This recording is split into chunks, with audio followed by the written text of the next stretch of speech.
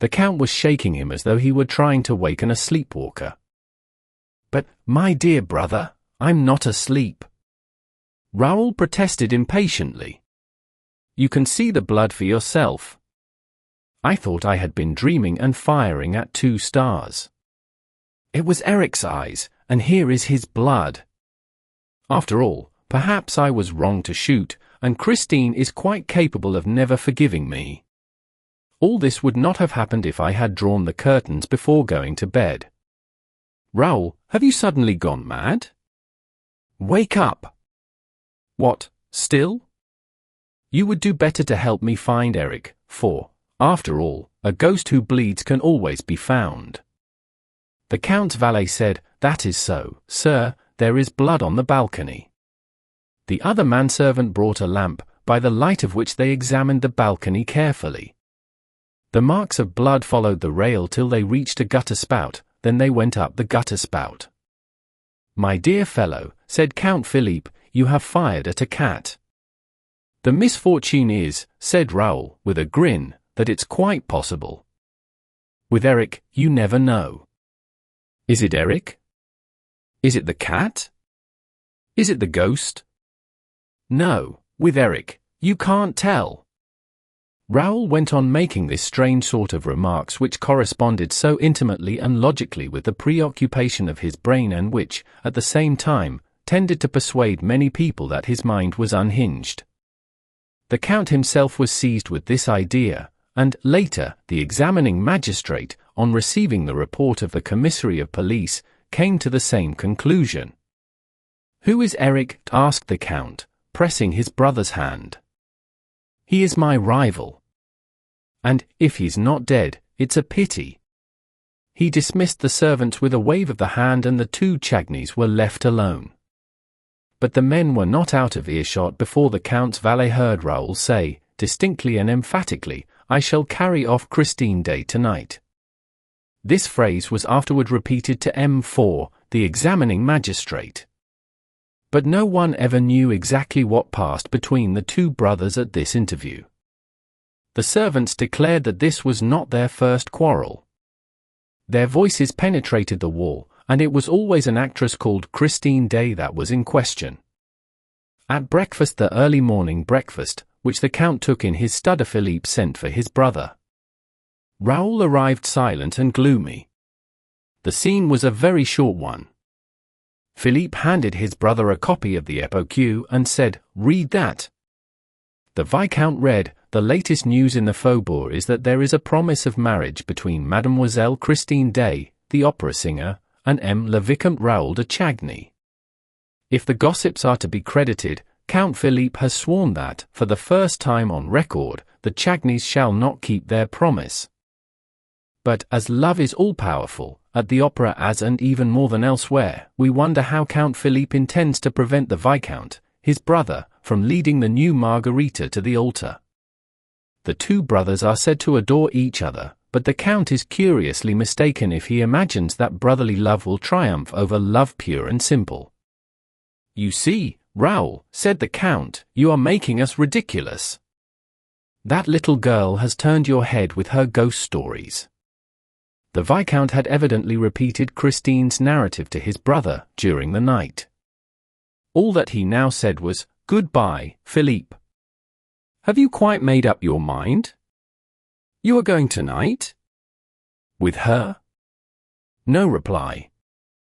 "Surely you will not do anything so foolish? I shall know how to prevent you." "Goodbye, Philippe," said the Viscount again and left the room. This scene was described to the examining magistrate by the Count himself, who did not see Raoul again until that evening, at the opera, a few minutes before Christine's disappearance. Raoul, in fact, devoted the whole day to his preparations for the flight. The horses, the carriage, the coachman, the provisions, the luggage, the money required for the journey, the road to be taken, he had resolved not to go by train, so as to throw the ghost off the scent. All this had to be settled and provided for, and it occupied him until 9 o'clock at night.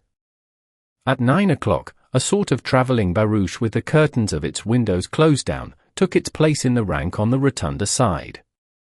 It was drawn by two powerful horses driven by a coachman whose face was almost concealed in the long folds of a muffler. In front of this travelling carriage were three broughams, belonging respectively to Carlotta, who had suddenly returned to Paris, to Sorelli and, at the head of the rank, to Comte Philippe de Chagny. No one left the barouche. The coachman remained on his box, and the three other coachmen remained on theirs. A shadow in a long black cloak and a soft black felt hat passed along the pavement between the rotunda and the carriages, examined the barouche carefully, went up to the horses and the coachman and then moved away without saying a word. The magistrate afterward believed that this shadow was that of the Vicomte Raoul de Chagny, but I do not agree, seeing that evening, as every evening, the Vicomte de Chagny was wearing a tall hat, which hat, besides, was subsequently found. I am more inclined to think that the shadow was that of the ghost, who knew all about the whole affair, as the reader will soon perceive. They were giving Faust, as it happened, before a splendid house. The faubourg was magnificently represented, and the paragraph in that morning's Epoque had already produced its effect, for all eyes were turned to the box in which Count Philippe sat alone, apparently in a very indifferent and careless frame of mind. The feminine element in the brilliant audience seemed curiously puzzled, and the Viscount's absence gave rise to any amount of whispering behind the fans. Christine Daaé met with a rather cold reception. That special audience could not forgive her for aiming so high. The singer noticed this unfavorable attitude of a portion of the house and was confused by it. The regular frequenters of the opera, who pretended to know the truth about the Viscount's love story, exchanged significant smiles at certain passages in Margarita's part, and they made a show of turning and looking at Philippe de Chagny's box when Christine sang, "I wish I could but know who was he that addressed me, if he was noble, or, at least, what his name is." The Count sat with his chin on his hand and seemed to pay no attention to these manifestations. He kept his eyes fixed on the stage, but his thoughts appeared to be far away.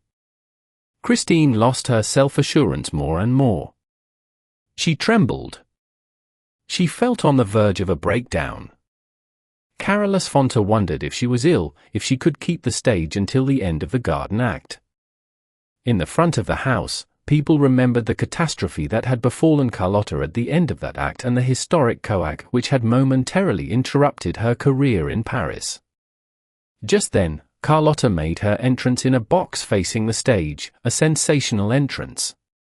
Poor Christine raised her eyes upon this fresh subject of excitement.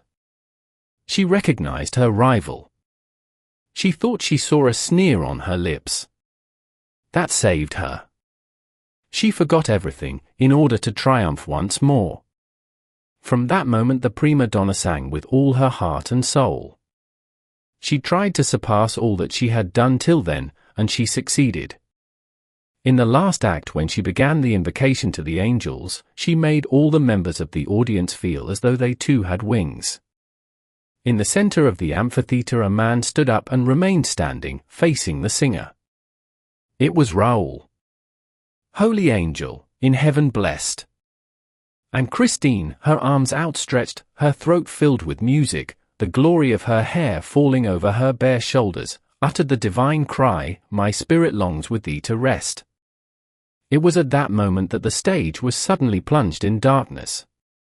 It happened so quickly that the spectators hardly had time to utter a sound of stupefaction, for the gas at once lit up the stage again. But Christine Daaé was no longer there. What had become of her? What was that miracle? All exchanged glances without understanding, and the excitement at once reached its height. Nor was the tension any less great on the stage itself. Men rushed from the wings to the spot where Christine had been singing that very instant. The performance was interrupted amid the greatest disorder. Where had Christine gone? What witchcraft had snatched her away before the eyes of thousands of enthusiastic onlookers and from the arms of Carolus Fonta himself? It was as though the angels had really carried her up to rest. Raoul, still standing up in the amphitheater, had uttered a cry. Count Philippe had sprung to his feet in his box. People looked at the stage, at the Count, at Raoul, and wondered if this curious event was connected in any way with the paragraph in that morning's paper. But Raoul hurriedly left his seat, the Count disappeared from his box, and, while the curtain was lowered, the subscribers rushed to the door that led behind the scenes. The rest of the audience waited amid an indescribable hubbub. Everyone spoke at once. Everyone tried to suggest an explanation of the extraordinary incident.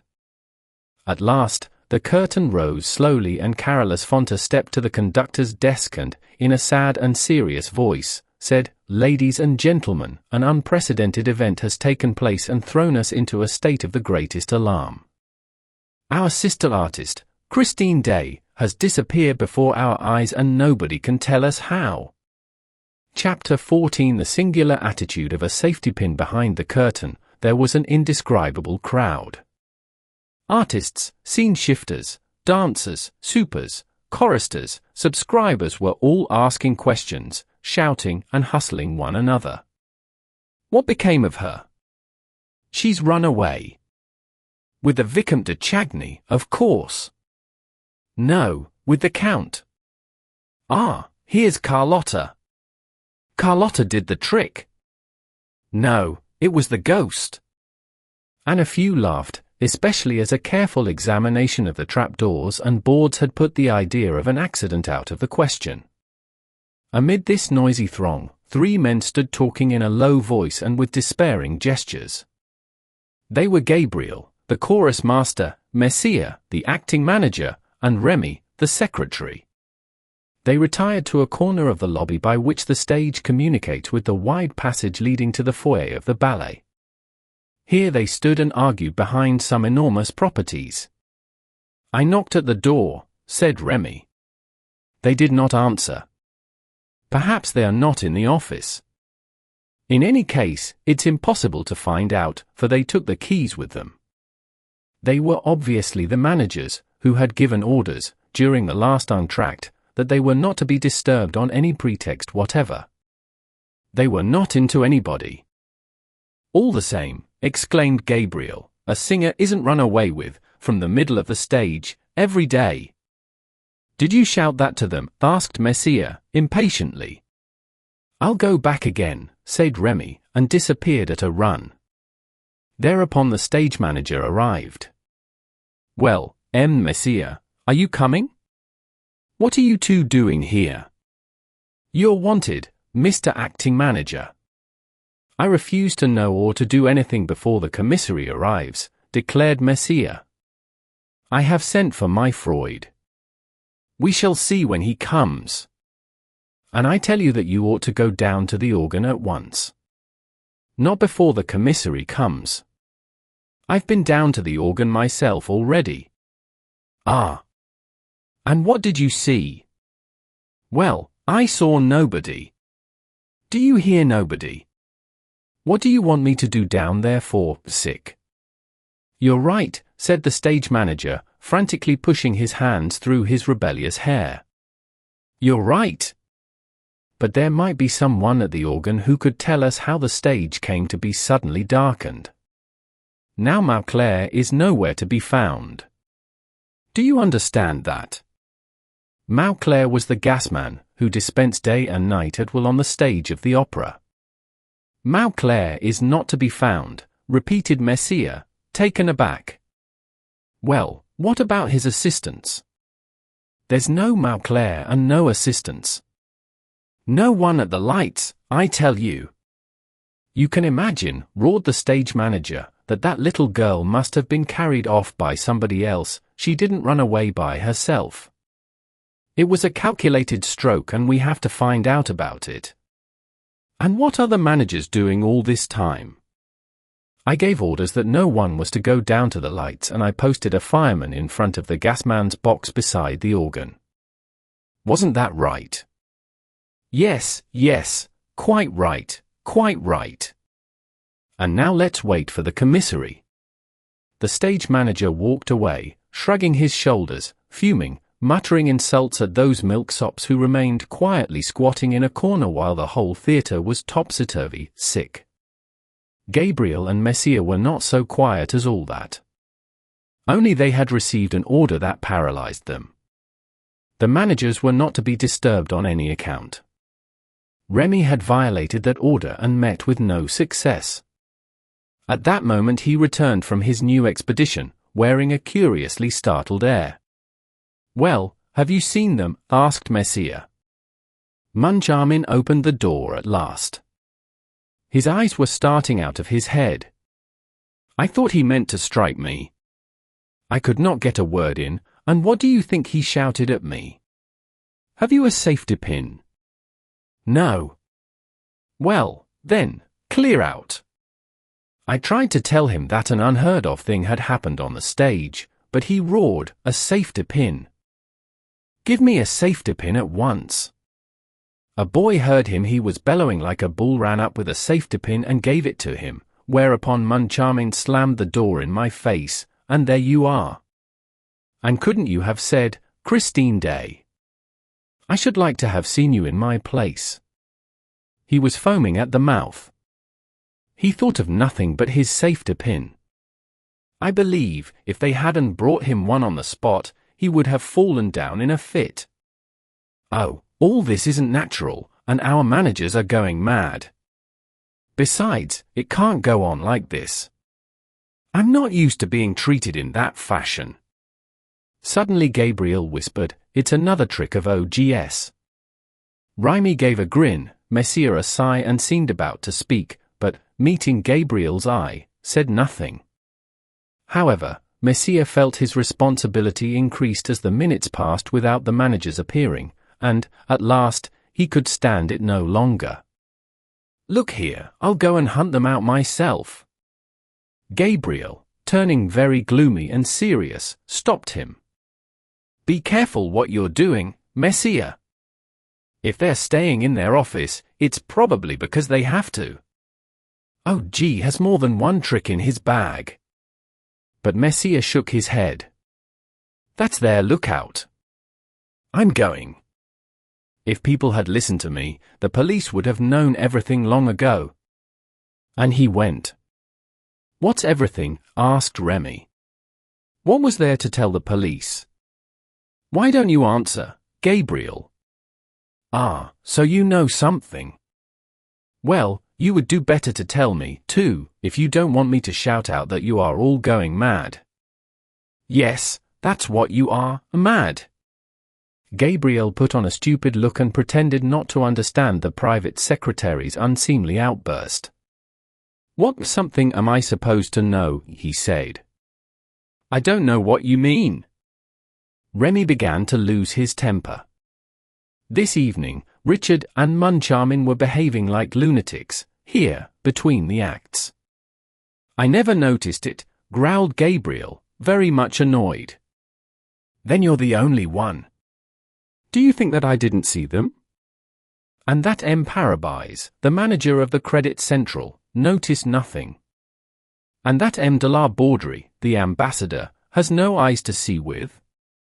Why, all the subscribers were pointing at our managers. "But what were our managers doing?" asked Gabriel, putting on his most innocent air. "What were they doing?" "You know better than anyone what they were doing. You were there. And you were watching them, you and Messier. And you were the only two who didn't laugh. I don't understand."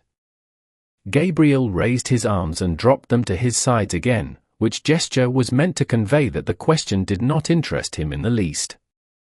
Remy continued, "What is the sense of this new mania of theirs?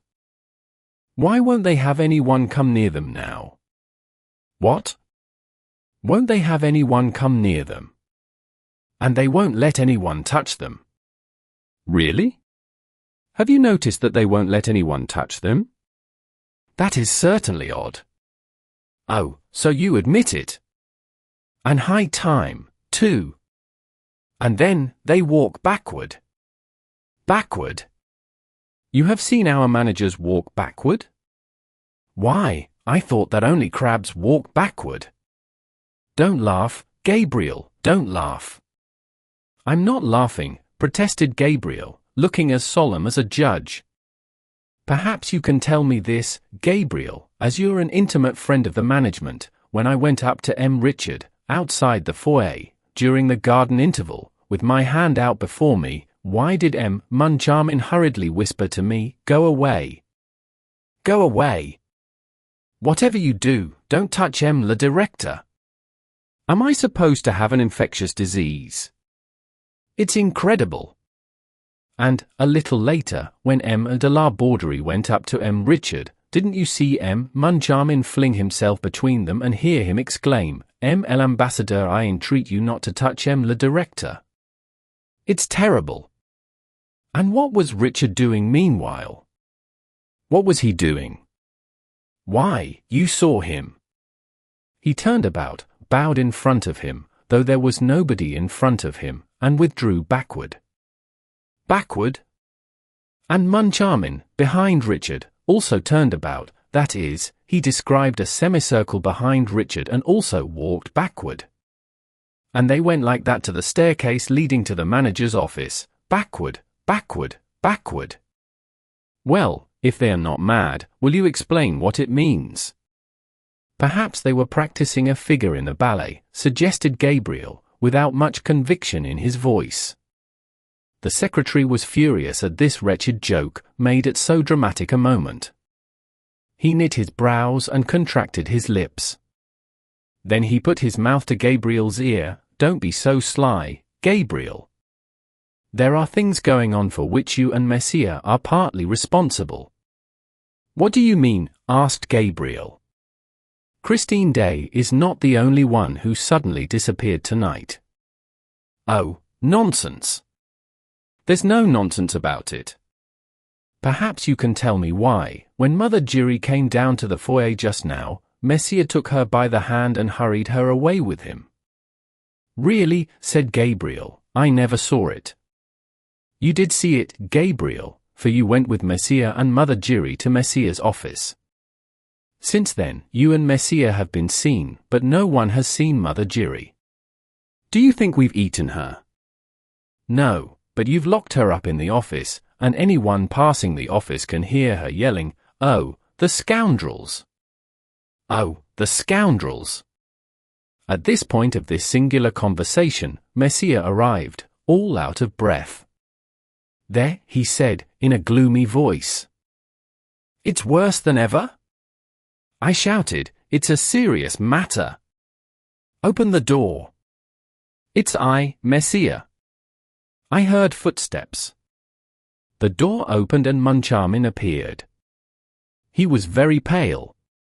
He said, "What do you want?" I answered, "Someone has run away with Christine Daaé."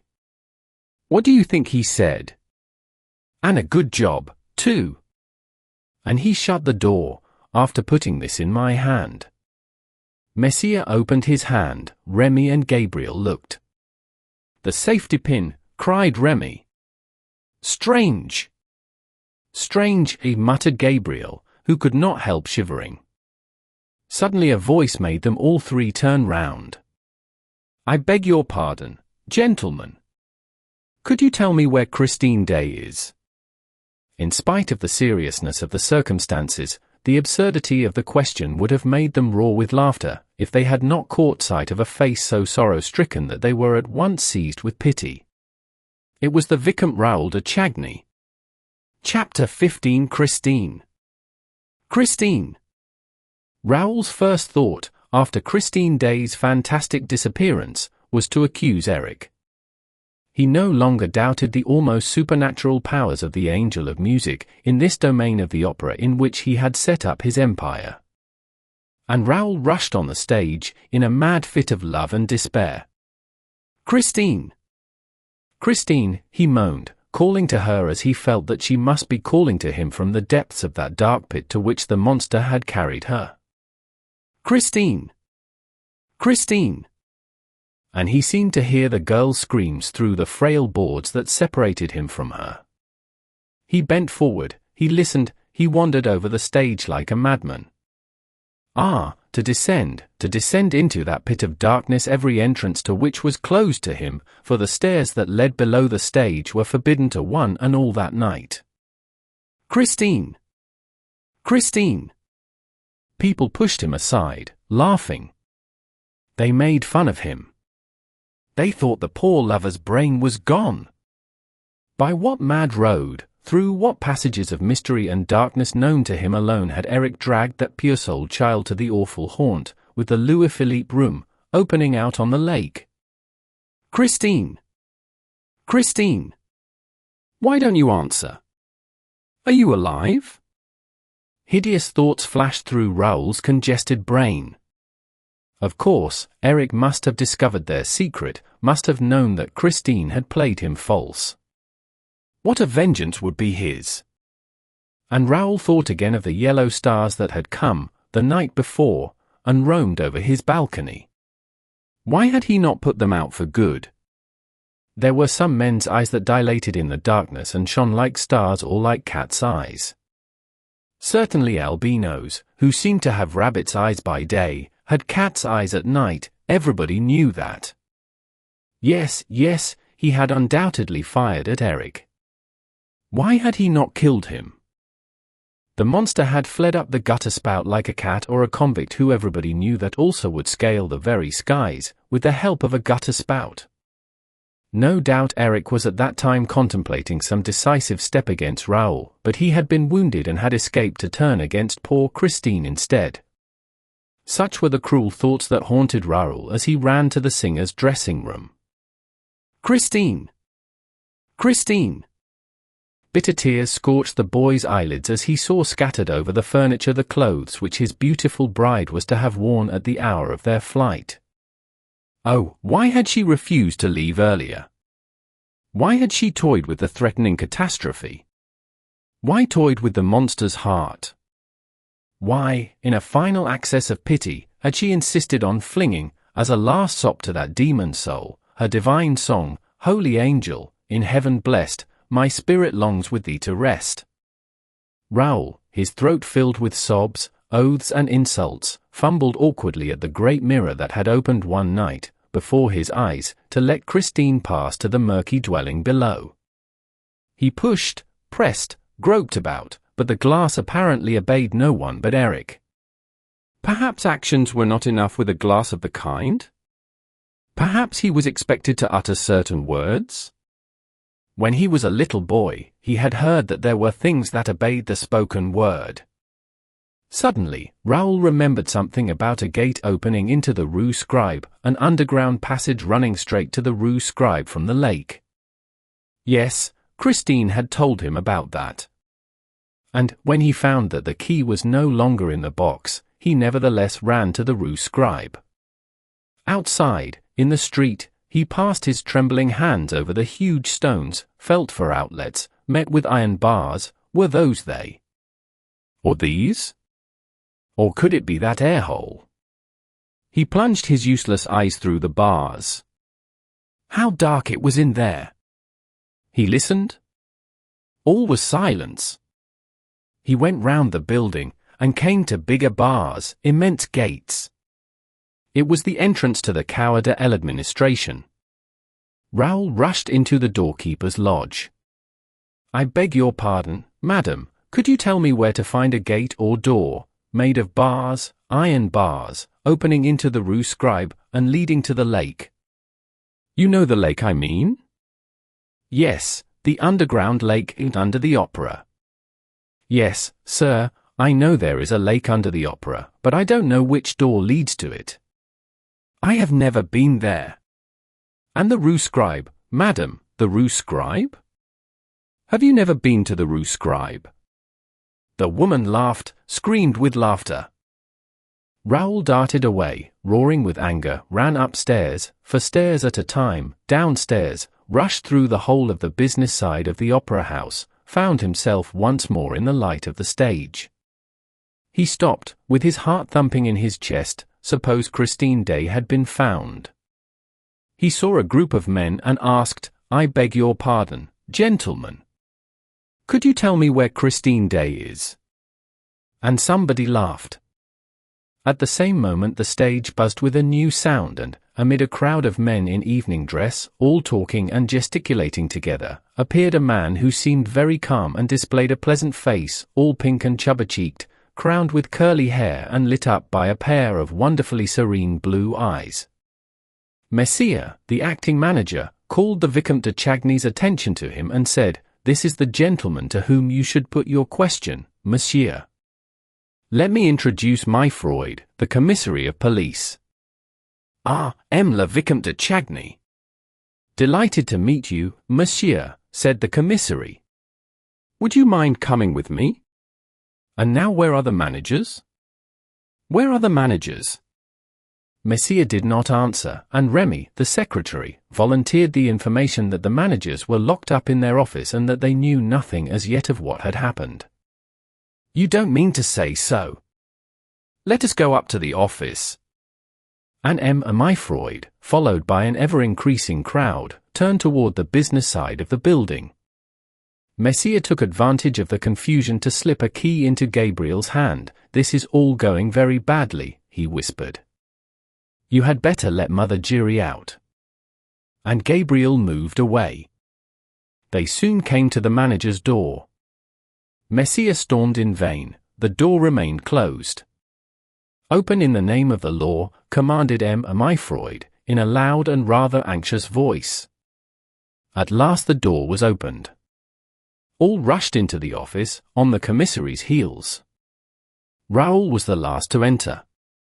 As he was about to follow the rest into the room, a hand was laid on his shoulder and he heard these words spoken in his ear, "Eric's secrets concern no one but himself." He turned around, with a stifled exclamation. The hand that was laid on his shoulder was now placed on the lips of a person with an ebony skin, with eyes of jade and with an astrakhan cap on his head, the Persian. The stranger kept up the gesture that recommended discretion and then, at the moment when the astonished Viscount was about to ask the reason of his mysterious intervention, bowed and disappeared. Chapter 16 MME Giry's astounding revelations as to her personal relations with the opera ghost before following the commissary into the manager's office. I must describe certain extraordinary occurrences that took place in that office which Remy and Messier had vainly tried to enter and into which Richard and Moncharmin had locked themselves with an object which the reader does not yet know, but which it is my duty, as an historian, to reveal without further postponement. I have had occasion to say that the manager's mood had undergone a disagreeable change for some time past, and to convey the fact that this change was due not only to the fall of the chandelier on the famous night of the gala performance. The reader must know that the ghost had calmly been paid his first 20,000 francs. Oh, there had been wailing and gnashing of teeth, indeed. And yet the thing had happened as simply as could be. One morning, the managers found on their table an envelope addressed to a Monsieur O.E.G., private, and accompanied by a note from O.G. himself. "The time has come to carry out the clause in the memorandum book. Please put 20 notes of 1,000 francs each into this envelope, seal it with your own seal and hand it to Mme. Giry, who will do what is necessary." The managers did not hesitate. Without wasting time in asking how these confounded communications came to be delivered in an office which they were careful to keep locked, they seized this opportunity of laying hands on the mysterious blackmailer. And, after telling the whole story, under the promise of secrecy, to Gabriel and Messier, they put the 20,000 francs into the envelope and without asking for explanations, handed it to Mme. Giry, who had been reinstated in her functions. The box-keeper displayed no astonishment. I need hardly say that she was well watched. She went straight to the ghost's box and placed the precious envelope on the little shelf attached to the ledge. The two managers, as well as Gabriel and Messier, were hidden in such a way that they did not lose sight of the envelope for a second during the performance and even afterward, for, as the envelope had not moved, those who watched it did not move either, and Mme. Giry went away while the managers, Gabriel and Messier, were still there. At last, they became tired of waiting and opened the envelope, after ascertaining that the seals had not been broken. At first sight, Richard and Moncharmin thought that the notes were still there, but soon they perceived that they were not the same. The 20 real notes were gone and had been replaced by 20 notes of the Bank of St. Farce. 1. The manager's rage and fright were unmistakable.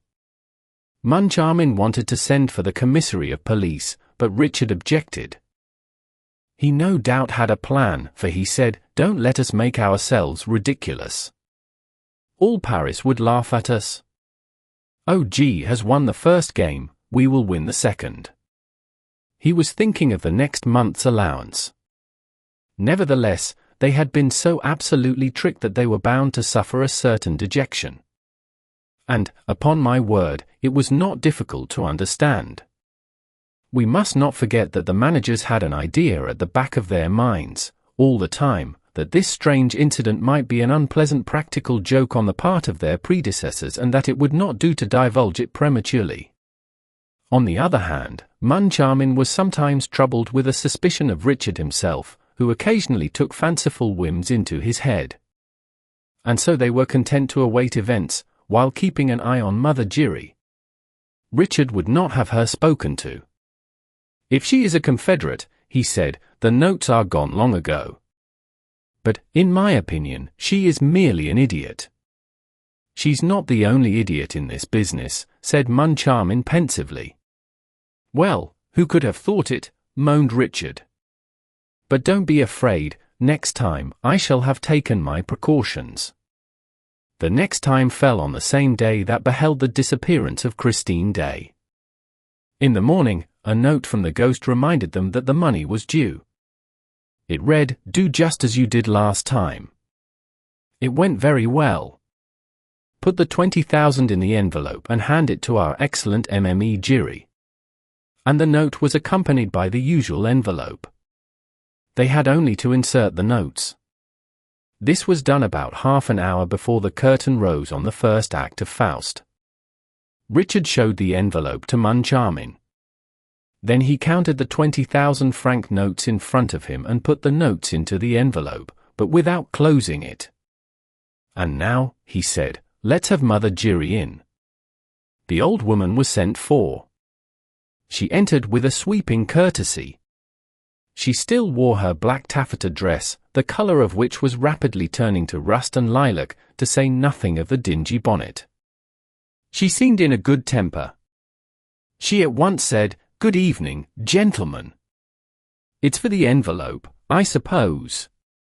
"Yes, Mme Giry," said Richard, most amiably. "For the envelope, and something else besides." "At your service, Richard, at your service." "And what is the something else, please?" "First of all, Mme Giry, I have a little question to put to you." "By all means, Richard, Mme Giry is here to answer you." "Are you still on good terms with the ghost?" "Couldn't be better, sir, couldn't be better." "Ah, we are delighted." "Look here, Mme Giry," said Richard, in the tone of making an important confidence. "We may just as well tell you, among ourselves." "You're no fool." "Why, sir," exclaimed the box-keeper, stopping the pleasant nodding of the black feathers in her dingy bonnet, "I assure you no one has ever doubted that. We are quite agreed and we shall soon understand one another. The story of the ghost is all humbug, isn't it? Well, still between ourselves, it has lasted long enough." Mme Giry looked at the managers as though they were talking Chinese. She walked up to Richard's table and asked, rather anxiously, "What do you mean? I don't understand." "Oh, you understand quite well. In any case, you've got to understand. And, first of all, tell us his name." "Whose name?" "The name of the man whose accomplice you are, Mme Giry." "I am the ghost's accomplice?" "Oh?" "His accomplice in what, pray?" "You do all he wants." "Oh. He's not very troublesome, you know." "And does he still tip you?" "I mustn't complain." "How much does he give you for bringing him that envelope?" 10 francs. "You poor thing. That's not much, is it?" "Why?" "I'll tell you that presently, Mme Giry. Just now we should like to know for what extraordinary reason you have given yourself body and soul to this ghost." Mme Giry's friendship and devotion are not to be bought for 5 francs or 10 francs. That's true enough. And I can tell you the reason, sir. There's no disgrace about it, on the contrary. We're quite sure of that, Mme Giry. Well, it's like this, only the ghost doesn't like me to talk about his business. Indeed, sneered Richard. But this is a matter that concerns myself alone. Well, it was in box 5 one evening, I found a letter addressed to myself, a sort of note written in red ink. I needn't read the letter to you, sir, I know it by heart, and I shall never forget it if I live to be 100. And Mme Giry, drawing herself up, recited the letter with touching eloquence, Madame, 1825. Mademoiselle Ménétrie, leader of the ballet, became Marquise de Cussy. 1832, Mademoiselle Marie Taglioni, a dancer, became Comtesse Gilbert des Voisins. 1846, La Sota, a dancer, married a brother of the King of Spain. 1847, Lola Mantes, a dancer, became the morganatic wife of King Louis of Bavaria and was created Countess of Landsfeld. 1848, Mademoiselle Maria, a dancer, became Baronne de Herneville. 1870, Teresa Hessia, a dancer, married Dom Fernando, brother to the King of Portugal. Richard and Moncharmin listened to the old woman, who, as she proceeded with the enumeration of these glorious nuptials, swelled out, took courage and, at last, in a voice bursting with pride, flung out the last sentence of the prophetic letter, 1885. Meg Giry, Empress. Exhausted by this supreme effort, the box-keeper fell into a chair, saying, "Gentlemen, the letter was signed, Opera Ghost." I had heard much of the ghost, but only half believed in him. From the day when he declared that my little Meg, the flesh of my flesh, the fruit of my womb, would be empress, I believed in him altogether. And really it was not necessary to make a long study of Mme Giry's excited features to understand what could be got out of that fine intellect with the 2 words ghost and empress. But who pulled the strings of that extraordinary puppet? That was the question. You have never seen him, he speaks to you and you believe all he says, asked Moncharmin. Yes. To begin with, I owe it to him that my little Meg was promoted to be the leader of a row. I said to the ghost, if she is to be empress in 1885, there is no time to lose, she must become a leader at once. He said, look upon it as done. And he had only a word to say to M. Poligny and the thing was done. So you see that M. Poligny saw him. No, not any more than I did, but he heard him. The ghost said a word in his ear, you know, on the evening when he left box 5, looking so dreadfully pale. Moncharmin heaved a sigh. What a business, he groaned. Ah, said Mme Giry. I always thought there were secrets between the ghost and M. Poligny. Anything that the ghost asked M. Poligny to do, M. Poligny did. M. Poligny could refuse the ghost nothing. You hear, Richard, Poligny could refuse the ghost nothing. Yes, yes, I hear, said Richard. M. Poligny is a friend of the ghost, and, as Mme Giry is a friend of M. Poligny, there we are. But I don't care a hang about M. Poligny, he added roughly. The only person whose fate really interests me is Mme Giry. Mme Giry, do you know what is in this envelope? Why, of course not, she said. Well, look. Mine. Giry looked into the envelope with a lackluster eye, which soon recovered its brilliancy. 1,000-franc notes, she cried. Yes, Mme Giry, 1,000-franc notes. And you knew it? Sir? I swear. Don't swear, Mme Giry. And now I will tell you the second reason why I sent for you. Mme Giry, I am going to have you arrested. The 2 black feathers on the dingy bonnet, which usually affected the attitude of 2 notes of interrogation, changed into 2 notes of exclamation. As for the bonnet itself, it swayed in menace on the old lady's tempestuous chignon. Surprise, indignation, protest and dismay were furthermore displayed by little Meg's mother in a sort of extravagant movement of offended virtue, half bound, half slide, that brought her right under the nose of M. Richard, who could not help pushing back his chair. "Have me arrested." The mouth that spoke those words seemed to spit the 3 teeth that were left to it into Richard's face. M. Richard behaved like a hero. He retreated no farther. His threatening forefinger seemed already to be pointing out the keeper of Box 5 to the absent magistrates. "I am going to have you arrested, Mme. Giry, as a thief." "Say that again." And Mme. Giry caught Mr. Manager Richard a mighty box on the ear before Mr. Manager Moncharmin had time to intervene.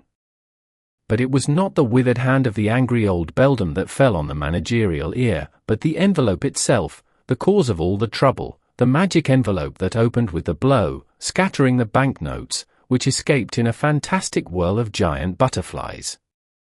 The 2 managers gave a shout, and the same thought made them both go on their knees, feverishly, picking up and hurriedly examining the precious scraps of paper.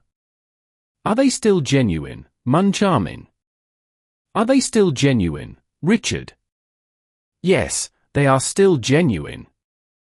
Above their heads, Mme. Giry's 3 teeth were clashing in a noisy contest, full of hideous interjections. But all that could be clearly distinguished was this leit motif: "I, a thief. I, a thief, I." She choked with rage. She shouted, "I never heard of such a thing." And, suddenly, she darted up to Richard again. "In any case," she yelped, "you, M. Richard, ought to know better than I where the 20,000 francs went to." "I?" asked Richard, astounded. "And how should I know?" Moncharmin, looking severe and dissatisfied, at once insisted that the good lady should explain herself. "What does this mean, Mme. Giry?" he asked. "And why do you say that M. Richard ought to know better than you where the 20,000 francs went to?" As for Richard, who felt himself turning red under Moncharmin's eyes, he took Mme. Giry by the wrist and shook it violently.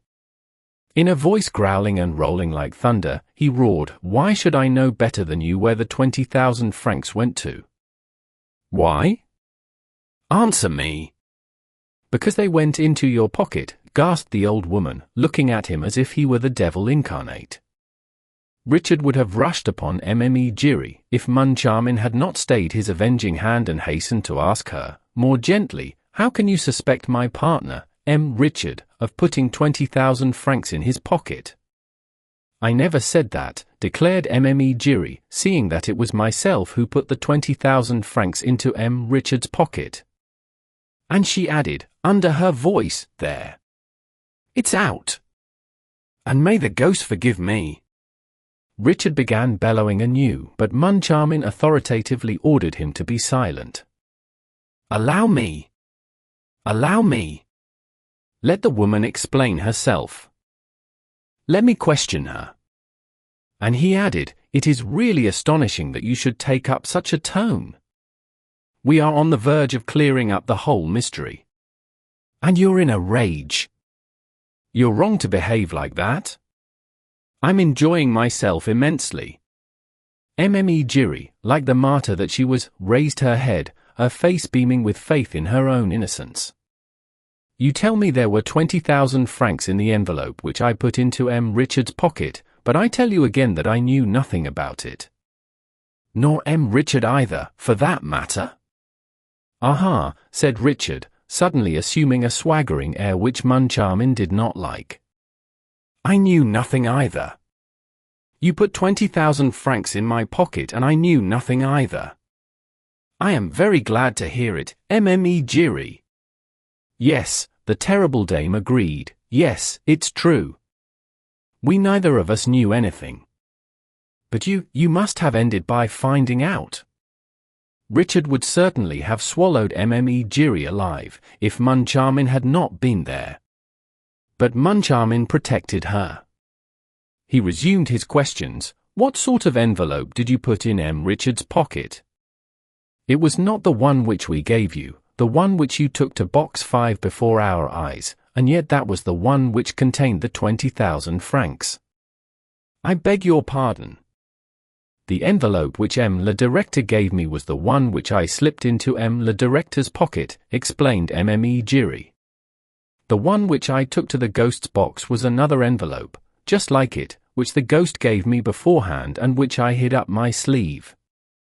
So saying, Mme Giry took from her sleeve an envelope ready prepared and similarly addressed to that containing the 20,000 francs.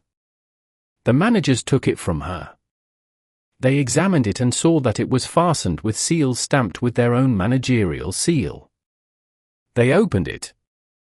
It contained 20 Bank of St. Fast notes like those which had so much astounded them the month before. How simple, said Richard. How simple, repeated Moncharmin. And he continued with his eyes fixed upon Mme Giry, as though trying to hypnotize her. So it was the ghost who gave you this envelope and told you to substitute it for the one which we gave you? And it was the ghost who told you to put the other into M. Richard's pocket? Yes, it was the ghost. Then would you mind giving us a specimen of your little talents? Here is the envelope. Act as though we knew nothing. As you please, gentlemen. Mme Giry took the envelope with the 20 notes inside it and made for the door. She was on the point of going out when the two managers rushed at her. Oh, no. Oh, no. We're not going to be done a second time. Once bitten, twice shy. I beg your pardon, gentlemen, said the old woman, in self-excuse, you told me to act as though you knew nothing. Well, if you knew nothing, I should go away with your envelope. And then how would you slip it into my pocket, argued Richard, whom Moncharmin fixed with his left eye, while keeping his right on Mme Giry, a proceeding likely to strain his sight, but Moncharmin was prepared to go to any length to discover the truth. I am to slip it into your pocket when you least expect it, sir. You know that I always take a little turn behind the scenes, in the course of the evening, and I often go with my daughter to the ballet foyer, which I am entitled to do, as her mother. I bring her shoes, when the ballet is about to begin. In fact, I come and go as I please. The subscribers come and go too. So do you, sir. There are lots of people about. I go behind you and slip the envelope into the tail pocket of your dress coat. There's no witchcraft about that. No witchcraft, growled Richard, rolling his eyes like Jupiter Tonans. No witchcraft. Why, I've just caught you in a lie, you old witch. Mme Giry bristled, with her 3 teeth sticking out of her mouth. And why, may I ask? Because I spent that evening watching box 5 and the sham envelope which you put there. I did not go to the ballet foyer for a second.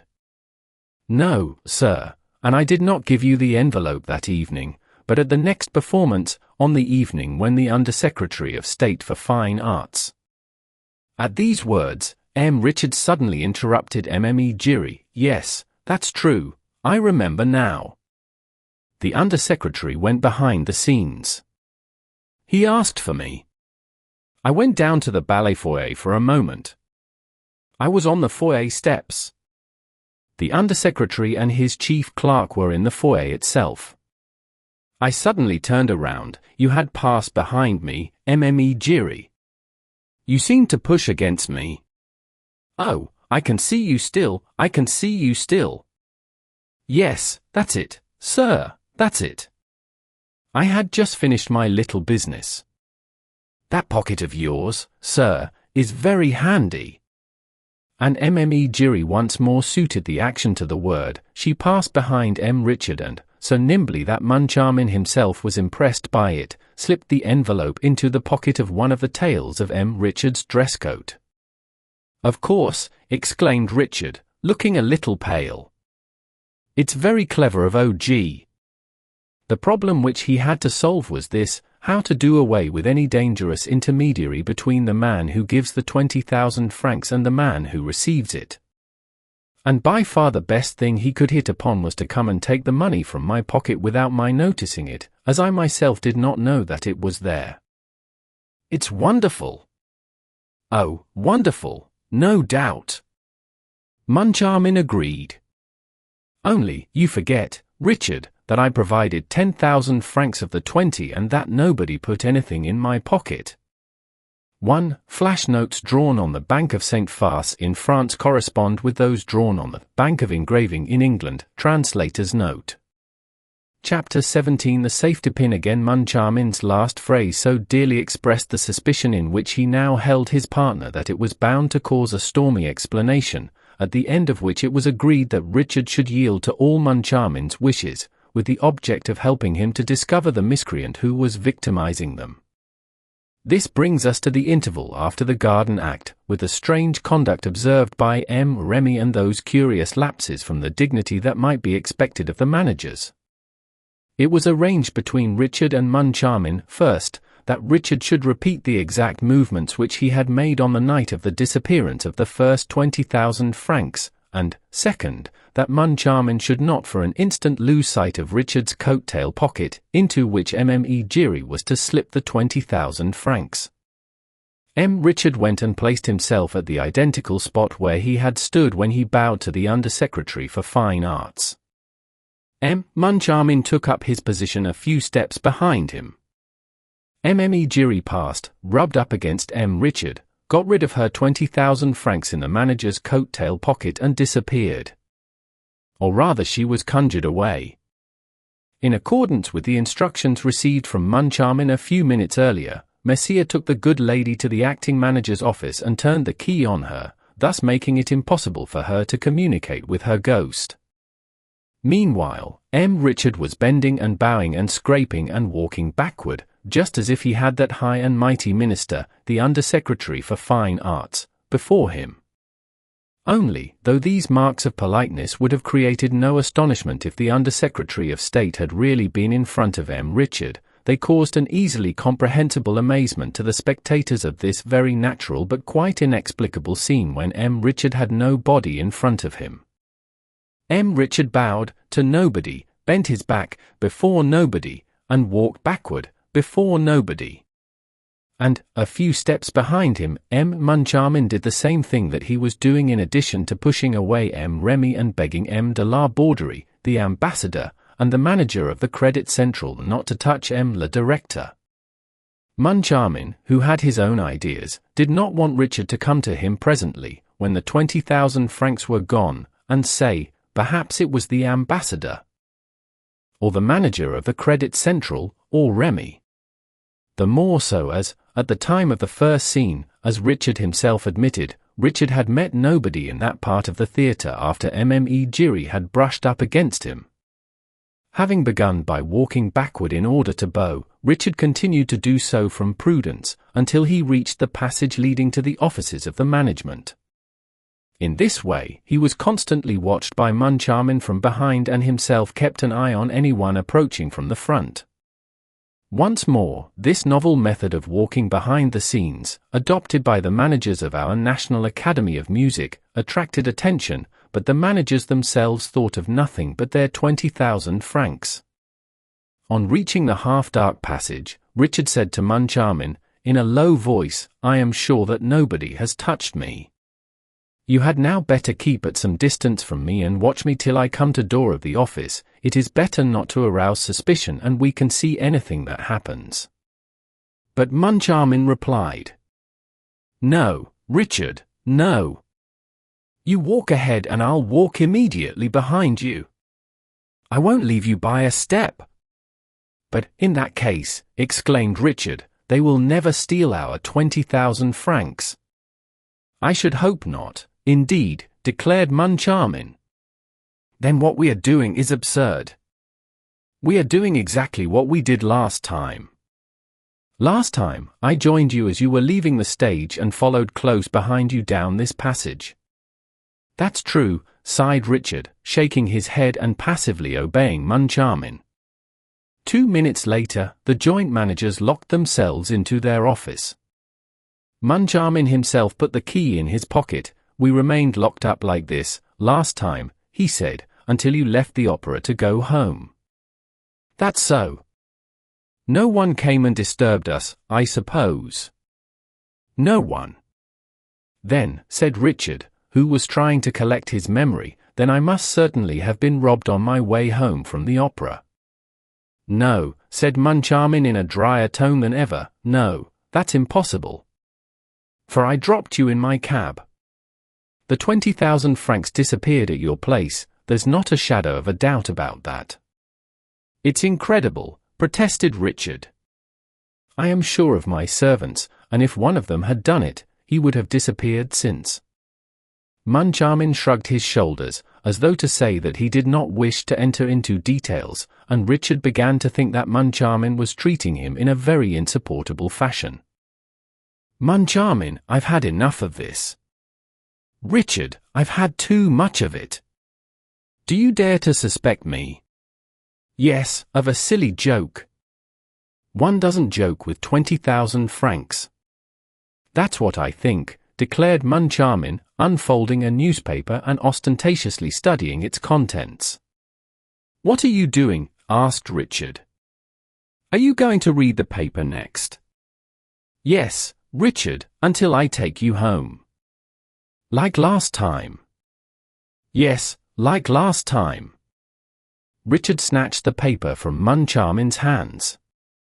Moncharmin stood up, more irritated than ever, and found himself faced by an exasperated Richard, who, crossing his arms on his chest, said, Look here, I'm thinking of this, I'm thinking of what I might think if, like last time, after my spending the evening alone with you, you brought me home and if, at the moment of parting, I perceived that 20,000 francs had disappeared from my coat pocket, like last time. And what might you think? Asked Moncharmin, crimson with rage. I might think that, as you hadn't left me by a foot's breadth and as, by your own wish, you were the only one to approach me, like last time, I might think that, if that 20,000 francs was no longer in my pocket, it stood a very good chance of being in yours. Moncharmin leaped up at the suggestion. Oh, he shouted. A safety pin. What do you want a safety pin for? To fasten you up with. A safety pin. A safety pin. You want to fasten me with a safety pin? Yes, to fasten you to the 20,000 francs. Then, whether it's here, or on the drive from here to your place, or at your place, you will feel the hand that pulls at your pocket and you will see if it's mine. Oh, so you're suspecting me now, are you? A safety pin. And that was the moment when Moncharmin opened the door on the passage and shouted, A safety pin. Somebody give me a safety pin. And we also know how, at the same moment, Remy, who had no safety pin, was received by Moncharmin, while a boy procured the pin so eagerly longed for. And what happened was this: Moncharmin first locked the door again. Then he knelt down behind Richard's back. I hope, he said, that the notes are still there. So do I, said Richard. The real ones? Asked Moncharmin, resolved not to be the head this time. Look for yourself, said Richard. I refuse to touch them. Moncharmin took the envelope from Richard's pocket and drew out the banknotes with a trembling hand, for, this time, in order frequently to make sure of the presence of the notes, he had not sealed the envelope nor even fastened it. He felt reassured on finding that they were all there and quite genuine. He put them back in the tail pocket and pinned them with great care. Then he sat down behind Richard's coat tails and kept his eyes fixed on them, while Richard, sitting at his writing table, did not stir. A little patience, Richard, said Moncharmin. We have only a few minutes to wait. The clock will soon strike 12. Last time, we left at the last stroke of 12. Oh, I shall have all the patience necessary. The time passed, slow, heavy, mysterious, stifling. Richard tried to laugh. I shall end by believing in the omnipotence of the ghost, he said. Just now, don't you find something uncomfortable, disquieting, alarming in the atmosphere of this room?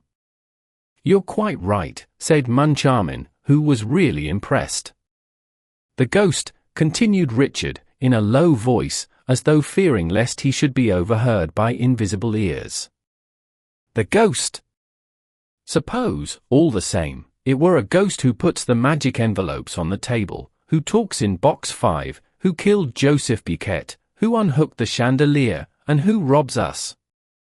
For, after all, there is no one here except you and me, and, if the notes disappear and neither you nor I have anything to do with it, well, we shall have to believe in the ghost. At that moment, the clock on the mantelpiece gave its warning click and the first stroke of 12 struck. The two managers shuddered. The perspiration streamed from their foreheads. The 12th stroke sounded strangely in their ears. When the clock stopped, they gave a sigh and rose from their chairs. I think we can go now, said Moncharmin. I think so, Richard agreed. Before we go, do you mind if I look in your pocket? But, of course, Moncharmin, you must. Well, he asked, as Moncharmin was feeling at the pocket. Well, I can feel the pin. Of course, as you said, we can't be robbed without noticing it. But Moncharmin, whose hands were still fumbling, bellowed, I can feel the pin, but I can't feel the notes. Come, no joking, Moncharmin. This isn't the time for it. Well, feel for yourself. Richard tore off his coat. The two managers turned the pocket inside out. The pocket was empty. And the curious thing was that the pin remained, stuck in the same place. Richard and Moncharmin turned pale. There was no longer any doubt about the witchcraft. The ghost, muttered Moncharmin.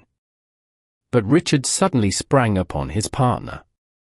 No one but you has touched my pocket.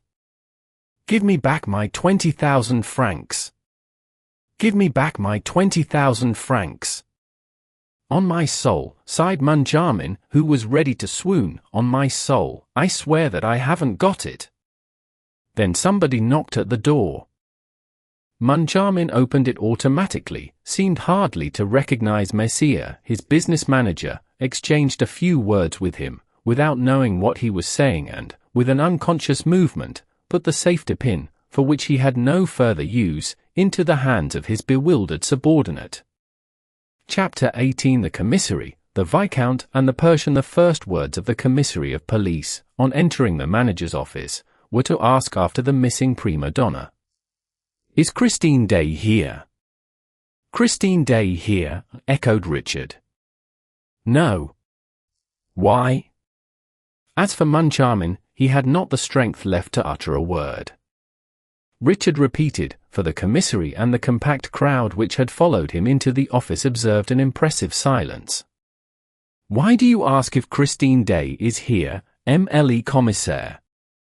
Because she has to be found, declared the commissary of police solemnly. What do you mean, she has to be found? Has she disappeared? In the middle of the performance. In the middle of the performance? This is extraordinary. Isn't it? And what is quite as extraordinary is that you should first learn it from me. Yes, said Richard, taking his head in his hands and muttering. What is this new business? Oh, it's enough to make a man send in his resignation. And he pulled a few hairs out of his mustache without even knowing what he was doing. So she disappeared in the middle of the performance, he repeated. Yes, she was carried off in the prison act, at the moment when she was invoking the aid of the angels, but I doubt if she was carried off by an angel. And I am sure that she was. Everybody looked round. A young man, pale and trembling with excitement, repeated, I am sure of it. Sure of what? Asked my Freud. That Christine Daaé was carried off by an angel, M.L.E. Commissaire, and I can tell you his name. Aha, M. le Vicomte de Chagny. So you maintain that Christine Daaé was carried off by an angel of the opera, no doubt. Yes, monsieur, by an angel of the opera, and I will tell you where he lives, when we are alone." "You are right, monsieur." And the commissary of police, inviting Raoul to take a chair, cleared the room of all the rest, excepting the managers. Then Raoul spoke. Le commissaire, the angel is called Eric, he lives in the opera and he is the angel of music." "The angel of music? Really? That is very curious. The angel of music." And, turning to the managers, Myfroyd asked, "Have you an angel of music on the premises, gentlemen?" Richard and Moncharmin shook their heads, without even speaking. "Oh," said the Viscount, "those gentlemen have heard of the opera ghost." "Well, I am in a position to state that the opera ghost and the angel of music are one and the same person, and his real name is Eric." Myfroyd rose and looked at Raoul attentively. "I beg your pardon, monsieur, but is it your intention to make fun of the law? And, if not, what is all this about the opera ghost? I say that these gentlemen have heard of him. Gentlemen, it appears that you know the opera ghost." Richard rose, with the remaining hairs of his moustache in his hand. "No, commissary, no, we do not know him, but we wish that we did, for this very evening he has robbed us of 20,000 francs. And Richard turned a terrible look on Moncharmin, which seemed to say, "Give me back the 20,000 francs, or I'll tell the whole story." Moncharmin understood what he meant, for, with a distracted gesture, he said, "Oh, tell everything and have done with it." As for Myfroyd, he looked at the managers and at Raoul by turns and wondered whether he had strayed into a lunatic asylum. He passed his hand through his hair. "A ghost," he said, "who, on the same evening, carries off an opera singer and steals 20,000 francs is a ghost who must have his hands very full. If you don't mind, we will take the questions in order. The singer first, the 20,000 francs after. Come, de Chagny, let us try to talk seriously. You believe that Mademoiselle Christine Daaé has been carried off by an individual called Eric. Do you know this person? Have you seen him? Yes. Where? In a churchyard." Myfroyd gave a start, began to scrutinize Raoul again and said, "Of course. That's where ghosts usually hang out. And what were you doing in that churchyard?" "Monsieur," said Raoul, "I can quite understand how absurd my replies must seem to you. But I beg you to believe that I am in full possession of my faculties. The safety of the person dearest to me in the world is at stake. I should like to convince you in a few words, for time is pressing and every minute is valuable. Unfortunately, if I do not tell you the strangest story that ever was from the beginning, you will not believe me. I will tell you all I know about the opera ghost, commissary. Alas, I do not know much." "Never mind, go on," exclaimed Richard and Moncharmin, suddenly greatly interested. Unfortunately for their hopes of learning some detail that could put them on the track of their hoaxer, they were soon compelled to accept the fact that Raoul de Chagny had completely lost his head. All that story about Perros-Guirec, death's heads, and enchanted violins could only have taken birth in the disordered brain of a youth mad with love. It was evident, also, that Mr. Commissary Myfroyd shared their view, and the magistrate would certainly have cut short the incoherent narrative if circumstances had not taken it upon themselves to interrupt it. The door opened and a man entered, curiously dressed in an enormous frock coat and a tall hat, at once shabby and shiny, that came down to his ears. He went up to the commissary and spoke to him in a whisper. It was doubtless a detective come to deliver an important communication. During this conversation, Myfroyd did not take his eyes off Raoul. At last, addressing him, he said, "Monsieur, we have talked enough about the ghost. We will now talk about yourself a little. If you have no objection, you were to carry off Mademoiselle Christine Daaé tonight." "Yes, le commissaire." "After the performance?" "Yes, le commissaire." All your arrangements were made? Yes, le commissaire. The carriage that brought you was to take you both away. There were fresh horses in readiness at every stage.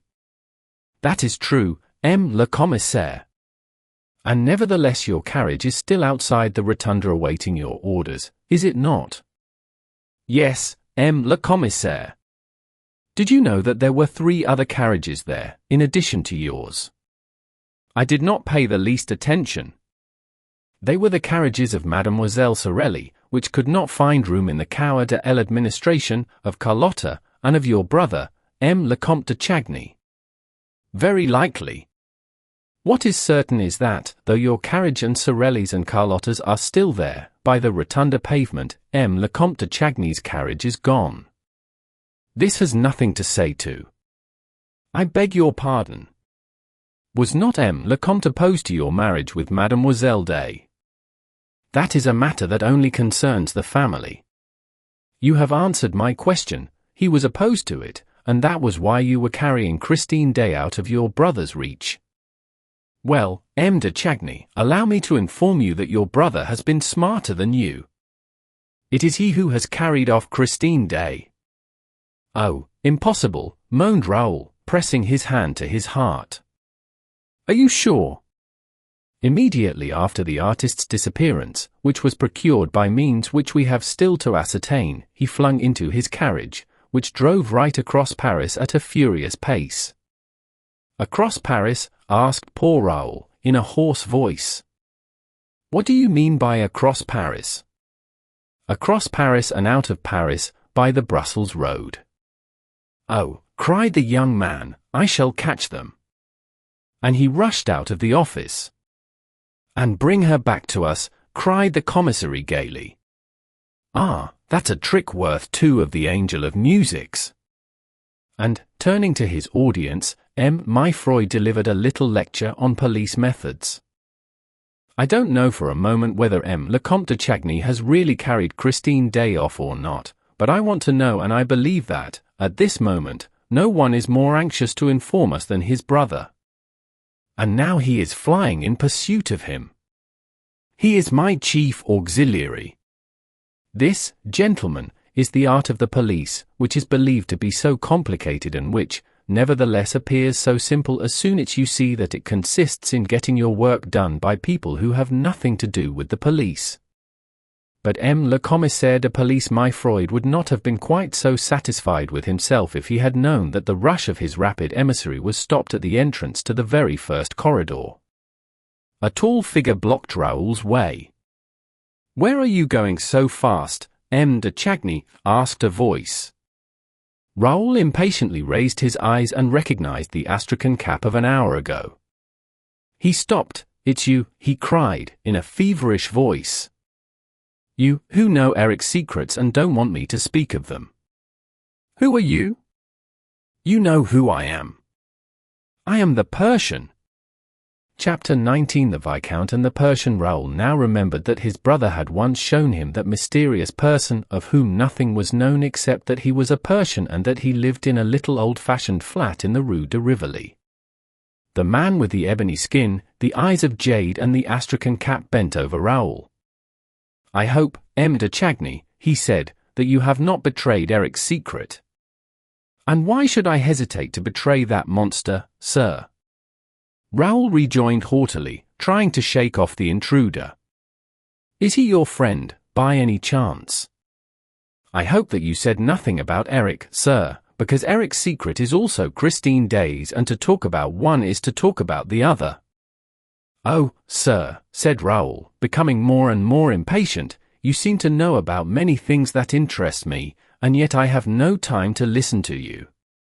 Once more, de Chagny, where are you going so fast? Cannot you guess? To Christine Daaé's assistance? Then, sir, stay here, for Christine Daaé is here. With Eric? With Eric. How do you know? I was at the performance and no one in the world but Eric could contrive an abduction like that. Oh, he said, with a deep sigh, I recognized the monster's touch. You know him then? The Persian did not reply, but heaved a fresh sigh. "Sir," said Raoul, "I do not know what your intentions are, but can you do anything to help me? I mean, to help Christine Daaé." "I think so, M. de Chagny, and that is why I spoke to you." "What can you do?" "Try to take you to her, and to him. If you can do me that service, sir, my life is yours. One word more, the commissary of police tells me that Christine Daaé has been carried off by my brother, Count Philippe." "Oh, M. de Chagny, I don't believe a word of it." "It's not possible, is it?" "I don't know if it is possible or not, but there are ways and ways of carrying people off, and Le Comte Philippe has never, as far as I know, had anything to do with witchcraft." "Your arguments are convincing, sir, and I am a fool." "Oh, let us make haste. I place myself entirely in your hands." "How should I not believe you, when you are the only one to believe me, when you are the only one not to smile when Eric's name is mentioned?" And the young man impetuously seized the Persian's hands. They were ice-cold. "Silence," said the Persian, stopping and listening to the distant sounds of the theatre. "We must not mention that name here. Let us say he and a him, then there will be less danger of attracting his attention. Do you think he is near us?" "It is quite possible, sir, if he is not, at this moment, with his victim, in the house on the lake." "Ah, so you know that house too?" "If he is not there, he may be here, in this wall, in this floor, in this ceiling. Come." And the Persian, asking Raoul to deaden the sound of his footsteps, led him down passages which Raoul had never seen before, even at the time when Christine used to take him for walks through that labyrinth. "If only Darius has come," said the Persian. "Who is Darius?" "Darius?" "My servant." They were now in the center of a real deserted square, an immense apartment ill-lit by a small lamp. The Persian stopped Raoul and, in the softest of whispers, asked, "What did you say to the commissary?" "I said that Christine Daaé's abductor was the angel of music, alias the opera ghost, and that the real name was—" "Hush!" "And did he believe you?" "No." "He attached no importance to what you said?" "No." "He took you for a bit of a madman?" "Yes." "So much the better," sighed the Persian. And they continued their road. After going up and down several staircases which Raoul had never seen before, the two men found themselves in front of a door which the Persian opened with a master key. The Persian and Raoul were both, of course, in dress clothes, but, whereas Raoul had a tall hat, the Persian wore the astrakhan cap which I have already mentioned. It was an infringement of the rule which insists upon the tall hat behind the scenes, but in France foreigners are allowed every license, the Englishman his travelling cap, the Persian his cap of astrakhan. "Sir," said the Persian, "your tall hat will be in your way, you would do well to leave it in the dressing-room." "What dressing-room?" asked Raoul. "Christine Daaé's." And the Persian, letting Raoul through the door which he had just opened, showed him the actress's room opposite. They were at the end of the passage the whole length of which Raoul had been accustomed to traverse before knocking at Christine's door. "How well you know the opera, sir?" "Not so well as a Hebrew does," said the Persian modestly.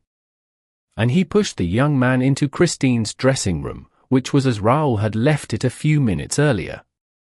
Closing the door, the Persian went to a very thin partition that separated the dressing-room from a big lumber-room next to it. He listened and then coughed loudly. There was a sound of some one stirring in the lumber-room, and, a few seconds later, a finger tapped at the door. "Come in," said the Persian. A man entered, also wearing an astrakhan cap and dressed in a long overcoat. He bowed and took a richly carved case from under his coat, put it on the dressing table, bowed once again and went to the door. "Did no one see you come in, Darius?" "No, master." "Let no one see you go out." The servant glanced down the passage and swiftly disappeared. The Persian opened the case. It contained a pair of long pistols. When Christine Daaé was carried off, sir, I sent word to my servant to bring me these pistols. I have had them a long time and they can be relied upon. Do you mean to fight a duel? Asked the young man. It will certainly be a duel which we shall have to fight, said the other, examining the priming of his pistols. And what a duel! Handing one of the pistols to Raoul, he added, in this duel, we shall be 2-1, but you must be prepared for everything, for we shall be fighting the most terrible adversary that you can imagine. But you love Christine Daaé, do you not? I worship the ground she stands on. But you, sir, who do not love her, tell me why I find you ready to risk your life for her. You must certainly hate Eric. No, sir, said the Persian sadly, I do not hate him. If I hated him, he would long ago have ceased doing harm. Has he done you harm? I have forgiven him the harm which he has done me. I do not understand you. You treat him as a monster, you speak of his crime, he has done you harm, and I find in you the same inexplicable pity that drove me to despair when I saw it in Christine. The Persian did not reply. He fetched a stool and set it against the wall facing the great mirror that filled the whole of the wall space opposite. Then he climbed on the stool and, with his nose to the wallpaper, seemed to be looking for something. Ah, he said, after a long search, I have it. And, raising his finger above his head, he pressed against a corner in the pattern of the paper. Then he turned round and jumped off the stool. In half a minute, he said, he shall be on his road, and crossing the whole of the dressing room he felt the great mirror. No, it is not yielding yet, he muttered. Oh, are we going out by the mirror? Asked Raoul. Like Christine Daaé. So you knew that Christine Daaé went out by that mirror? She did so before my eyes, sir. I was hidden behind the curtain of the inner room and I saw her vanish not by the glass, but in the glass. And what did you do? I thought it was an aberration of my senses, a mad dream. Or some new fancy of the ghosts, chuckled the Persian. Ah, M. de Chagny, he continued, still with his hand on the mirror, would that we had to do with a ghost. We could then leave our pistols in their case. Put down your hat, please, there, and now cover your shirt front as much as you can with your coat, as I am doing. Bring the lapels forward, turn up the collar. We must make ourselves as invisible as possible. Bearing against the mirror, after a short silence, he said, it takes some time to release the counterbalance when you press on the spring from the inside of the room. It is different when you are behind the wall and can act directly on the counterbalance. Then the mirror turns at once and is moved with incredible rapidity. What counterbalance? Asked Raoul. Why, the counterbalance that lifts the whole of this wall onto its pivot. You surely don't expect it to move of itself, by enchantment. If you watch, you will see the mirror first rise an inch or two and then shift an inch or two from left to right. It will then be on a pivot and will swing round. It's not turning, said Raoul impatiently. Oh, wait. You have time enough to be impatient, sir. The mechanism has obviously become rusty, or else the spring isn't working. Unless it is something else, added the Persian, anxiously. What? He may simply have cut the cord of the counterbalance and blocked the whole apparatus. Why should he? He does not know that we are coming this way. I dare say he suspects it, for he knows that I understand the system. It's not turning. And Christine, sir, Christine. The Persian said coldly, we shall do all that it is humanly possible to do. But he may stop us at the first step. He commands the walls, the doors, and the trapdoors. In my country, he was known by a name which means the trapdoor lover. But why do these walls obey him alone? He did not build them. Yes, sir, that is just what he did." Raoul looked at him in amazement, but the Persian made a sign to him to be silent and pointed to the glass. There was a sort of shivering reflection. Their image was troubled as in a rippling sheet of water, and then all became stationary again. "You see, sir, that it is not turning. Let us take another road." "Tonight, there is no other," declared the Persian, in a singularly mournful voice. "And now, look out! And be ready to fire." He himself raised his pistol opposite the glass. Raoul imitated his movement. With his free arm, the Persian drew the young man to his chest and, suddenly, the mirror turned. In a blinding daze of cross-lights, it turned like one of those revolving doors which have lately been fixed to the entrances of most restaurants. It turned, carrying Raoul and the Persian with it and suddenly hurling them from the full light into the deepest darkness. Chapter 20. In the cellars of the opera, your hand high, ready to fire, repeated Raoul's companion quickly. The wall, behind them, having completed the circle which it described upon itself, closed again, and the two men stood motionless for a moment, holding their breath. At last, the Persian decided to make a movement, and Raoul heard him slip on his knees and feel for something in the dark with his groping hands. Suddenly, the darkness was made visible by a small dark lantern, and Raoul instinctively stepped backward as though to escape the scrutiny of a secret enemy. But he soon perceived that the light belonged to the Persian, whose movements he was closely observing. The little red disc was turned in every direction, and Raoul saw that the floor, the walls, and the ceiling were all formed of planking. It must have been the ordinary road taken by Eric to reach Christine's dressing room and impose upon her innocence. And Raoul, remembering the Persian's remark, thought that it had been mysteriously constructed by the ghost himself. Later, he learned that Eric had found, all prepared for him, a secret passage, long known to himself alone and contrived at the time of the Paris Commune to allow the jailers to convey their prisoners straight to the dungeons that had been constructed for them in the cellars, for the Federates had occupied the Opera House immediately after the 18th of March and had made a starting place right at the top for their Montgolfier balloons, which carried their incendiary proclamations to the departments, and a state prison right at the bottom. The Persian went on his knees and put his lantern on the ground. He seemed to be working at the floor, and suddenly he turned off his light. Then Raoul heard a faint click and saw a very pale luminous square in the floor of the passage. It was as though a window had opened on the opera cellars, which were still lit. Raoul no longer saw the Persian, but he suddenly felt him by his side and heard him whisper, "Follow me and do all that I do." Raoul turned to the luminous aperture. Then he saw the Persian, who was still on his knees, hang by his hands from the rim of the opening, with his pistol between his teeth, and slide into the cellar below. Curiously enough, the Viscount had absolute confidence in the Persian, though he knew nothing about him. His emotion when speaking of the monster struck him as sincere, and, if the Persian had cherished any sinister designs against him, he would not have armed him with his own hands. Besides, Raoul must reach Christine at all costs. He therefore went on his knees also and hung from the trap with both hands. "Let go," said a voice. And he dropped into the arms of the Persian, who told him to lie down flat, closed the trapdoor above him and crouched down beside him.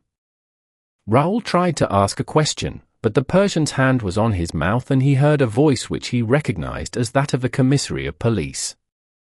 Raoul and the Persian were completely hidden behind a wooden partition. Near them, a small staircase led to a little room in which the commissary appeared to be walking up and down, asking questions. The faint light was just enough to enable Raoul to distinguish the shape of things around him. And he could not restrain a dull cry. There were 3 corpses there. The first lay on the narrow landing of the little staircase, the 2 others had rolled to the bottom of the staircase. Raoul could have touched one of the 2 poor wretches by passing his fingers through the partition. "Silence," whispered the Persian. He too had seen the bodies and he gave one word in explanation, "He." The commissary's voice was now heard more distinctly. He was asking for information about the system of lighting which the stage manager supplied. The commissary therefore must be in the organ or its immediate neighborhood.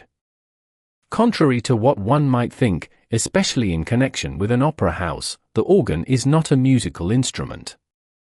At that time, electricity was employed only for a very few scenic effects and for the bells. The immense building and the stage itself were still lit by gas. Hydrogen was used to regulate and modify the lighting of a scene, and this was done by means of a special apparatus which, because of the multiplicity of its pipes, was known as the organ. A box beside the prompter's box was reserved for the chief gasman, who from there gave his orders to his assistants and saw that they were executed. Mauclair stayed in this box during all the performances. But now Mauclair was not in his box and his assistants not in their places. Mauclair! Mauclair! The stage manager's voice echoed through the cellars. But Mauclair did not reply. I have said that a door opened on a little staircase that led to the second cellar. The commissary pushed it, but it resisted. I say, he said to the stage manager, I can't open this door, is it always so difficult? The stage manager forced it open with his shoulder. He saw that, at the same time, he was pushing a human body and he could not keep back an exclamation, for he recognized the body at once. Mauclair! Poor devil! He is dead. But Mr. Commissary Myfroyd, whom nothing surprised, was stooping over that big body. No, he said, he is dead drunk, which is not quite the same thing. It's the first time, if so, said the stage manager, then someone has given him a narcotic. That is quite possible. Myfroyd went down a few steps and said, Look. By the light of a little red lantern, at the foot of the stairs, they saw two other bodies. The stage manager recognized Mauclair's assistants. Myfroyd went down and listened to their breathing. They are sound asleep, he said. Very curious business. Some person unknown must have interfered with the gasman and his staff, and that person unknown was obviously working on behalf of the kidnapper. But what a funny idea to kidnap a performer on the stage. Send for the doctor of the theatre, please.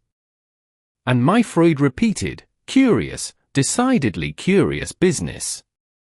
Then he turned to the little room, addressing the people whom Raoul and the Persian were unable to see from where they lay. What do you say to all this, gentlemen? You are the only ones who have not given your views. And yet you must have an opinion of some sort.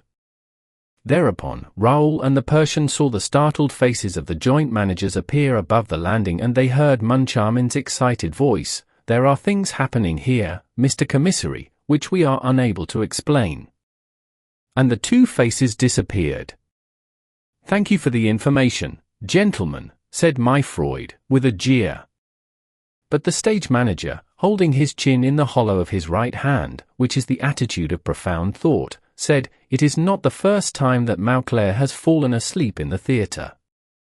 I remember finding him, one evening, snoring in his little recess, with his snuff-box beside him. Is that long ago? Asked Myfroyd, carefully wiping his eyeglasses. No, not so very long ago. Wait a bit. It was the night, of course, yes. It was the night when Carlotta, you know, Mr. Commissary gave her famous coac. Really? The night when Carlotta gave her famous coac. And Myfroyd, replacing his gleaming glasses on his nose, fixed the stage manager with a contemplative stare. So Mauclair takes snuff, does he? He asked carelessly. Yes, Mr. Commissary. Look, there is his snuff-box on that little shelf. Oh. He's a great snuff-taker. So am I, said Myfroyd and put the snuff-box in his pocket. Raoul and the Persian, themselves unobserved, watched the removal of the three bodies by a number of scene-shifters, who were followed by the commissary and all the people with him. Their steps were heard for a few minutes on the stage above. When they were alone, the Persian made a sign to Raoul to stand up. Raoul did so, but, as he did not lift his hand in front of his eyes, ready to fire, the Persian told him to resume that attitude and to continue it, whatever happened. "But it tires the hand unnecessarily," whispered Raoul. "If I do fire, I shan't be sure of my aim." "Then shift your pistol to the other hand," said the Persian. "I can't shoot with my left hand." Thereupon, the Persian made this queer reply, which was certainly not calculated to throw light into the young man's flurried brain. "It's not a question of shooting with the right hand or the left, it's a question of holding one of your hands as though you were going to pull the trigger of a pistol with your arm bent. As for the pistol itself, when all is said, you can put that in your pocket." And he added, "Let this be clearly understood, or I will answer for nothing.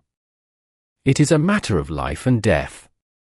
And now, silence and follow me." The cellars of the opera are enormous, and they are 5 in number. Raoul followed the Persian and wondered what he would have done without his companion in that extraordinary labyrinth. They went down to the 3rd cellar, and their progress was still lit by some distant lamp. The lower they went, the more precautions the Persian seemed to take.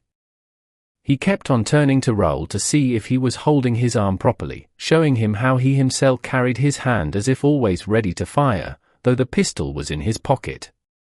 Suddenly, a loud voice made them stop. Someone above them shouted, "All the door shutters on the stage. The commissary of police wants them." Steps were heard and shadows glided through the darkness. The Persian drew Raoul behind a set piece. They saw passing before and above them old men bent by age and the past burden of opera scenery. Some could hardly drag themselves along, others, from habit, with stooping bodies and outstretched hands, looked for doors to shut. They were the door shutters, the old, worn-out scene-shifters, on whom a charitable management had taken pity, giving them the job of shutting doors above and below the stage. They went about incessantly, from top to bottom of the building, shutting the doors, and they were also called the draft expellers, at least at that time, for I have little doubt that by now they are all dead. Drafts are very bad for the voice, wherever they may come from. The 2 men might have stumbled over them, waking them up and provoking a request for explanations. For the moment, my Freud's inquiry saved them from any such unpleasant encounters. The Persian and Raoul welcomed this incident, which relieved them of inconvenient witnesses, for some of those door shutters, having nothing else to do or nowhere to lay their heads, stayed at the opera, from idleness or necessity, and spent the night there. But they were not left to enjoy their solitude for long. Other shades now came down by the same way by which the door shutters had gone up. Each of these shades carried a little lantern and moved it about, above, below, and all around, as though looking for something or somebody. "Hang it," muttered the Persian. "I don't know what they're looking for, but they might easily find us. Let us get away, quick! Your hand up, sir, ready to fire. Bend your arm, more, that's it. Hand at the level of your eye, as though you were fighting a duel and waiting for the word to fire. Oh, leave your pistol in your pocket. Quick, come along, downstairs. Level of your eye. Question of life or death. Here, this way, these stairs." They reached the 5th cellar. "Oh, what a duel, sir, what a duel!" Once in the 5th cellar, the Persian drew breath. He seemed to enjoy a rather greater sense of security than he had displayed when they both stopped in the 3rd, but he never altered the attitude of his hand. And Raoul, remembering the Persian's observation, "I know these pistols can be relied upon," was more and more astonished, wondering why anyone should be so gratified at being able to rely upon a pistol which he did not intend to use. But the Persian left him no time for reflection. Telling Raoul to stay where he was, he ran up a few steps of the staircase which they had just left and then returned. "How stupid of us," he whispered. "We shall soon have seen the end of those men with their lanterns. It is the firemen going their rounds." The 2 men waited 5 minutes longer. Then the Persian took Raoul up the stairs again, but suddenly he stopped him with a gesture. Something moved in the darkness before them. "Flat on your stomach," whispered the Persian. The two men lay flat on the floor. They were only just in time. A shade, this time carrying no light, just a shade in the shade, passed. It passed close to them, near enough to touch them. They felt the warmth of its cloak upon them. For they could distinguish the shade sufficiently to see that it wore a cloak which shrouded it from head to foot. On its head it had a soft felt hat. It moved away, drawing its feet against the walls and sometimes giving a kick into a corner. "Phew," said the Persian. "We've had a narrow escape. That shade knows me and has twice taken me to the manager's office." "Is it someone belonging to the theatre police?" asked Raoul. "It's someone much worse than that," replied the Persian, without giving any further explanation. 3. It's not he. "He? If he does not come behind us, we shall always see his yellow eyes. That is more or less our safeguard tonight. But he may come from behind, stealing up, and we are dead men if we do not keep our hands as though about to fire, at the level of our eyes, in front." The Persian had hardly finished speaking, when a fantastic face came in sight, a whole fiery face, not only two yellow eyes. Yes, a head of fire came toward them, at a man's height, but with no body attached to it. The face shed fire, looked in the darkness like a flame shaped as a man's face. "Oh," said the Persian, between his teeth. "I have never seen this before." Pampin was not mad, after all, he had seen it. "What can that flame be? It is not he, but he may have sent it. Take care! Take care! Your hand at the level of your eyes, in heaven's name, at the level of your eyes. Know most of his tricks, but not this one. Come, let us run, it is safer. Hand at the level of your eyes." And they fled down the long passage that opened before them. After a few seconds, that seemed to them like long minutes, they stopped. "He doesn't often come this way," said the Persian. "This side has nothing to do with him. This side does not lead to the lake nor to the house on the lake. But perhaps he knows that we are at his heels, although I promised him to leave him alone and never to meddle in his business again." So saying, he turned his head and Raoul also turned his head, and they again saw the head of fire behind their two heads. It had followed them. And it must have run also, and perhaps faster than they, for it seemed to be nearer to them. At the same time, they began to perceive a certain noise of which they could not guess the nature. They simply noticed that the sound seemed to move and to approach with the fiery face. It was a noise as though thousands of nails had been scraped against a blackboard, the perfectly unendurable noise that is sometimes made by a little stone inside the chalk that grates on the blackboard. They continued to retreat, but the fiery face came on, gaining on them. They could see its features clearly now. The eyes were round and staring, the nose a little crooked and the mouth large, with a hanging lower lip, very like the eyes, nose, and lip of the moon, when the moon is quite red, bright red. How did that red moon manage to glide through the darkness, at a man's height, with nothing to support it, at least apparently? And how did it go so fast, so straight ahead, with such staring eyes? And what was that scratching, scraping, grating sound which it brought with it? The Persian and Raoul could retreat no farther and flattened themselves against the wall, not knowing what was going to happen because of that incomprehensible head of fire, and especially now, because of the more intense, swarming, living, numerous sound, for the sound was certainly made up of hundreds of little sounds that moved in the darkness, under the fiery face.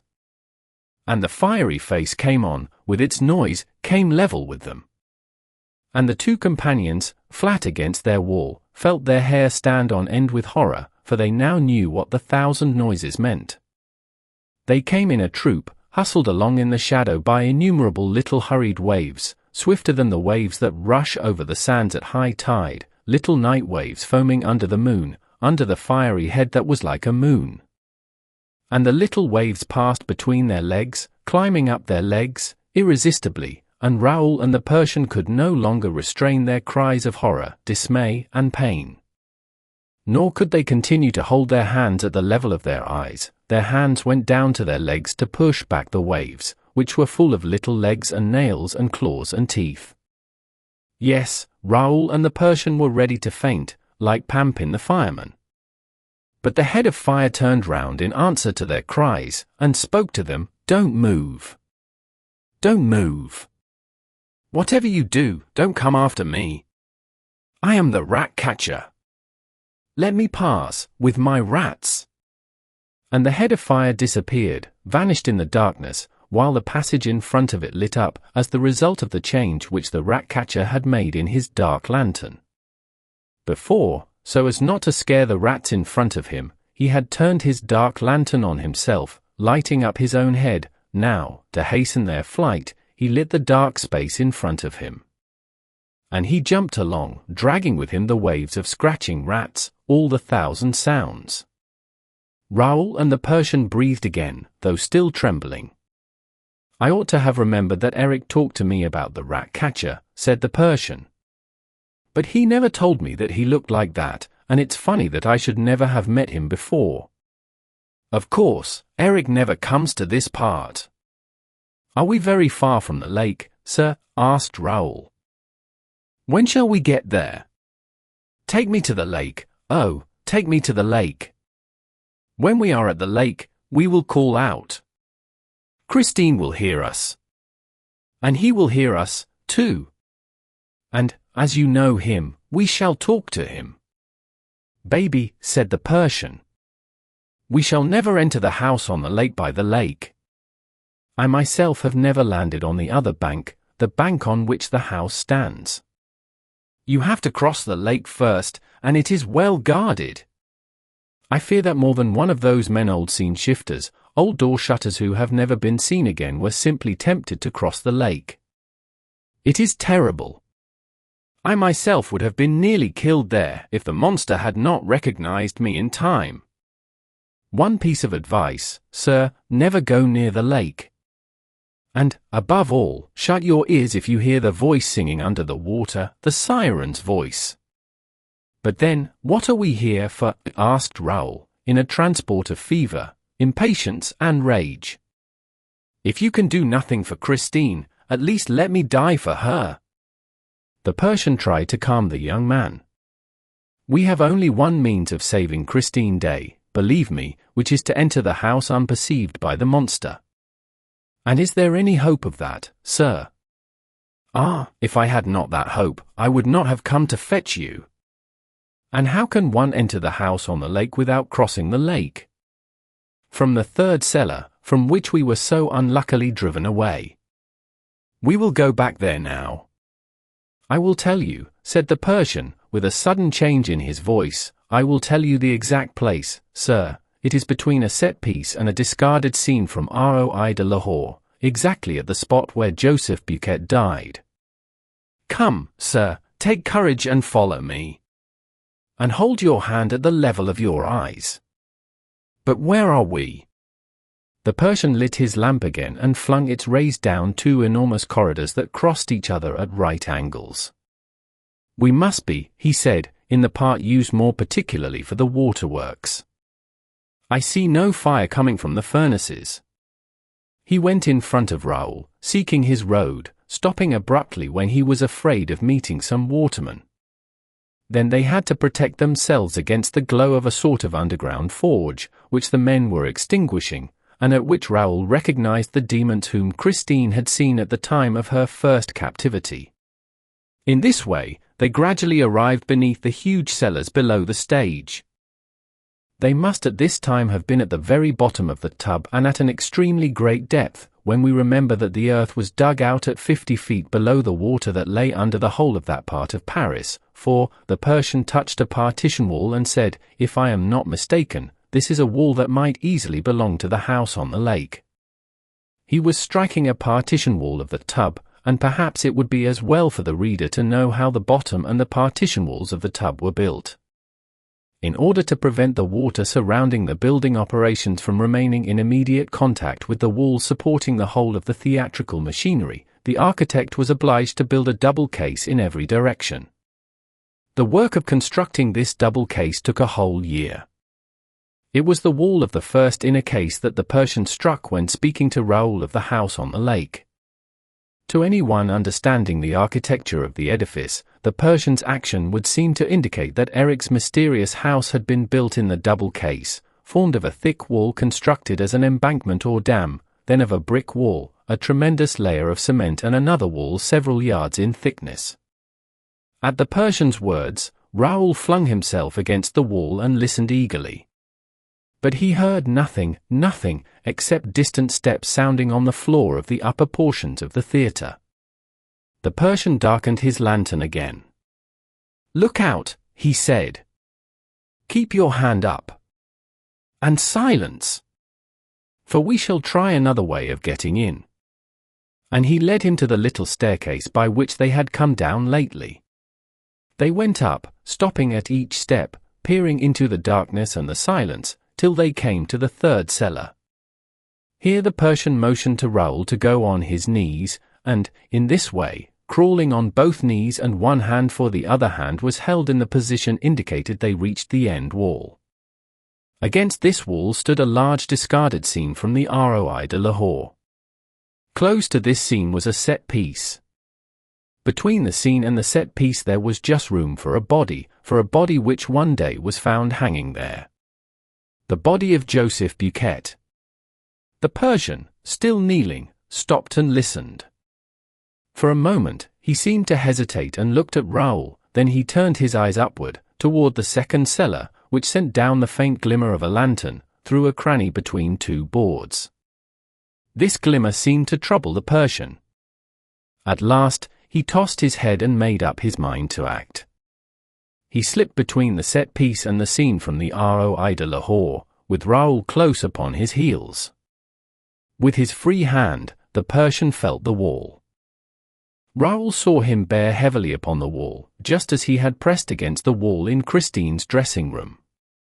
Then a stone gave way, leaving a hole in the wall. This time, the Persian took his pistol from his pocket and made a sign to Raoul to do as he did. He cocked the pistol, and, resolutely, still on his knees, he wiggled through the hole in the wall. Raoul, who had wished to pass first, had to be content to follow him. The hole was very narrow. The Persian stopped almost at once. Raoul heard him feeling the stones around him. Then the Persian took out his dark lantern again, stooped forward, examined something beneath him and immediately extinguished his lantern. Raoul heard him say, in a whisper, "We shall have to drop a few yards. Without making a noise, take off your boots." The Persian handed his own shoes to Raoul. "Put them outside the wall," he said. "We shall find them there when we leave." 5. He crawled a little farther on his knees, then turned right round and said, "I am going to hang by my hands from the edge of the stone and let myself drop into his house. You must do exactly the same. Do not be afraid. I will catch you in my arms." Raoul soon heard a dull sound, evidently produced by the fall of the Persian, and then dropped down. He felt himself clasped in the Persian's arms. "Hush," said the Persian.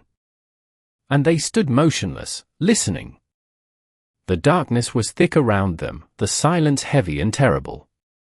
Then the Persian began to make play with the dark lantern again, turning the rays over their heads, looking for the hole through which they had come, and failing to find it. "Oh," he said, "the stone has closed of itself." And the light of the lantern swept down the wall and over the floor. The Persian stooped and picked up something, a sort of cord, which he examined for a second and flung away with horror. "The Punjab lasso," he muttered. "What is it?" asked Raoul. The Persian shivered. It might very well be the rope by which the man was hanged, and which was looked for so long. And, suddenly seized with fresh anxiety, he moved the little red disc of his lantern over the walls. In this way, he lit up a curious thing, the trunk of a tree, which seemed still quite alive, with its leaves, and the branches of that tree ran right up the walls and disappeared in the ceiling. Because of the smallness of the luminous disc, it was difficult at first to make out the appearance of things. They saw a corner of a branch, and a leaf, and another leaf, and, next to it, nothing at all, nothing but the ray of light that seemed to reflect itself. Raoul passed his hand over that nothing, over that reflection. "Hello," he said. "The wall is a looking-glass." "Yes, a looking-glass," said the Persian, in a tone of deep emotion. And, passing the hand that held the pistol over his moist forehead, he added, "We have dropped into the torture chamber." What the Persian knew of this torture chamber and what there befell him and his companion shall be told in his own words, as set down in a manuscript which he left behind him, and which I copy verbatim.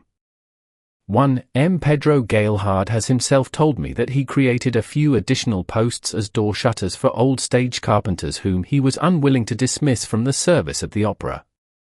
2. In those days, it was still part of the fireman's duty to watch over the safety of the opera house outside the performances, but this service has since been suppressed. I asked M. Pedro Galehard the reason, and he replied, it was because the management was afraid that, in their utter inexperience of the cellars of the opera, the firemen might set fire to the building. 3. Like the Persian, I can give no further explanation touching the apparition of this shade. Whereas, in this historic narrative, everything else will be normally explained, however abnormal the course of events may seem, I cannot give the reader expressly to understand what the Persian meant by the words, "It is some one much worse than that." The reader must try to guess for himself, for I promised M. Pedro Galehard, the former manager of the opera, to keep his secret regarding the extremely interesting and useful personality of the wandering, cloaked shade which, while condemning itself to live in the cellars of the opera, rendered such immense services to those who, on gala evenings, for instance, venture to stray away from the stage. I am speaking of state services, and, upon my word of honor, I can say no more. For all the water had to be exhausted, in the building of the opera. To give an idea of the amount of water that was pumped up, I can tell the reader that it represented the area of the courtyard of the Louvre and a height half as deep again as the towers of Notre Dame. And nevertheless the engineers had to leave a lake. 5. These two pairs of boots, which were placed, according to the Persian's papers, just between the set piece and the scene from the Roi de Lahore, on the spot where Joseph Biquet was found hanging, were never discovered. They must have been taken by some stage carpenter or the door shutter. Chapter 21. Interesting and instructive vicissitudes of a Persian in the cellars of the opera. The Persian's narrative. It was the first time that I entered the house on the lake. I had often begged the trapdoor lover, as we used to call Eric in my country, to open its mysterious doors to me. He always refused. I made very many attempts, but in vain, to obtain admittance. Watch him as I might, after I first learned that he had taken up his permanent abode at the opera, the darkness was always too thick to enable me to see how he worked the door in the wall on the lake. One day, when I thought myself alone, I stepped into the boat and rowed toward that part of the wall through which I had seen Eric disappear. It was then that I came into contact with the siren who guarded the approach and whose charm was very nearly fatal to me. I had no sooner put off from the bank than the silence amid which I floated on the water was disturbed by a sort of whispered singing that hovered all around me. It was half breath, half music, it rose softly from the waters of the lake, and I was surrounded by it through I knew not what artifice. It followed me, moved with me, and was so soft that it did not alarm me. On the contrary, in my longing to approach the source of that sweet and enticing harmony, I leaned out of my little boat over the water, for there was no doubt in my mind that the singing came from the water itself. By this time, I was alone in the boat in the middle of the lake. The voice, for it was now distinctly a voice, was beside me, on the water. I leaned over, leaned still farther. The lake was perfectly calm, and a moonbeam that passed through the air hole in the Rue Scribe showed me absolutely nothing on its surface, which was smooth and black as ink. I shook my ears to get rid of a possible humming, but I soon had to accept the fact that there was no humming in the ears so harmonious as the singing whisper that followed and now attracted me. Had I been inclined to superstition, I should have certainly thought that I had to do with some siren whose business it was to confound the traveller who should venture on the waters of the house on the lake. Fortunately, I come from a country where we are too fond of fantastic things not to know them through and through, and I had no doubt but that I was face to face with some new invention of Eric's. But this invention was so perfect that, as I leaned out of the boat, I was impelled less by a desire to discover its trick than to enjoy its charm, and I leaned out until I almost overturned the boat. Suddenly, two monstrous arms issued from the bosom of the waters and seized me by the neck, dragging me down to the depths with irresistible force. I should certainly have been lost, if I had not had time to give a cry by which Eric knew me. For it was he, and, instead of drowning me, as was certainly his first intention, he swam with me and laid me gently on the bank. "How imprudent you are," he said, as he stood before me, dripping with water. "Why try to enter my house? I never invited you. I don't want you there, nor anybody. Did you save my life only to make it unbearable to me?" However great the service you rendered him, Eric may end by forgetting it, and you know that nothing can restrain Eric, not even Eric himself. He spoke, but I had now no other wish than to know what I already called the trick of the siren. He satisfied my curiosity, for Eric, who is a real monster, I have seen him at work in Persia, alas, is also, in certain respects, a regular child, vain and self-conceited, and there is nothing he loves so much, after astonishing people, as to prove all the really miraculous ingenuity of his mind. He laughed and showed me a long reed. "It's the silliest trick you ever saw," he said, "but it's very useful for breathing and singing in the water. I learned it from the Tonkin pirates, who are able to remain hidden for hours in the beds of the rivers." I spoke to him severely. "It's a trick that nearly killed me," I said. "And it may have been fatal to others. You know what you promised me, Eric? No more murders." "Have I really committed murders?" he asked, putting on his most amiable air. "Wretched man!" I cried. "Have you forgotten the rosy hours of Mazenderan?" "Yes," he replied, in a sadder tone, "I prefer to forget them. I used to make the little Sultana laugh, though." "All that belongs to the past," I declared, "but there is the present, and you are responsible to me for the present, because, if I had wished, there would have been none at all for you. Remember that, Eric, I saved your life." And I took advantage of the turn of conversation to speak to him of something that had long been on my mind. "Eric," I asked, "Eric, swear that." "What?" he retorted. "You know I never keep my oaths. Oaths are made to catch gulls with. Tell me, you can tell me, at any rate." Well, the chandelier, Eric? What about the chandelier? You know what I mean. "Oh," he sniggered, "I don't mind telling you about the chandelier." It wasn't I. The chandelier was very old and worn. When Eric laughed, he was more terrible than ever. He jumped into the boat, chuckling so horribly that I could not help trembling. "Very old and worn, my dear Daroga, too, very old and worn, the chandelier. It fell of itself. It came down with a smash. And now, Daroga, take my advice and go and dry yourself, or you'll catch a cold in the head. And never get into my boat again. And, whatever you do, don't try to enter my house, I'm not always there, Daroga. And I should be sorry to have to dedicate my requiem mass to you." So saying, swinging to and fro, like a monkey, and still chuckling, he pushed off and soon disappeared in the darkness of the lake. From that day, I gave up all thought of penetrating into his house by the lake. That entrance was obviously too well guarded, especially since he had learned that I knew about it. But I felt that there must be another entrance, for I had often seen Eric disappear in the third cellar, when I was watching him, though I could not imagine how.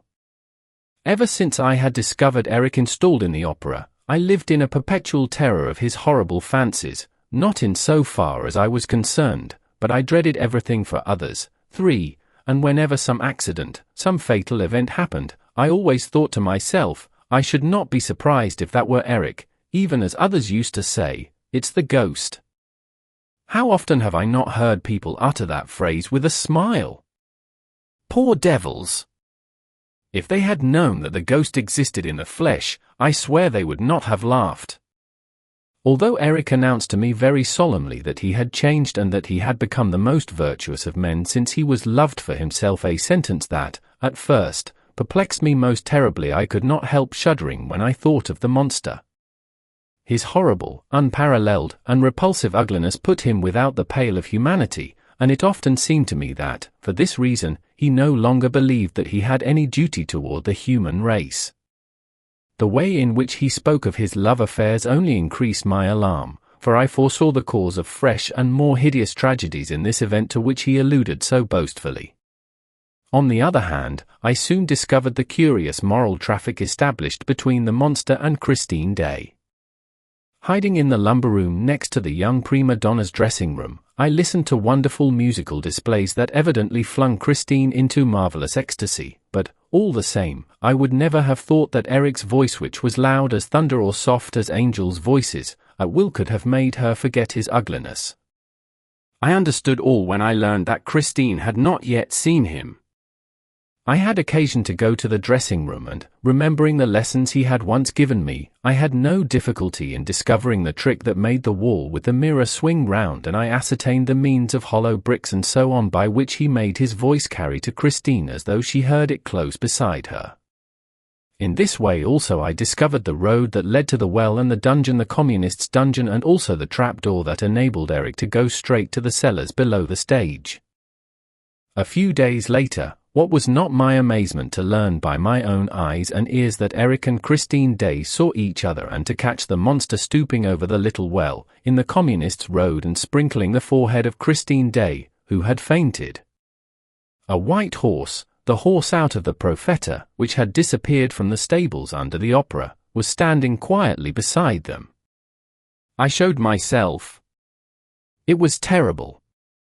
I saw sparks fly from those yellow eyes and, before I had time to say a word, I received a blow on the head that stunned me. When I came to myself, Eric, Christine and the white horse had disappeared. I felt sure that the poor girl was a prisoner in the house on the lake. Without hesitation, I resolved to return to the bank, notwithstanding the attendant danger. For 24 hours, I lay in wait for the monster to appear, for I felt that he must go out, driven by the need of obtaining provisions. And, in this connection, I may say, that, when he went out in the streets or ventured to show himself in public, he wore a pasteboard nose, with a moustache attached to it, instead of his own horrible hole of a nose. This did not quite take away his corpse-like air, but it made him almost, I say almost, endurable to look at. I therefore watched on the bank of the lake and, weary of long waiting, was beginning to think that he had gone through the other door, the door in the third cellar, when I heard a slight splashing in the dark. I saw the two yellow eyes shining like candles, and soon the boat touched shore. Eric jumped out and walked up to me. "You've been here for 24 hours, he said, "and you're annoying me.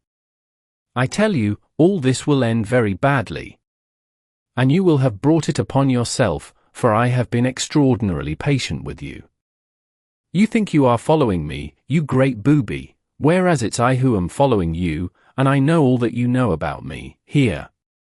I spared you yesterday, in my Communist's Road, but I warn you, seriously, don't let me catch you there again. Upon my word, you don't seem able to take a hint." He was so furious that I did not think, for the moment, of interrupting him. After puffing and blowing like a walrus, he put his horrible thought into words. Yes, you must learn, once and for all, I say, to take a hint. I tell you that, with your recklessness, for you have already been twice arrested by the shade in the felt hat, who did not know what you were doing in the cellars and took you to the managers, who looked upon you as an eccentric Persian interested in stage mechanism and life behind the scenes. I know all about it. I was there, in the office. You know I am everywhere. Well, I tell you that, with your recklessness, they will end by wondering what you are after here, and they will end by knowing that you are after Eric, and then they will be after Eric themselves, and they will discover the house on the lake. If they do, it will be a bad lookout for you, old chap, a bad lookout. I won't answer for anything. Again he puffed and blew like a walrus. I won't answer for anything. If Eric's secrets cease to be Eric's secrets, it will be a bad lookout for a goodly number of the human race. That's all I have to tell you, and unless you are a great booby, it ought to be enough for you, except that you don't know how to take a hint. He had sat down on the stern of his boat and was kicking his heels against the planks, waiting to hear what I had to answer. I simply said, "It's not Eric that I'm after here." "Who then?" "You know as well as I do, it's Christine Daaé," I answered. He retorted, "I have every right to see her in my own house. I am loved for my own sake." "That's not true," I said. "You have carried her off and are keeping her locked up." "Listen," he said. "Will you promise never to meddle with my affairs again, if I prove to you that I am loved for my own sake?" "Yes, I promise you," I replied, without hesitation, for I felt convinced that for such a monster the proof was impossible. "Well, then, it's quite simple. Christine Daaé shall leave this as she pleases and come back again. Yes, come back again, because she wishes, come back of herself, because she loves me for myself. Oh, I doubt if she will come back. But it is your duty to let her go." "My duty, you great booby." "It is my wish to let her go, and she will come back again, for she loves me. All this will end in a marriage at the Madeleine, you great booby. Do you believe me now? When I tell you that my nuptial mass is written, wait till you hear the Kyrie.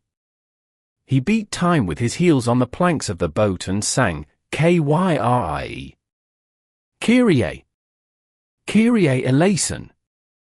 Wait till you hear that mass. Look here, I said. I shall believe you if I see Christine Daaé come out of the house on the lake and go back to it of her own accord. And you won't meddle any more in my affairs. No. Very well, you shall see that tonight. Come to the masked ball. Christine and I will go and have a look round. Then you can hide in the lumber room and you shall see Christine, who will have gone to her dressing room, delighted to come back by the Communists' Road. And now, be off, for I must go and do some shopping. To my intense astonishment, things happened as he had announced. Christine Daaé left the house on the lake and returned to it several times, without, apparently, being forced to do so. It was very difficult for me to clear my mind of Eric. However, I resolved to be extremely prudent, and did not make the mistake of returning to the shore of the lake, or of going by the Communists' Road. But the idea of the secret entrance in the third cellar haunted me, and I repeatedly went and waited for hours behind a scene from the Roi de Lahore, which had been left there for some reason or other. At last my patience was rewarded. One day, I saw the monster come toward me, on his knees. I was certain that he could not see me. He passed between the scene behind which I stood and a set piece, went to the wall and pressed on a spring that moved a stone and afforded him an ingress. He passed through this, and the stone closed behind him.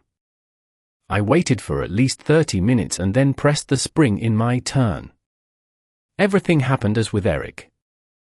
But I was careful not to go through the hole myself, for I knew that Eric was inside. On the other hand, the idea that I might be caught by Eric suddenly made me think of the death of Joseph Biquet. I did not wish to jeopardize the advantages of so great a discovery, which might be useful to many people, to a goodly number of the human race, in Eric's words, and I left the cellars of the opera after carefully replacing the stone. I continued to be greatly interested in the relations between Eric and Christine Daaé, not from any morbid curiosity, but because of the terrible thought which obsessed my mind that Eric was capable of anything, if he once discovered that he was not loved for his own sake, as he imagined. I continued to wander, very cautiously, about the opera and soon learned the truth about the monster's dreary love affair. He filled Christine's mind, through the terror with which he inspired her, but the dear child's heart belonged wholly to the Vicomte Raoul de Chagny. While they played about, like an innocent engaged couple, on the upper floors of the opera, to avoid the monster, they little suspected that someone was watching over them. I was prepared to do anything, to kill the monster, if necessary, and explain to the police afterward. But Eric did not show himself, and I felt none the more comfortable for that. I must explain my whole plan. I thought that the monster, being driven from his house by jealousy, would thus enable me to enter it, without danger, through the passage in the third cellar. It was important, for everybody's sake, that I should know exactly what was inside. One day, tired of waiting for an opportunity, I moved the stone and at once heard an astounding music. The monster was working at his Don Juan triumphant, with every door in his house wide open. I knew that this was the work of his life. I was careful not to stir and remained prudently in my dark hole. He stopped playing, for a moment, and began walking about his place, like a madman. And he said aloud, at the top of his voice, "It must be finished first." "Quite finished." This speech was not calculated to reassure me, and, when the music recommenced, I closed the stone very softly. On the day of the abduction of Christine Daaé, I did not come to the theatre until rather late in the evening, trembling lest I should hear bad news. I had spent a horrible day, for, after reading in a morning paper the announcement of a forthcoming marriage between Christine and the Vicomte de Chagny, I wondered whether, after all, I should not do better to denounce the monster. But reason returned to me, and I was persuaded that this action could only precipitate a possible catastrophe. When my cab set me down before the opera, I was really almost astonished to see it still standing. But I am something of a fatalist, like all good Orientals, and I entered ready for anything. Christine Daaé's abduction in the prison act, which naturally surprised everybody, found me prepared. I was quite certain that she had been juggled away by Eric, that prince of conjurers. And I thought positively that this was the end of Christine and perhaps of everybody, so much so that I thought of advising all these people who were staying on at the theatre to make good their escape. I felt, however, that they would be sure to look upon me as mad, and I refrained. On the other hand, I resolved to act without further delay, as far as I was concerned. The chances were in my favor that Eric, at that moment, was thinking only of his captive. This was the moment to enter his house through the third cellar, and I resolved to take with me that poor little desperate Viscount, who, at the first suggestion, accepted, with an amount of confidence in myself that touched me profoundly. I had sent my servant for my pistols. I gave one to the Viscount and advised him to hold himself ready to fire, for, after all, Eric might be waiting for us behind the wall. We were to go by the Communists' road and through the trapdoor. Seeing my pistols, the little Viscount asked me if we were going to fight a duel. I said, yes, and what a duel! But, of course, I had no time to explain anything to him. The little Viscount is a brave fellow, but he knew hardly anything about his adversary, and it was so much the better. My great fear was that he was already somewhere near us, preparing the Punjab lasso. No one knows better than he how to throw the Punjab lasso, for he is the king of stranglers even as he is the prince of conjurers. When he had finished making the little Sultana laugh, at the time of the rosy hours of Mazendran, she herself used to ask him to amuse her by giving her a thrill. It was then that he introduced the sport of the Punjab lasso. He had lived in India and acquired an incredible skill in the art of strangulation. He would make them lock him into a courtyard to which they brought a warrior, usually a man condemned to death, armed with a long pike and broadsword. Eric had only his lasso, and it was always just when the warrior thought that he was going to fell Eric with a tremendous blow that we heard the lasso whistle through the air. With a turn of the wrist, Eric tightened the noose round his adversary's neck and, in this fashion, dragged him before the little sultana and her women, who sat looking from a window and applauding. The little sultana herself learned to wield the Punjab lasso and killed several of her women and even of the friends who visited her. But I prefer to drop this terrible subject of the rosy hours of Mazendran. I have mentioned it only to explain why, on arriving with the Vicomte de Chagny in the cellars of the opera, I was bound to protect my companion against the ever-threatening danger of death by strangling. My pistols could serve no purpose, for Eric was not likely to show himself, but Eric could always strangle us. I had no time to explain all this to the Viscount. Besides, there was nothing to be gained by complicating the position. I simply told M. de Chagny to keep his hand at the level of his eyes, with the arm bent, as though waiting for the command to fire. With his victim in this attitude, it is impossible even for the most expert strangler to throw the lasso with advantage. It catches you not only round the neck, but also round the arm or hand. This enables you easily to unloose the lasso, which then becomes harmless.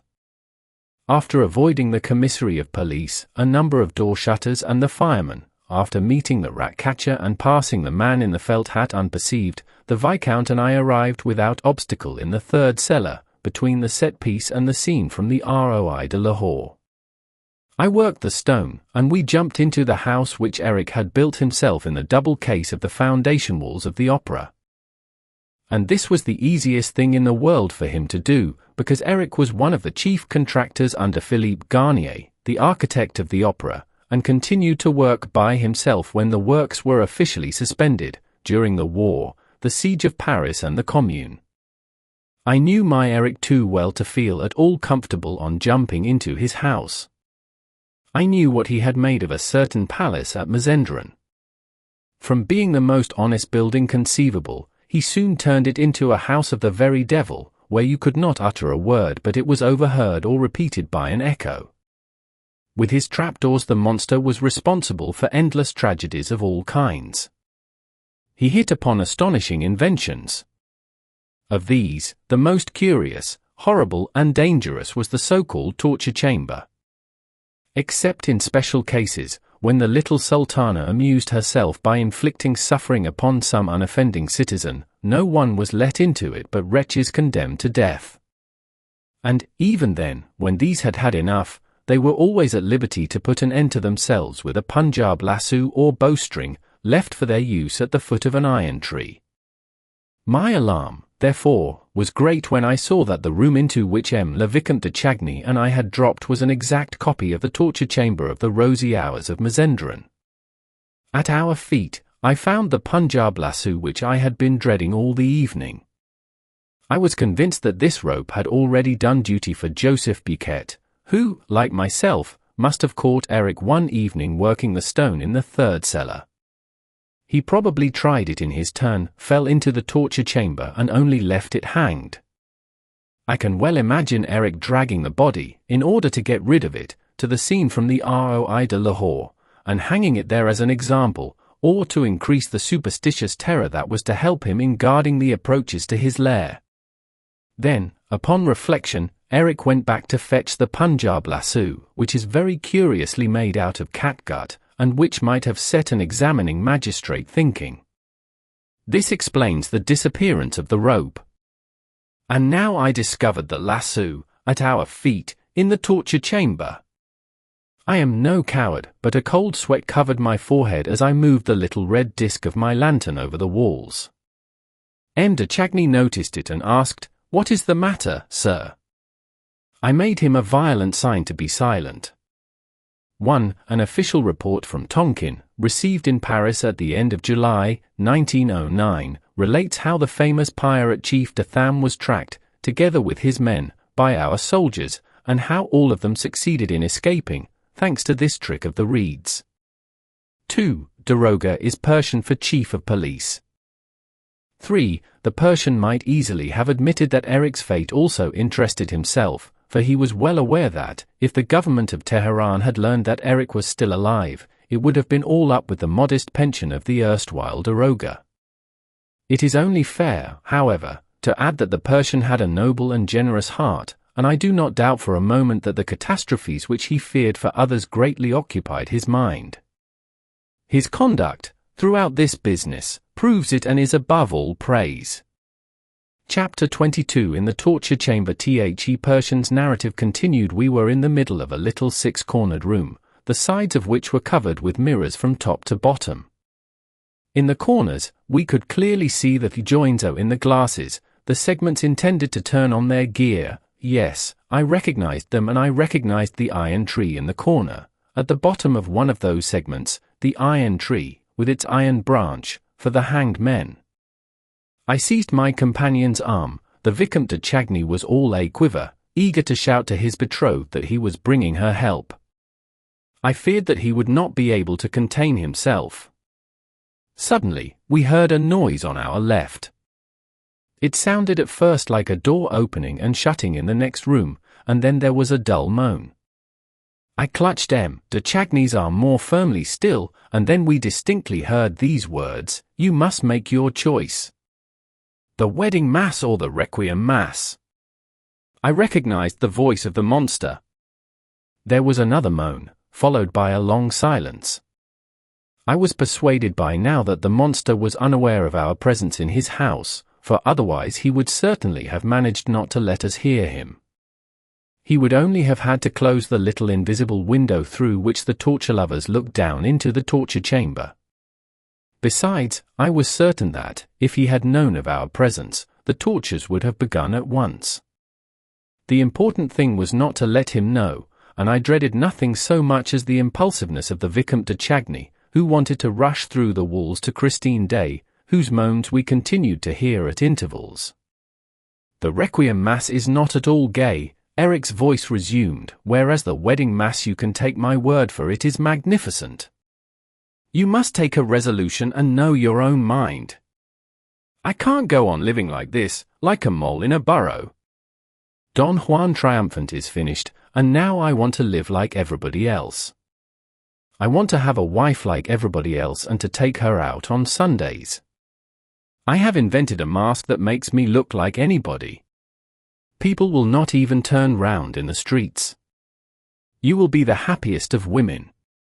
And we will sing, all by ourselves, till we swoon away with delight. You are crying. You are afraid of me. And yet I am not really wicked. Love me and you shall see. All I wanted was to be loved for myself.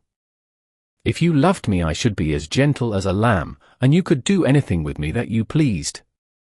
Soon the moans that accompanied this sort of love's litany increased and increased. I have never heard anything more despairing, and M. de Chagny and I recognized that this terrible lamentation came from Eric himself. Christine seemed to be standing dumb with horror, without the strength to cry out, while the monster was on his knees before her. 3 times over, Eric fiercely bewailed his fate. "You don't love me. You don't love me. You don't love me." And then, more gently, "Why do you cry? You know it gives me pain to see you cry." A silence. Each silence gave us fresh hope. We said to ourselves, perhaps he has left Christine behind the wall. And we thought only of the possibility of warning Christine Daaé of our presence, unknown to the monster. We were unable to leave the torture chamber now, unless Christine opened the door to us, and it was only on this condition that we could hope to help her, for we did not even know where the door might be. Suddenly, the silence in the next room was disturbed by the ringing of an electric bell. There was a bound on the other side of the wall and Eric's voice of thunder, "Somebody ringing. Walk in, please." A sinister chuckle. "Who has come bothering now? Wait for me here." I am going to tell the siren to open the door. Steps moved away, a door closed. I had no time to think of the fresh horror that was preparing. I forgot that the monster was only going out perhaps to perpetrate a fresh crime. I understood but one thing: Christine was alone behind the wall. The Vicomte de Chagny was already calling to her, "Christine! Christine!" As we could hear what was said in the next room, there was no reason why my companion should not be heard in his turn. Nevertheless, the Viscount had to repeat his cry time after time. At last, a faint voice reached us. "I am dreaming," it said. "Christine, Christine, it is I, Raoul." A silence. "But answer me, Christine. In heaven's name, if you're alone, answer me." Then Christine's voice whispered Raoul's name. "Yes. Yes. It is I. It is not a dream. Christine, trust me. We are here to save you, but be prudent. When you hear the monster, warn us." Then Christine gave way to fear. She trembled lest Eric should discover where Raoul was hidden. She told us in a few hurried words that Eric had gone quite mad with love and that he had decided to kill everybody and himself with everybody if she did not consent to become his wife. He had given her till 11 o'clock the next evening for reflection. It was the last respite. She must choose, as he said, between the wedding mass and the requiem. And Eric had then uttered a phrase which Christine did not quite understand: yes or no. "If your answer is no, everybody will be dead and buried." But I understood the sentence perfectly, for it corresponded in a terrible manner with my own dreadful thought. "Can you tell us where Eric is?" I asked. She replied that he must have left the house. "Could you make sure?" "No. I am fastened.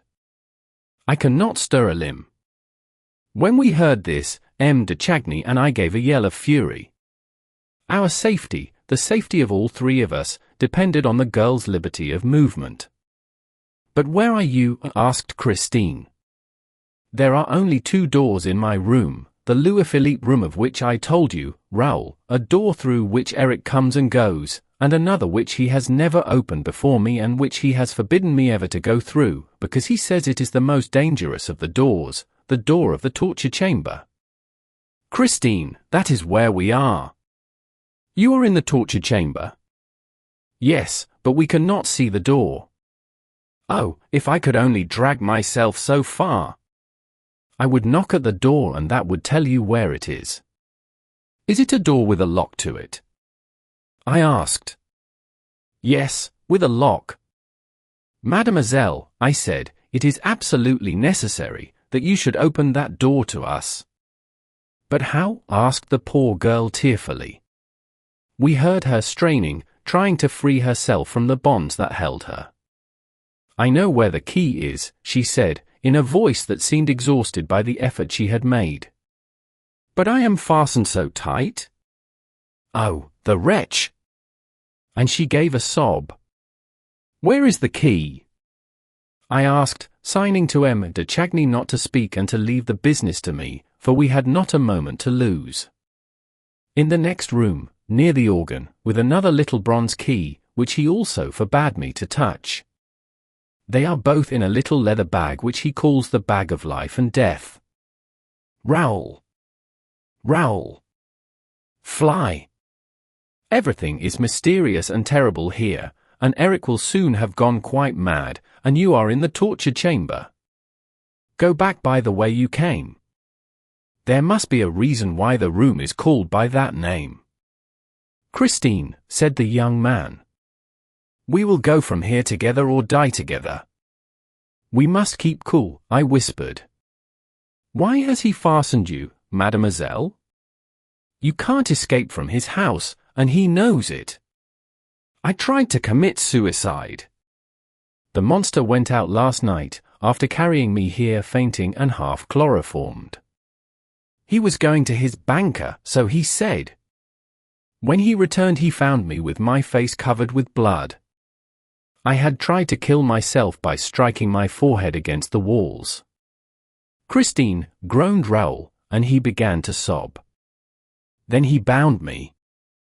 I am not allowed to die until 11 o'clock tomorrow evening. Mademoiselle, I declared, the monster bound you, and he shall unbind you. You have only to play the necessary part. Remember that he loves you. Alas, we heard. Am I likely to forget it? Remember it and smile to him, entreat him, tell him that your bonds hurt you. But Christine Daaé said, Hush! I hear something in the wall on the lake. It is he. Go away. Go away. Go away. We could not go away, even if we wanted to, I said, as impressively as I could. We cannot leave this. And we are in the torture chamber. Hush, whispered Christine again. Heavy steps sounded slowly behind the wall, then stopped and made the floor creak once more.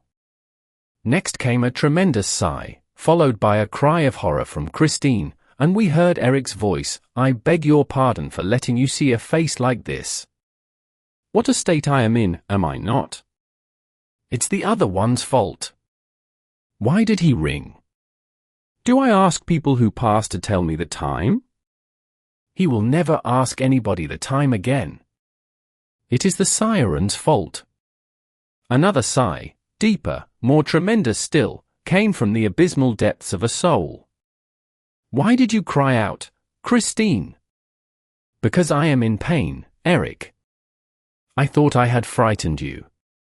Eric, unloose my bonds. Am I not your prisoner? You will try to kill yourself again. You have given me till 11 o'clock tomorrow evening, Eric. The footsteps dragged along the floor again. After all, as we are to die together, and I am just as eager as you, yes, I have had enough of this life, you know. Wait, don't move, I will release you. You have only one word to say, no. And it will at once be over with everybody. You are right, you are right. Why wait till 11 o'clock tomorrow evening? True, it would have been grander, finer. But that is childish nonsense. We should only think of ourselves in this life, of our own death, the rest doesn't matter. You're looking at me because I am all wet? Oh, my dear, it's raining cats and dogs outside. Apart from that, Christine, I think I am subject to hallucinations. You know, the man who rang at the siren's door just now, go and look if he's ringing at the bottom of the lake well, he was rather like. There, turn round, are you glad? You're free now. Oh, my poor Christine, look at your wrists, tell me, have I hurt them? That alone deserves death. Talking of death, I must sing his requiem. Hearing these terrible remarks, I received an awful presentiment. I too had once rung at the monster's door, and, without knowing it, must have set some warning current in motion. And I remembered the two arms that had emerged from the inky waters. What poor wretch had strayed to that shore this time? Who was the other one, the one whose requiem we now heard sung? Eric sang like the god of thunder, sang a dies ira that enveloped us as in a storm. The elements seemed to rage around us. Suddenly, the organ and the voice ceased so suddenly that M. de Chagny sprang back, on the other side of the wall, with emotion. And the voice, changed and transformed, distinctly grated out these metallic syllables, What have you done with my bag? Chapter 23 The tortures begin. The Persian's narrative continued. The voice repeated angrily, What have you done with my bag?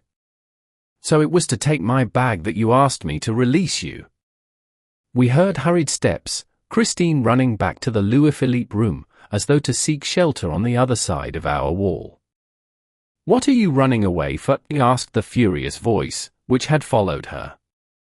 Give me back my bag, will you? Don't you know that it is the bag of life and death? Listen to me, Eric, sighed the girl. As it is settled that we are to live together, what difference can it make to you? You know there are only 2 keys in it, said the monster. What do you want to do? I want to look at this room which I have never seen and which you have always kept from me. It's woman's curiosity, she said, in a tone which she tried to render playful. But the trick was too childish for Eric to be taken in by it. I don't like curious women, he retorted, and you had better remember the story of Bluebeard and be careful. Come, give me back my bag. Give me back my bag. Leave the key alone, will you, you inquisitive little thing? And he chuckled, while Christine gave a cry of pain. Eric had evidently recovered the bag from her? At that moment, the Viscount could not help uttering an exclamation of impotent rage. Why, what's that? Said the monster. Did you hear, Christine? No, no, replied the poor girl. I heard nothing. I thought I heard a cry. A cry? Are you going mad, Eric? Whom do you expect to give a cry in this house? I cried out, because you hurt me. I heard nothing. I don't like the way you said that. You're trembling. You're quite excited. You're lying. That was a cry, there was a cry. There is someone in the torture chamber? Ah, I understand now. There is no one there, Eric. I understand. No one. The man you want to marry, perhaps. I don't want to marry anybody, you know I don't. Another nasty chuckle. Well, it won't take long to find out. Christine, my love, we need not open the door to see what is happening in the torture chamber. Would you like to see? Would you like to see? Look here. If there is someone, if there is really someone there, you will see the invisible window light up at the top, near the ceiling. We need only draw the black curtain and put out the light in here. There, that's it. Let's put out the light. You're not afraid of the dark when you're with your little husband. Then we heard Christine's voice of anguish. No. I'm frightened. I tell you, I'm afraid of the dark. I don't care about that room now. You're always frightening me, like a child, with your torture chamber. And so I became inquisitive. But I don't care about it now, not a bit, not a bit. And that which I feared above all things began, automatically. We were suddenly flooded with light. Yes, on our side of the wall, everything seemed aglow. The Vicomte de Chagny was so much taken aback that he staggered. And the angry voice roared, I told you there was someone. Do you see the window now? The lighted window, right up there? The man behind the wall can't see it. But you shall go up the folding steps, that is what they are there for.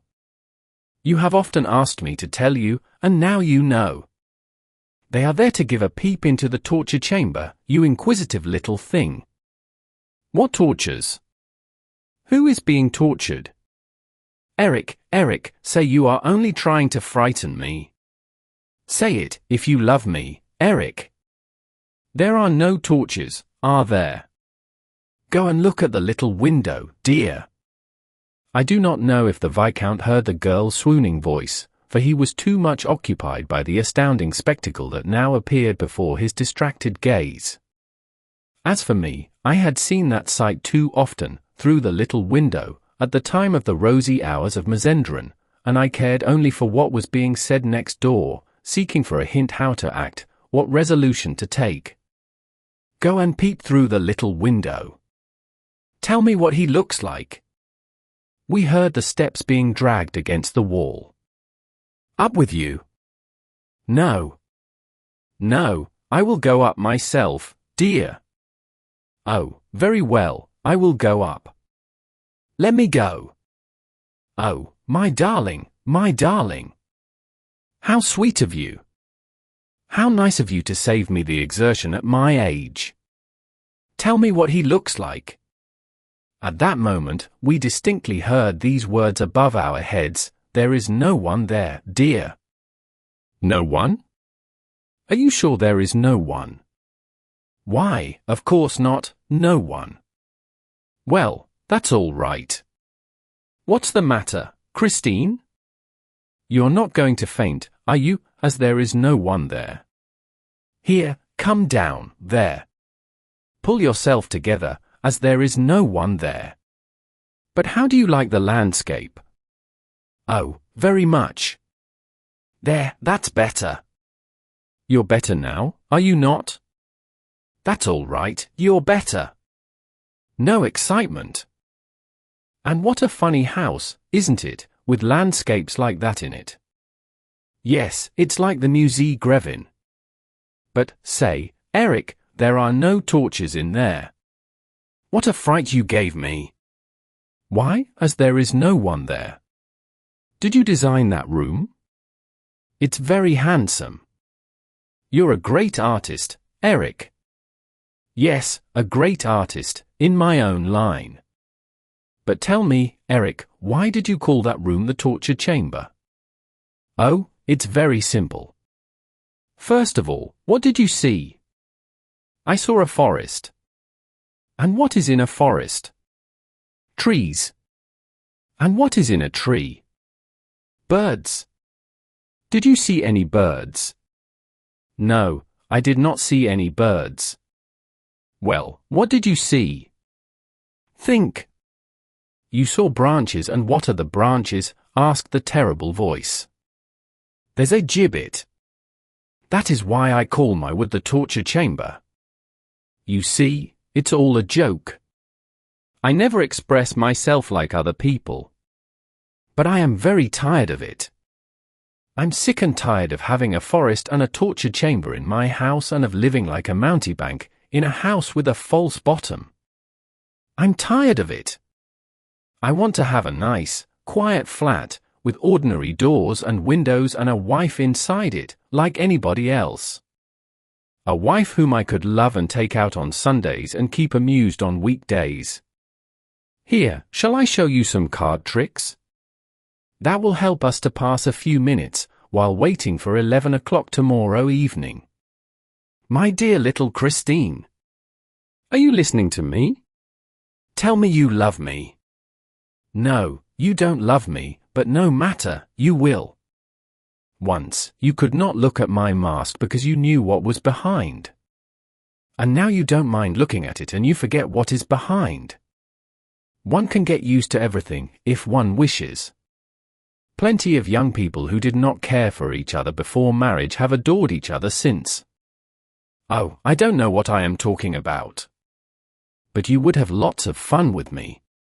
For instance, I am the greatest ventriloquist that ever lived. I am the first ventriloquist in the world. You're laughing. Perhaps you don't believe me? Listen. The wretch, who really was the first ventriloquist in the world, was only trying to divert the child's attention from the torture chamber, but it was a stupid scheme, for Christine thought of nothing but us.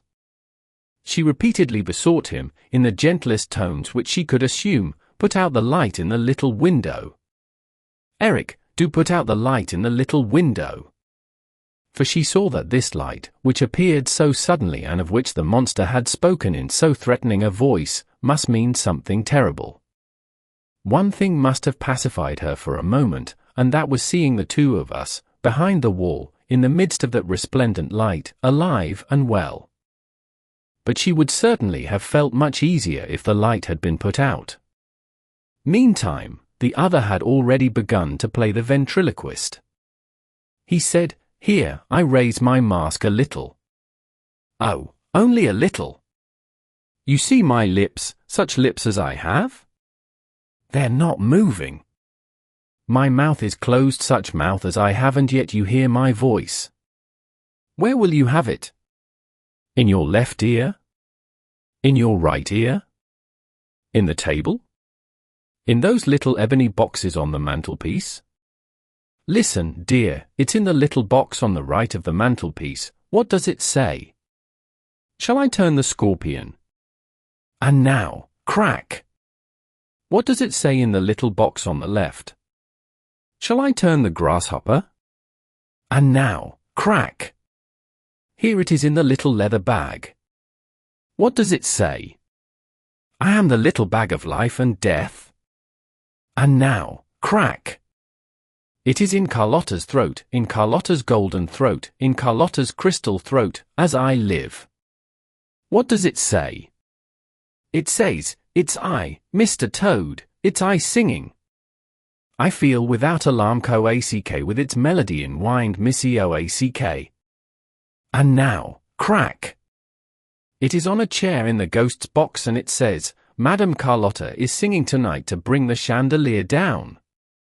And now, crack! Aha! Where is Eric's voice now? Listen, Christine, darling. Listen. It is behind the door of the torture chamber. Listen. It's myself in the torture chamber. And what do I say?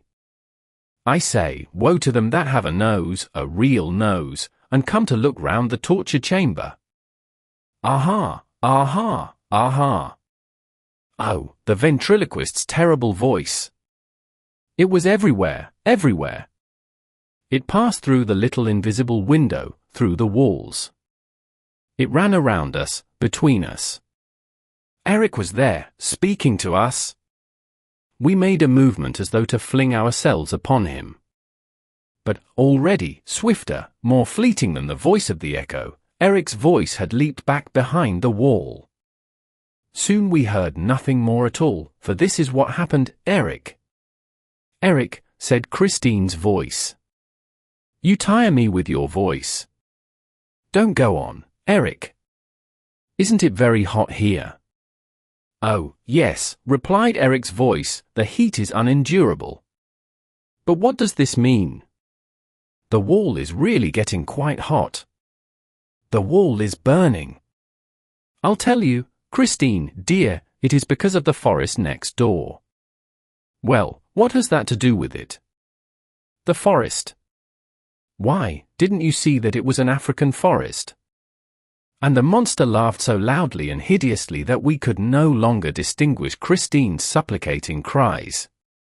The Vicomte de Chagny shouted and banged against the walls like a madman. I could not restrain him. But we heard nothing except the monster's laughter, and the monster himself can have heard nothing else. And then there was the sound of a body falling on the floor and being dragged along, and a door slammed, and then nothing more around us save the scorching silence of the south in the heart of a tropical forest. Chapter 24. Barrels. Barrels. Any barrels to sell? The Persian's narrative continued. I have said that the room in which le Vicomte de Chagny and I were imprisoned was a regular hexagon, lined entirely with mirrors. Plenty of these rooms have been seen since, mainly at exhibitions. They are called palaces of illusion, or some such name. But the invention belongs entirely to Eric, who built the first room of this kind under my eyes, at the time of the rosy hours of Mazendran. A decorative object, such as a column, for instance, was placed in one of the corners and immediately produced a hall of 1,000 columns, for, thanks to the mirrors, the real room was multiplied by 6 hexagonal rooms, each of which, in its turn, was multiplied indefinitely. But the little sultana soon tired of this infantile illusion, whereupon Eric altered his invention into a torture chamber. For the architectural motive placed in one corner, he substituted an iron tree. This tree, with its painted leaves, was absolutely true to life and was made of iron so as to resist all the attacks of the patient who was locked into the torture chamber. We shall see how the scene thus obtained was twice altered instantaneously into 2 successive other scenes, by means of the automatic rotation of the drums or rollers in the corners. These were divided into 3 sections, fitting into the angles of the mirrors and each supporting a decorative scheme that came into sight as the roller revolved upon its axis. The walls of this strange room gave the patient nothing to lay hold of, because, apart from the solid decorative object, they were simply furnished with mirrors, thick enough to withstand any onslaught of the victim, who was flung into the chamber empty-handed and barefoot. There was no furniture. The ceiling was capable of being lit up. An ingenious system of electric heating, which has since been imitated, allowed the temperature of the walls and room to be increased at will. I am giving all these details of a perfectly natural invention, producing, with a few painted branches, the supernatural illusion of an equatorial forest blazing under the tropical sun, so that no one may doubt the present balance of my brain or feel entitled to say that I am mad or lying or that I take him for a fool. 1. I now return to the facts where I left them. When the ceiling lit up and the forest became visible around us, the Viscount's stupefaction was immense. That impenetrable forest, with its innumerable trunks and branches, threw him into a terrible state of consternation. He passed his hands over his forehead, as though to drive away a dream, his eyes blinked, and, for a moment, he forgot to listen. I have already said that the sight of the forest did not surprise me at all, and therefore I listened for the two of us to what was happening next door. Lastly, my attention was especially attracted, not so much to the scene, as to the mirrors that produced it. These mirrors were broken in parts. Yes, they were marked and scratched, they had been starred, in spite of their solidity, and this proved to me that the torture chamber in which we now were had already served a purpose. Yes, some wretch, whose feet were not bare like those of the victims of the rosy hours of Mazendran, had certainly fallen into this mortal illusion and, mad with rage, had kicked against those mirrors which, nevertheless, continued to reflect his agony. And the branch of the tree on which he had put an end to his own sufferings was arranged in such a way that, before dying, he had seen, for his last consolation, 1,000 men writhing in his company. Yes, Joseph Buquet had undoubtedly been through all this. Were we to die as he had done?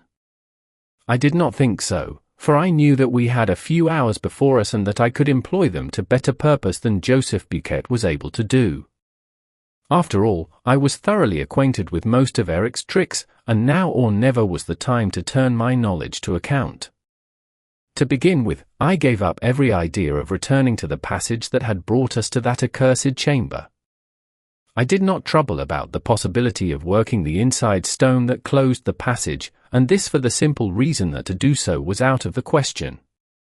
We had dropped from too great a height into the torture chamber. There was no furniture to help us reach that passage, not even the branch of the iron tree, not even each other's shoulders were of any avail.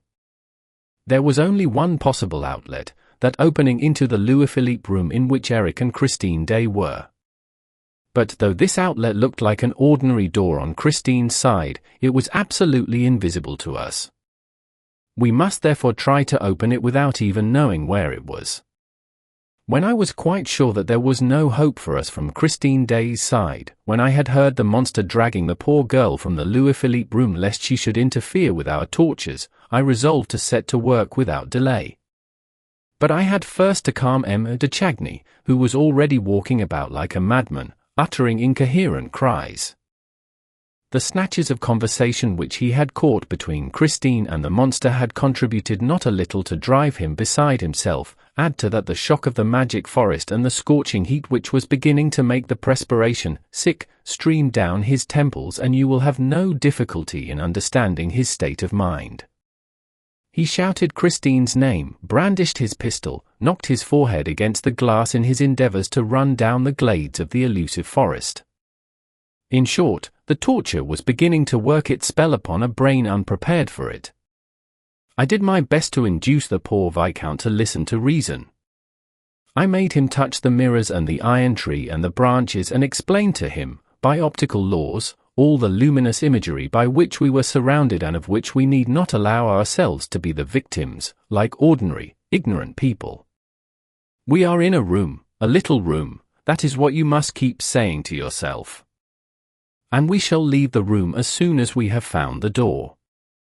And I promised him that, if he let me act, without disturbing me by shouting and walking up and down, I would discover the trick of the door in less than an hour's time. Then he lay flat on the floor, as one does in a wood, and declared that he would wait until I found the door of the forest, as there was nothing better to do. And he added that, from where he was, the view was splendid. The torture was working, in spite of all that I had said. Myself, forgetting the forest, I tackled a glass panel and began to finger it in every direction, hunting for the weak point on which to press in order to turn the door in accordance with Eric's system of pivots. This weak point might be a mere speck on the glass, no larger than a pea, under which the spring lay hidden. I hunted and hunted. I felt as high as my hands could reach. Eric was about the same height as myself, and I thought that he would not have placed the spring higher than suited his stature. While groping over the successive panels with the greatest care, I endeavored not to lose a minute, for I was feeling more and more overcome with the heat, and we were literally roasting in that blazing forest. I had been working like this for half an hour and had finished 3 panels, when, as ill luck would have it, I turned round on hearing a muttered exclamation from the Viscount. "I am stifling," he said. "All those mirrors are sending out an infernal heat. Do you think you will find that spring soon? If you are much longer about it, we shall be roasted alive." I was not sorry to hear him talk like this. He had not said a word of the forest, and I hoped that my companion's reason would hold out some time longer against the torture. But he added, "What consoles me is that the monster has given Christine until 11 tomorrow evening. If we can't get out of here and go to her assistance, at least we shall be dead before her. Then Eric's mass can serve for all of us." And he gulped down a breath of hot air that nearly made him faint. As I had not the same desperate reasons as Le Vicomte for accepting death, I returned, after giving him a word of encouragement, to my panel, but I had made the mistake of taking a few steps while speaking, and, in the tangle of the elusive forest, I was no longer able to find my panel for certain. I had to begin all over again, at random, feeling, fumbling, groping. Now the fever laid hold of me in my turn, for I found nothing, absolutely nothing. In the next room, all was silence. We were quite lost in the forest, without an outlet, a compass, a guide, or anything. Oh, I knew what awaited us if nobody came to our aid, or if I did not find the spring.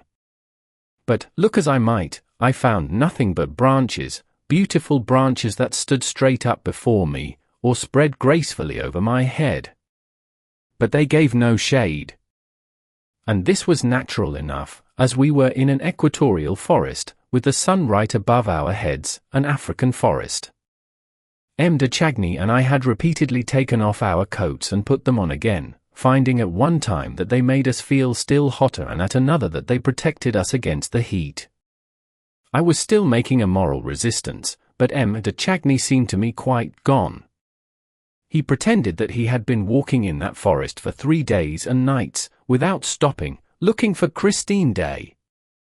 From time to time, he thought he saw her behind the trunk of a tree, or gliding between the branches, and he called to her with words of supplication that brought the tears to my eyes.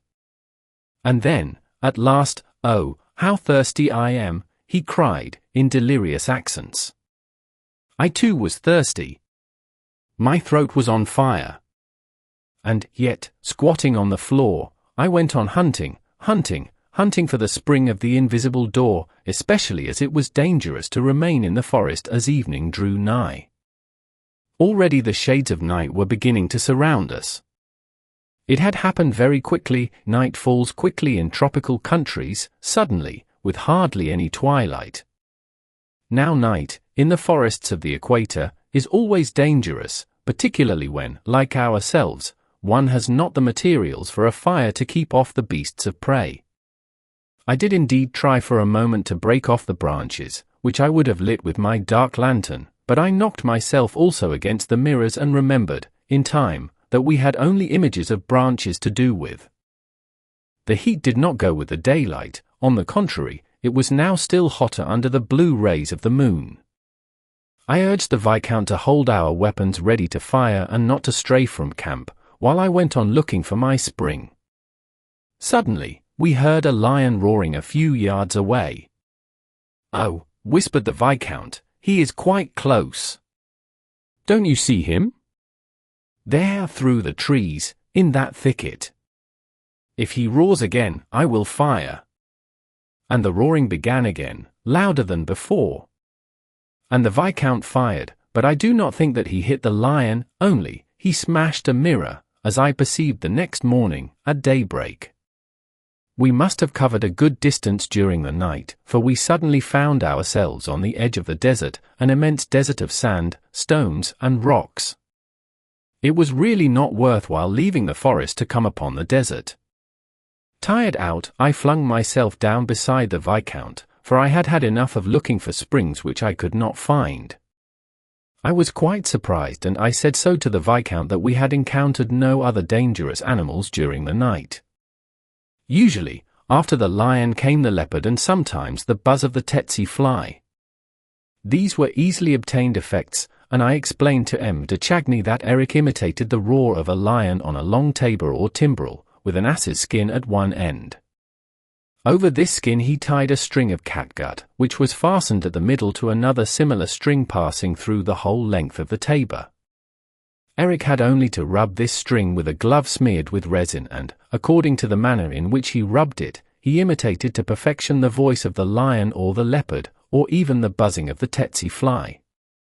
The idea that Eric was probably in the room beside us, working his trick, made me suddenly resolve to enter into a parley with him, for we must obviously give up all thought of taking him by surprise. And by this time he must be quite aware who were the occupants of his torture chamber. I called him, Eric. Eric! I shouted as loudly as I could across the desert, but there was no answer to my voice. All around us lay the silence and the bare immensity of that stony desert. What was to become of us in the midst of that awful solitude? We were beginning literally to die of heat, hunger, and thirst, of thirst especially. At last, I saw M. de Chagny raise himself on his elbow and point to a spot on the horizon. He had discovered an oasis. Yes, far in the distance was an oasis with limpid water, which reflected the iron trees. Tush, it was the scene of the mirage. I recognized it at once, the worst of the three. No one had been able to fight against it, no one. I did my utmost to keep my head and not to hope for water, because I knew that, if a man hoped for water, the water that reflected the iron tree, and if, after hoping for water, he struck against the mirror, then there was only one thing for him to do, to hang himself on the iron tree. So I cried to M. de Chagny, "It's the mirage! It's the mirage! Don't believe in the water. It's another trick of the mirrors." Then he flatly told me to shut up, with my tricks of the mirrors, my springs, my revolving doors and my palaces of illusions. He angrily declared that I must be either blind or mad to imagine that all that water flowing over there, among those splendid, numberless trees, was not real water. And the desert was real. And so was the forest. And it was no use trying to take him in, he was an old, experienced traveler. He had been all over the place. And he dragged himself along, saying, "Water! Water!" And his mouth was open, as though he were drinking. And my mouth was open too, as though I were drinking. For we not only saw the water, but we heard it. We heard it flow, we heard it ripple. Do you understand that word ripple? It is a sound which you hear with your tongue. You put your tongue out of your mouth to listen to it better. Lastly, and this was the most pitiless torture of all, we heard the rain, and it was not raining. This was an infernal invention. Oh, I knew well enough how Eric obtained it. He filled with little stones a very long and narrow box, broken up inside with wooden and metal projections.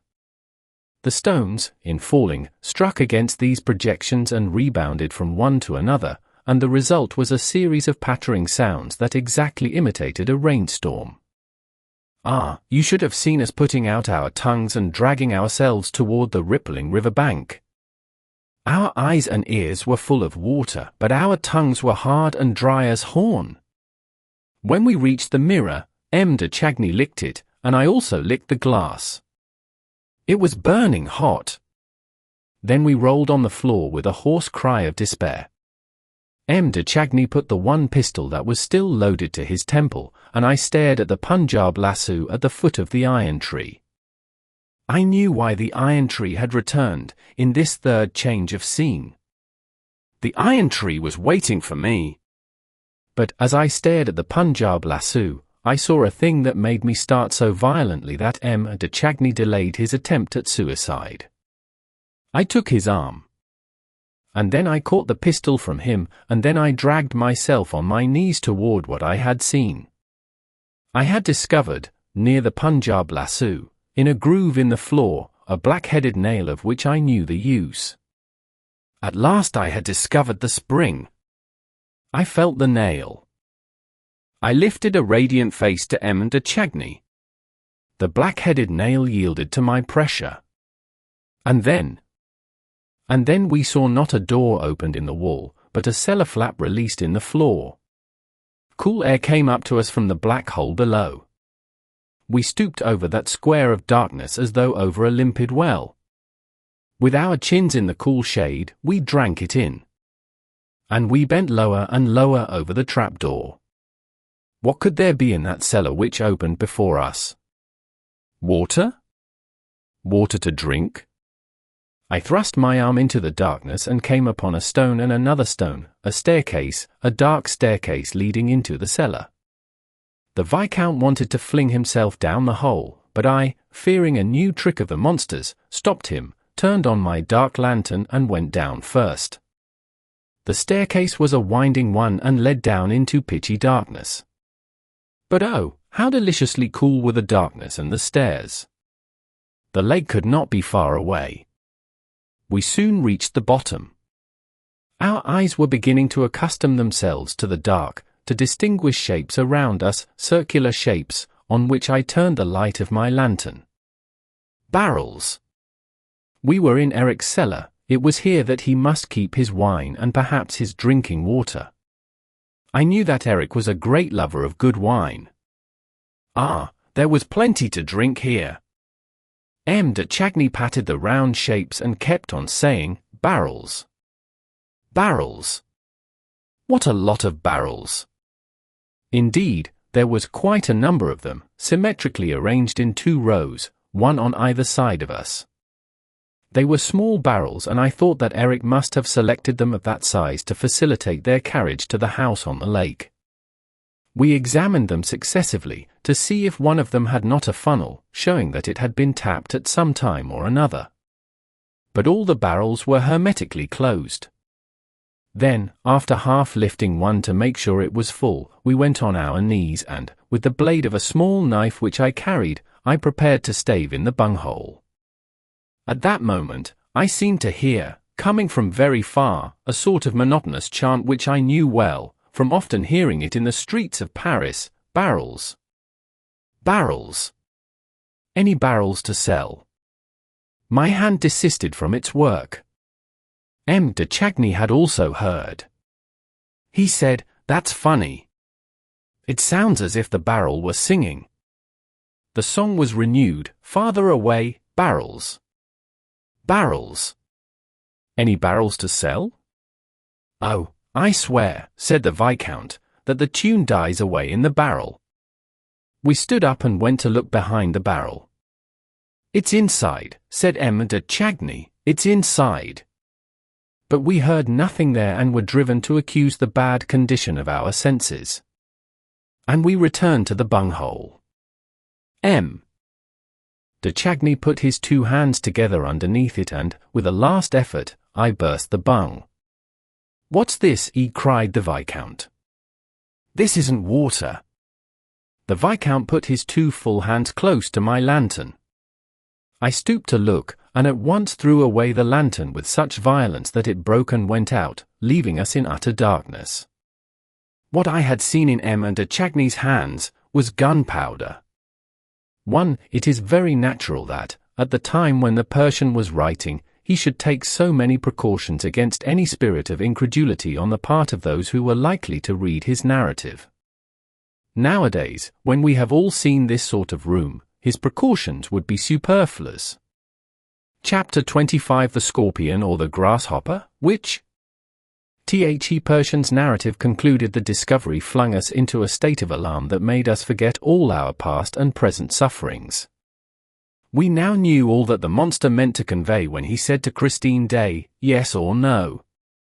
If your answer is no, everybody will be dead and buried. Yes, buried under the ruins of the Paris Grand Opera. The monster had given her until 11 o'clock in the evening. He had chosen his time well. There would be many people, many members of the human race, up there in the resplendent theatre. What finer retinue could be expected for his funeral? He would go down to the tomb escorted by the whitest shoulders in the world, decked with the richest jewels. 11 o'clock tomorrow evening.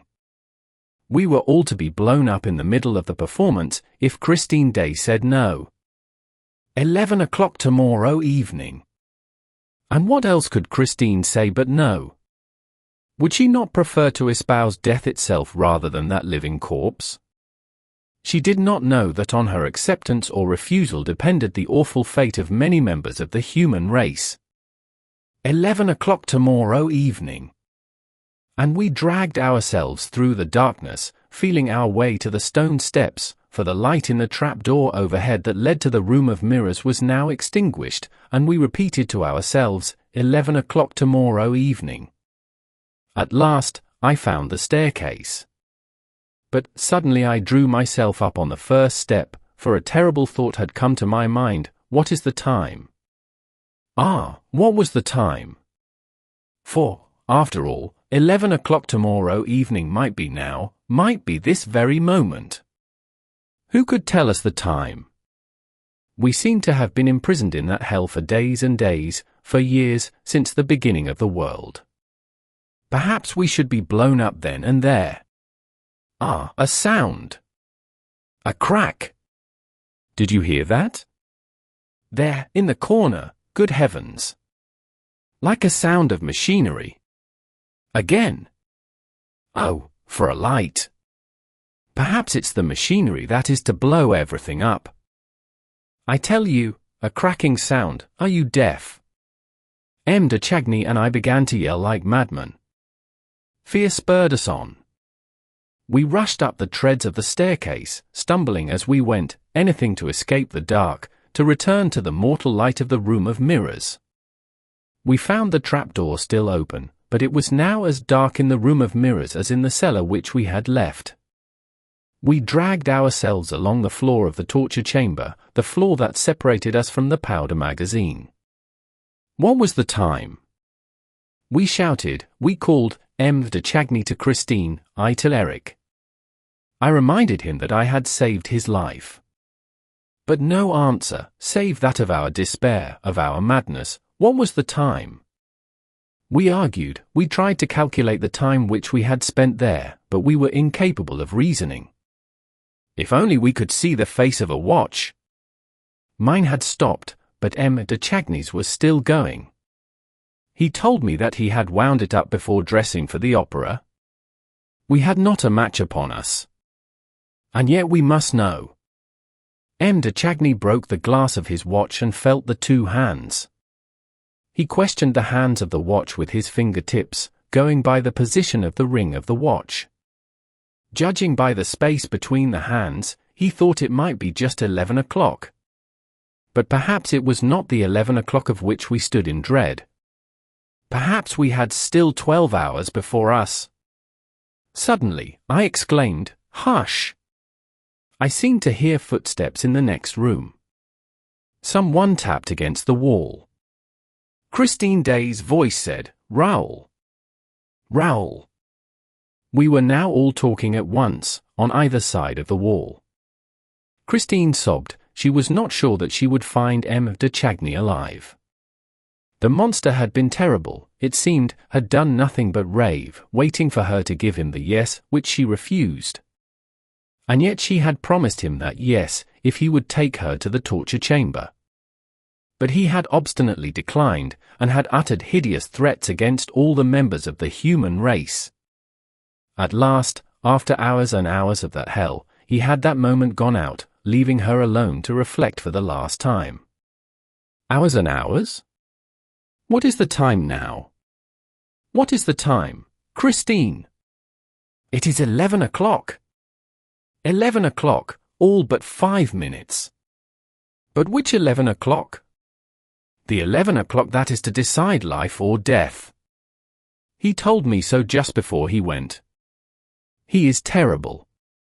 He is quite mad. He tore off his mask and his yellow eyes shot flames. He did nothing but laugh. He said, "I give you 5 minutes to spare your blushes." "Here," he said, taking a key from the little bag of life and death, "here is the little bronze key that opens the 2 ebony caskets on the mantelpiece in the Louis-Philippe room. In one of the caskets, you will find a scorpion, in the other, a grasshopper, both very cleverly imitated in Japanese bronze. They will say yes or no for you. If you turn the scorpion round, that will mean to me, when I return, that you have said yes. The grasshopper will mean no," and he laughed like a drunken demon. I did nothing but beg and entreat him to give me the key of the torture chamber, promising to be his wife if he granted me that request. But he told me that there was no future need for that key and that he was going to throw it into the lake. And he again laughed like a drunken demon and left me. Oh, his last words were, "The grasshopper. Be careful of the grasshopper. A grasshopper does not only turn, it hops. It hops. And it hops jolly high." The 5 minutes had nearly elapsed and the scorpion and the grasshopper were scratching at my brain. Nevertheless, I had sufficient lucidity left to understand that, if the grasshopper were turned, it would hop, and with it many members of the human race. There was no doubt but that the grasshopper controlled an electric current intended to blow up the powder magazine. M. de Chagny, who seemed to have recovered all his moral force from hearing Christine's voice, explained to her, in a few hurried words, the situation in which we and all the opera were. He told her to turn the scorpion at once. There was a pause. "Christine," I cried, "where are you?" "By the scorpion." "Don't touch it." The idea had come to me before I knew my Eric that the monster had perhaps deceived the girl once more. Perhaps it was the scorpion that would blow everything up. After all, why wasn't he there? The 5 minutes were long past, and he was not back. Perhaps he had taken shelter and was waiting for the explosion. Why had he not returned? He could not really expect Christine ever to consent to become his voluntary prey. Why had he not returned? "Don't touch the scorpion," I said. "Here he comes," cried Christine. "I hear him. Here he is." We heard his steps approaching the Louis-Philippe room. He came up to Christine, but did not speak. Then I raised my voice, "Eric. It is I. Do you know me?" With extraordinary calmness, he at once replied, "So you are not dead in there? Well, then, see that you keep quiet." I tried to speak, but he said coldly, "Not a word, daroga, or I shall blow everything up." And he added, "The honor rests with Mademoiselle."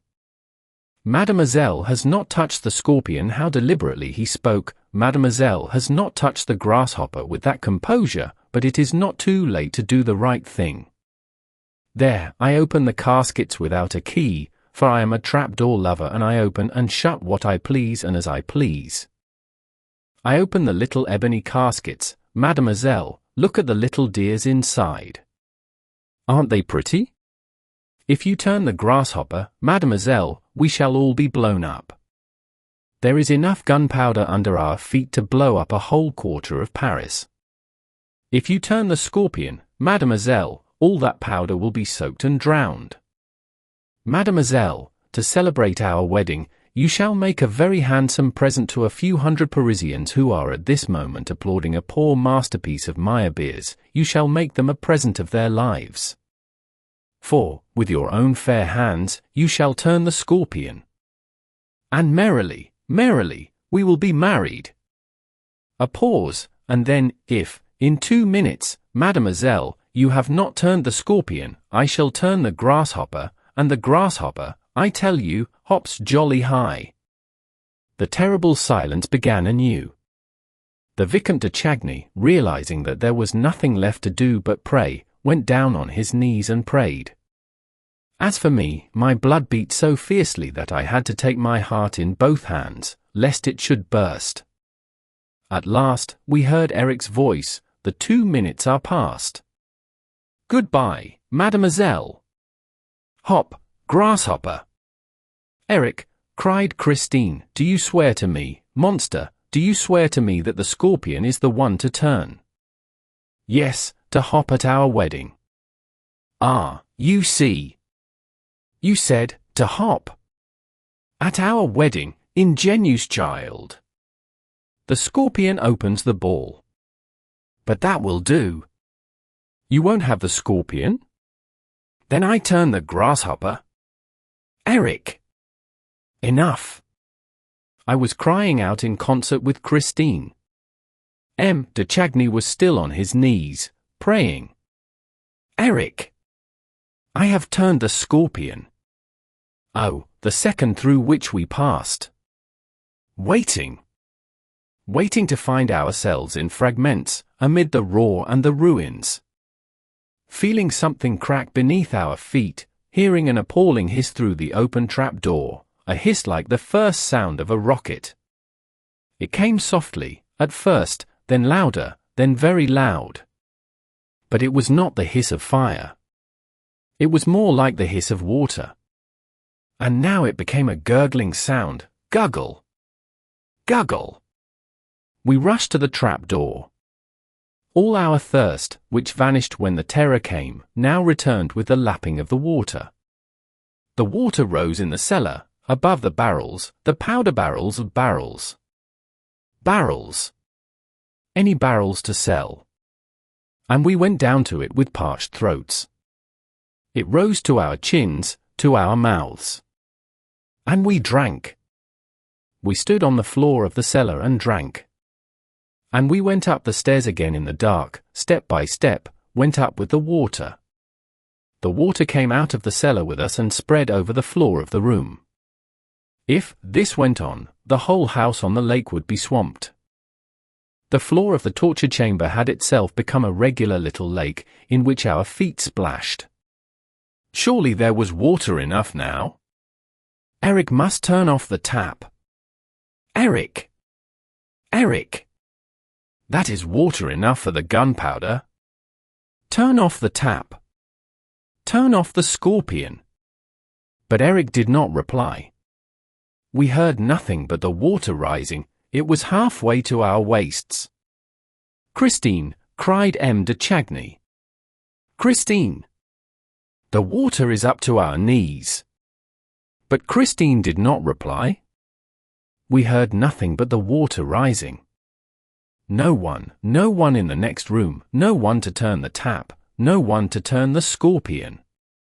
We were all alone, in the dark, with the dark water that seized us and clasped us and froze us. Eric! Eric! Christine! Christine!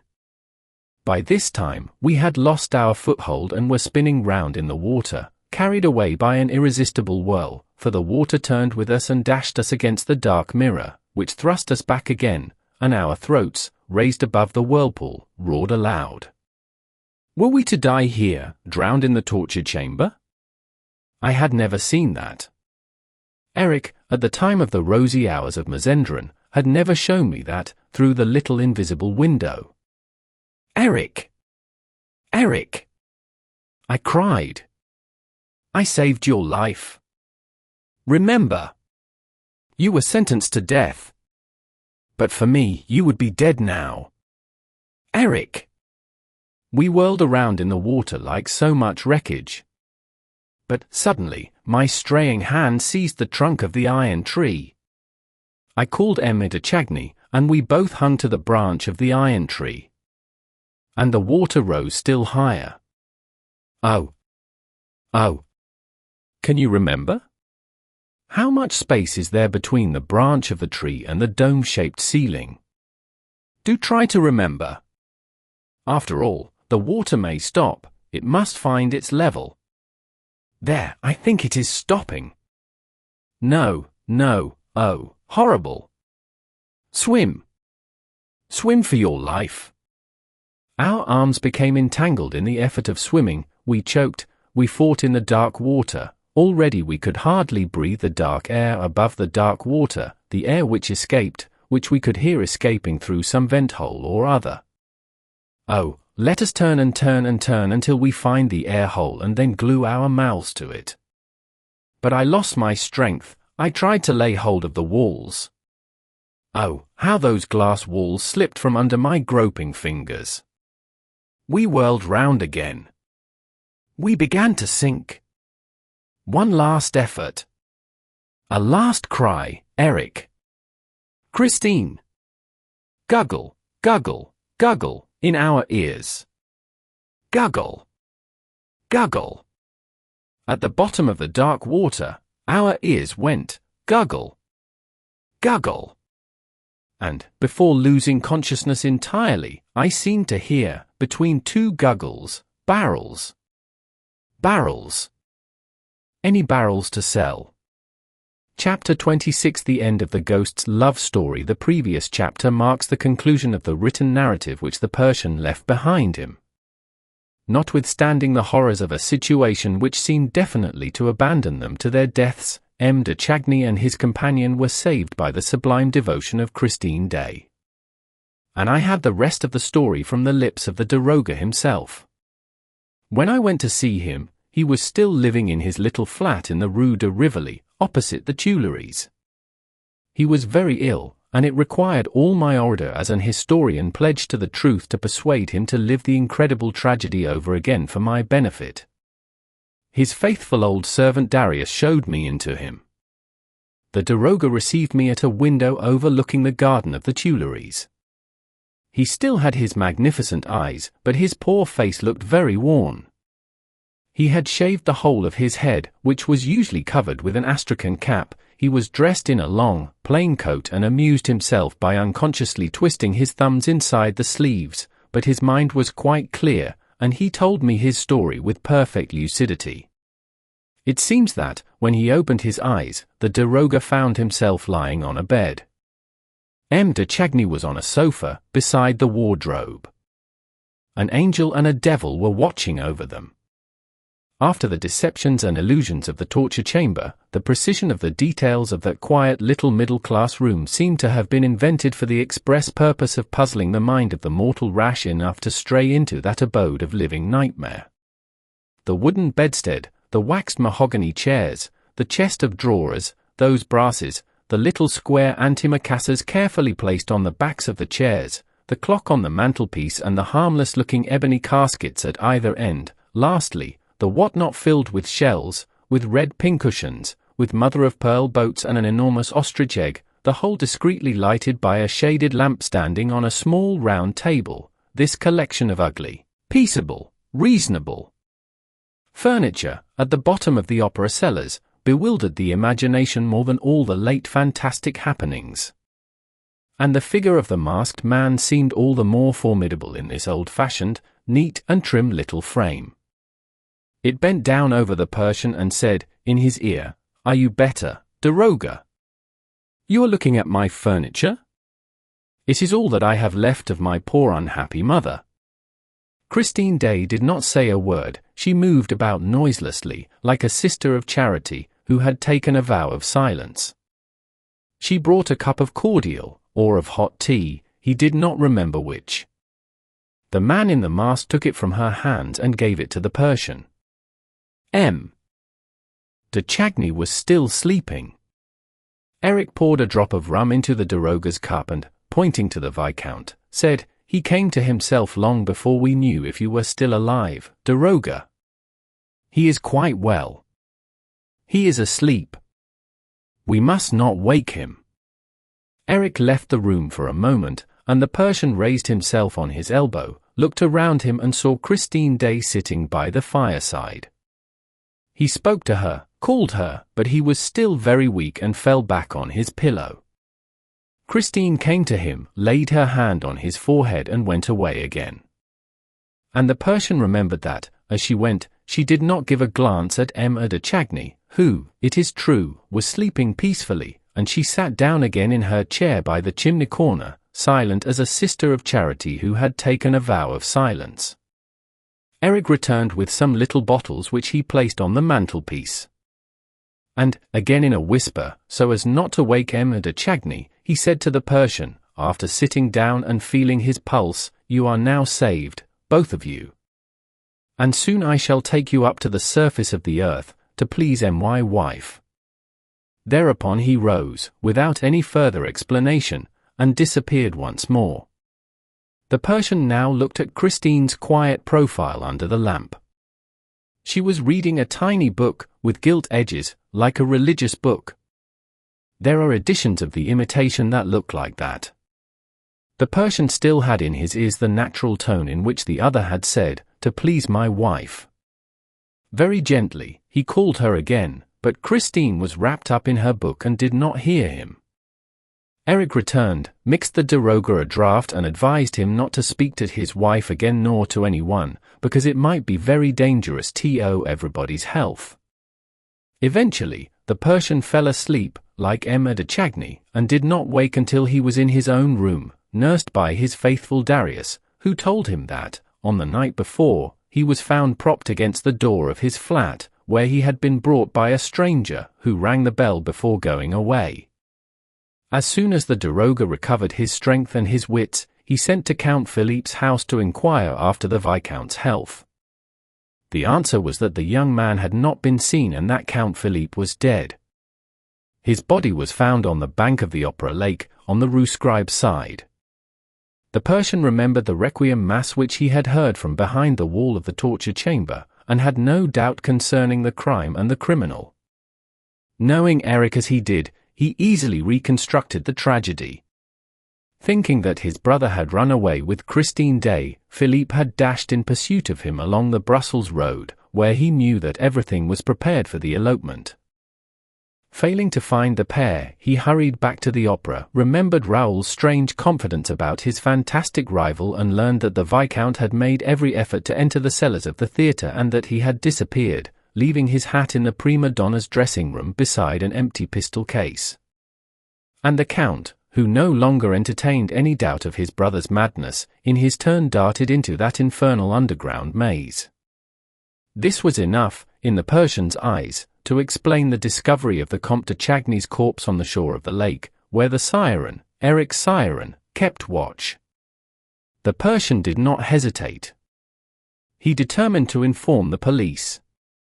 Now the case was in the hands of an examining magistrate called for, an incredulous, commonplace, superficial sort of person, I write as I think, with a mind utterly unprepared to receive a confidence of this kind. Mfor took down the daroga's depositions and proceeded to treat him as a madman. Despairing of ever obtaining a hearing, the Persian sat down to write. As the police did not want his evidence, perhaps the press would be glad of it, and he had just written the last line of the narrative I have quoted in the preceding chapters, when Darius announced the visit of a stranger who refused his name, who would not show his face and declared simply that he did not intend to leave the place until he had spoken to the daroga. The Persian at once felt who his singular visitor was and ordered him to be shown in. The daroga was right. It was the ghost, it was Eric. He looked extremely weak and leaned against the wall, as though he were afraid of falling. Taking off his hat, he revealed a forehead white as wax. The rest of the horrible face was hidden by the mask. The Persian rose to his feet as Eric entered. "Murderer of Count Philippe, what have you done with his brother and Christine Daaé?" Eric staggered under this direct attack, kept silent for a moment, dragged himself to a chair and heaved a deep sigh. Then, speaking in short phrases and gasping for breath between the words, "Daroga, don't talk to me about Count Philippe. He was dead by the time I left my house. He was dead when the siren sang. It was an accident, a very sad accident. He fell very awkwardly, but simply and naturally, into the lake." "You lie," shouted the Persian. Eric bowed his head and said, "I have not come here, to talk about Count Philippe, but to tell you that I am going to die. Where are Raoul de Chagny and Christine Daaé? I am going to die. Raoul de Chagny and Christine Daaé. Of love, de Roga. I am dying of love. That is how it is, loved her so. And I love her still, de Roga. And I am dying of love for her, I tell you. If you knew how beautiful she was when she let me kiss her, alive. It was the first time, de Roga, the first time I ever kissed a woman. Yes, alive. I kissed her alive, and she looked as beautiful as if she had been dead. The Persian shook Eric by the arm. Will you tell me if she is alive or dead? Why do you shake me like that? Asked Eric, making an effort to speak more connectedly. I tell you that I am going to die. Yes, I kissed her alive. And now she is dead. I tell you I kissed her just like that, on her forehead, and she did not draw back her forehead from my lips. Oh, she is a good girl. As to her being dead, I don't think so, but it has nothing to do with me. No, no, she is not dead. And no one shall touch a hair of her head. She is a good, honest girl, and she saved your life, de Roga, at a moment when I would not have given tuppence for your Persian skin. As a matter of fact, nobody bothered about you. Why were you there with that little chap? You would have died as well as he. My word, how she entreated me for her little chap. But I told her that, as she had turned the scorpion, she had, through that very fact, and of her own free will, become engaged to me, and that she did not need to have two men engaged to her, which was true enough. As for you, you did not exist, you had ceased to exist, I tell you, and you were going to die with the other. Only, mark me, de Roga, when you were yelling like the devil, because of the water, Christine came to me with her beautiful blue eyes wide open, and swore to me, as she hoped to be saved, that she consented to be my living wife. Until then, in the depths of her eyes, de Roga, I had always seen my dead wife. It was the first time I saw my living wife there. She was sincere, as she hoped to be saved. She would not kill herself. It was a bargain. Half a minute later, all the water was back in the lake, and I had a hard job with you, de Roga, for, upon my honor, I thought you were done for. However, there you were. It was understood that I was to take you both up to the surface of the earth. When, at last, I cleared the Louis-Philippe room of you, I came back alone. What have you done with the Vicomte de Chagny? Asked the Persian, interrupting him. Ah, you see, de Roga, I couldn't carry him up like that, at once. He was a hostage. But I could not keep him in the house on the lake, either, because of Christine, so I locked him up comfortably. I chained him up nicely. A whiff of the Mazendran scent had left him as limp as a rag in the communists' dungeon, which is in the most deserted and remote part of the opera, below the fifth cellar, where no one ever comes, and where no one ever hears you. Then I came back to Christine. She was waiting for me. Eric here rose solemnly. Then he continued, but as he spoke, he was overcome by all his former emotion and began to tremble like a leaf. Yes, she was waiting for me erect and alive, a real, living bride, as she hoped to be saved. And, when I came forward, more timid than a little child, she did not run away, no, she stayed, she waited for me. I even believe, de Roga, that she put out her forehead, a little, oh, not much, just a little, like a living bride. And I kissed her. And she did not die. Oh, how good it is, de Roga, to kiss somebody on the forehead. You can't tell. But my mother, de Roga, my poor, unhappy mother would never let me kiss her. She used to run away and throw me my mask. Nor any other woman, ever. Ah, you can understand, my happiness was so great, I cried. And I fell at her feet, crying, and I kissed her feet, her little feet, crying. You're crying, too, Daroga, and she cried also, the angel cried. Eric sobbed aloud, and the Persian himself could not retain his tears in the presence of that masked man, who, with his shoulders shaking and his hands clutched at his chest, was moaning with pain and love by turns. Yes, Daroga. I felt her tears flow on my forehead, on mine. They were soft, they were sweet. They trickled under my mask, they mingled with my tears in my eyes, yes, they flowed between my lips. Listen, Daroga, listen to what I did. I tore off my mask so as not to lose one of her tears, and she did not run away. And she did not die. She remained alive, weeping over me, with me. We cried together. I have tasted all the happiness the world can offer. And Eric fell into a chair, choking for breath. Ah, I am not going to die yet, presently I shall, but let me cry. Listen, Daroga, listen to this. While I was at her feet, I heard her say, poor, unhappy Eric. And she took my hand. I had become no more, you know, than a poor dog ready to die for her.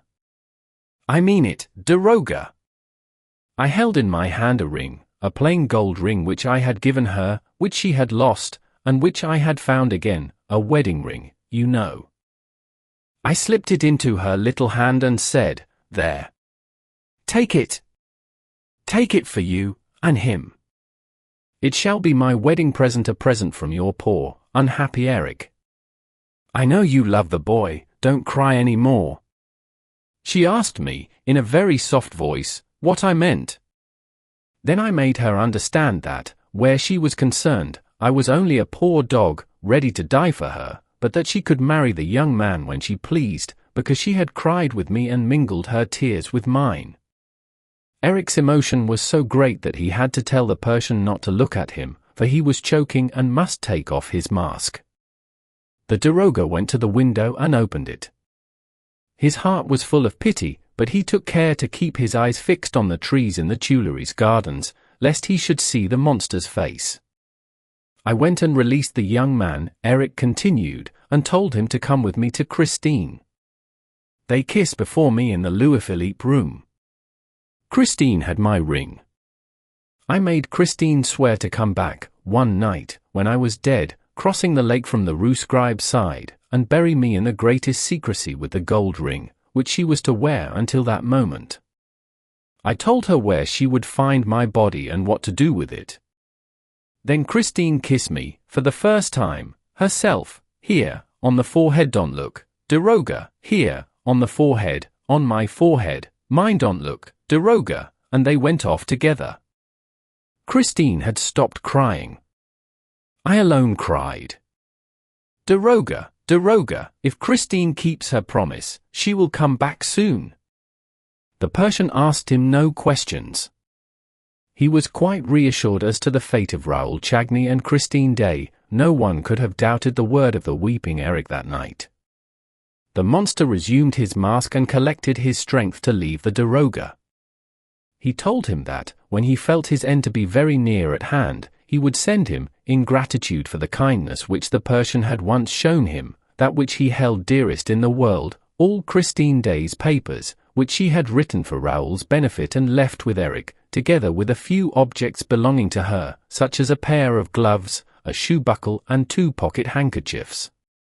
In reply to the Persian's questions, Eric told him that the 2 young people, as soon as they found themselves free, had resolved to go and look for a priest in some lonely spot where they could hide their happiness, and that, with this object in view, they had started from the northern railway station of the world.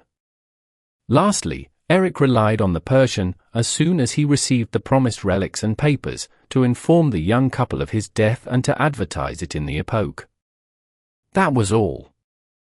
The Persian saw Eric to the door of his flat, and Darius helped him down to the street. A cab was waiting for him. Eric stepped in, and the Persian, who had gone back to the window, heard him say to the driver, "Go to the opera." And the cab drove off into the night. The Persian had seen the poor, unfortunate Eric for the last time. 3 weeks later, the Epoque published this advertisement: "Eric is dead." Epilogue. I have now told the singular, but veracious story of the opera Ghost. As I declared on the first page of this work, it is no longer possible to deny that Eric really lived. There are today so many proofs of his existence within the reach of everybody that we can follow Eric's actions logically through the whole tragedy of the Chagnies. There is no need to repeat here how greatly the case excited the capital. The kidnapping of the artist, the death of the Comte de Chagny under such exceptional conditions, the disappearance of his brother, the drugging of the gasman at the opera and of his 2 assistants, what tragedies, what passions, what crimes had surrounded the idol of Raoul and the sweet and charming Christine?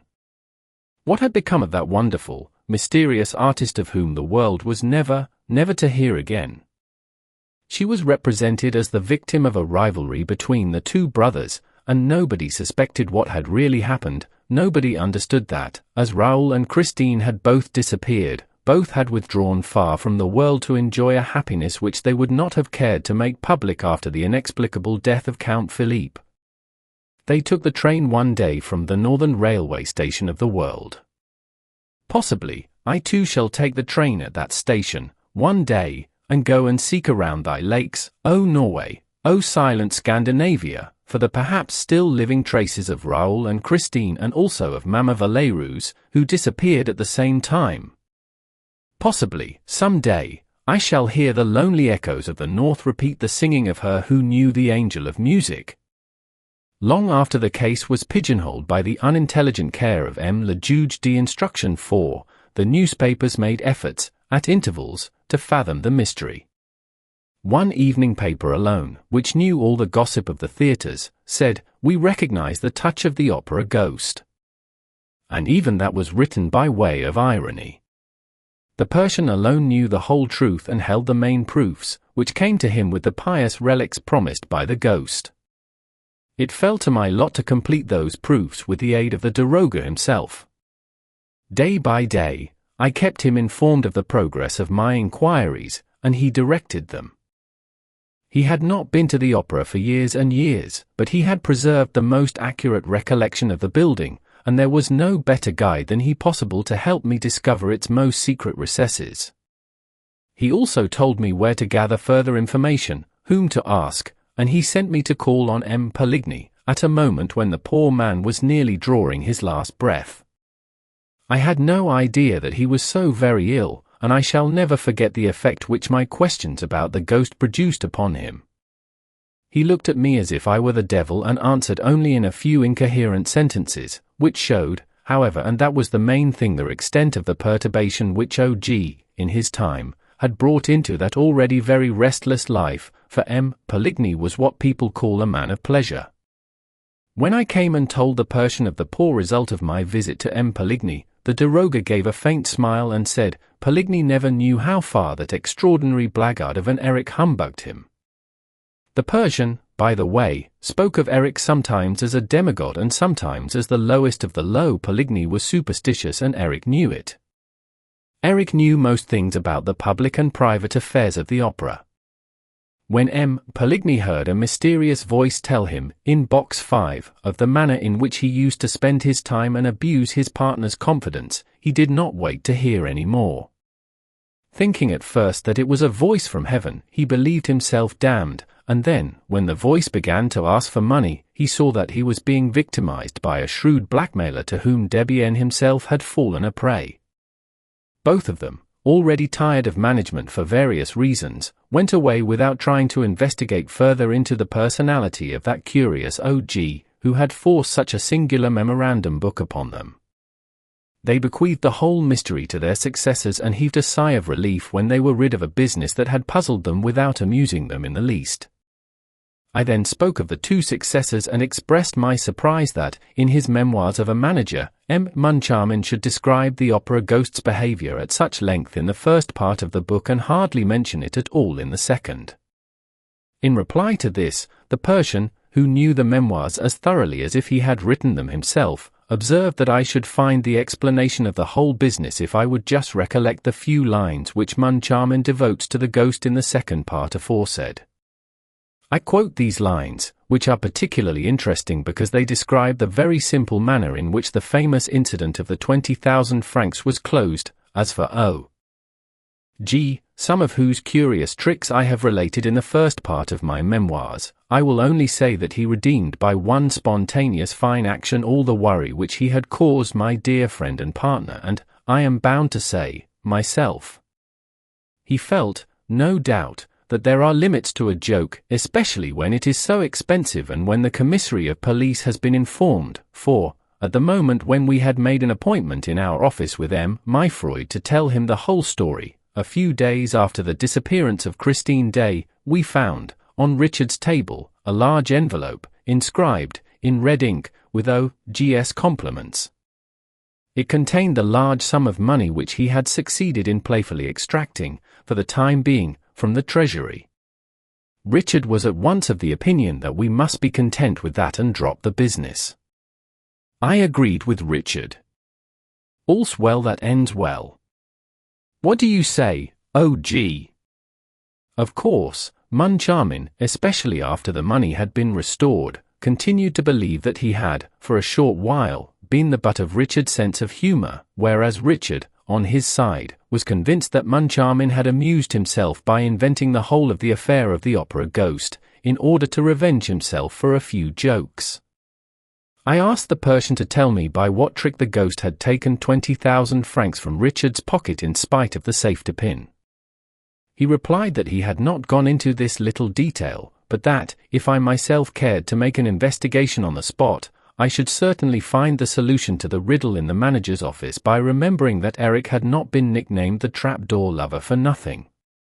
I promised the Persian to do so as soon as I had time, and I may as well tell the reader at once that the results of my investigation were perfectly satisfactory, and I hardly believed that I should ever discover so many undeniable proofs of the authenticity of the feats ascribed to the ghost.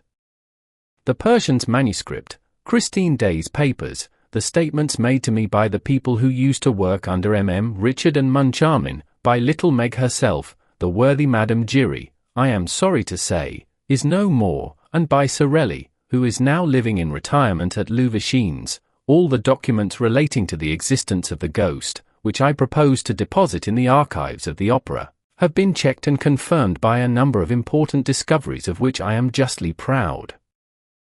I have not been able to find the house on the lake, Eric having blocked up all the secret entrances. On the other hand, I have discovered the secret passage of the communists, the planking of which is falling to pieces in parts, and also the trapdoor through which Raoul and the Persian penetrated into the cellars of the opera house.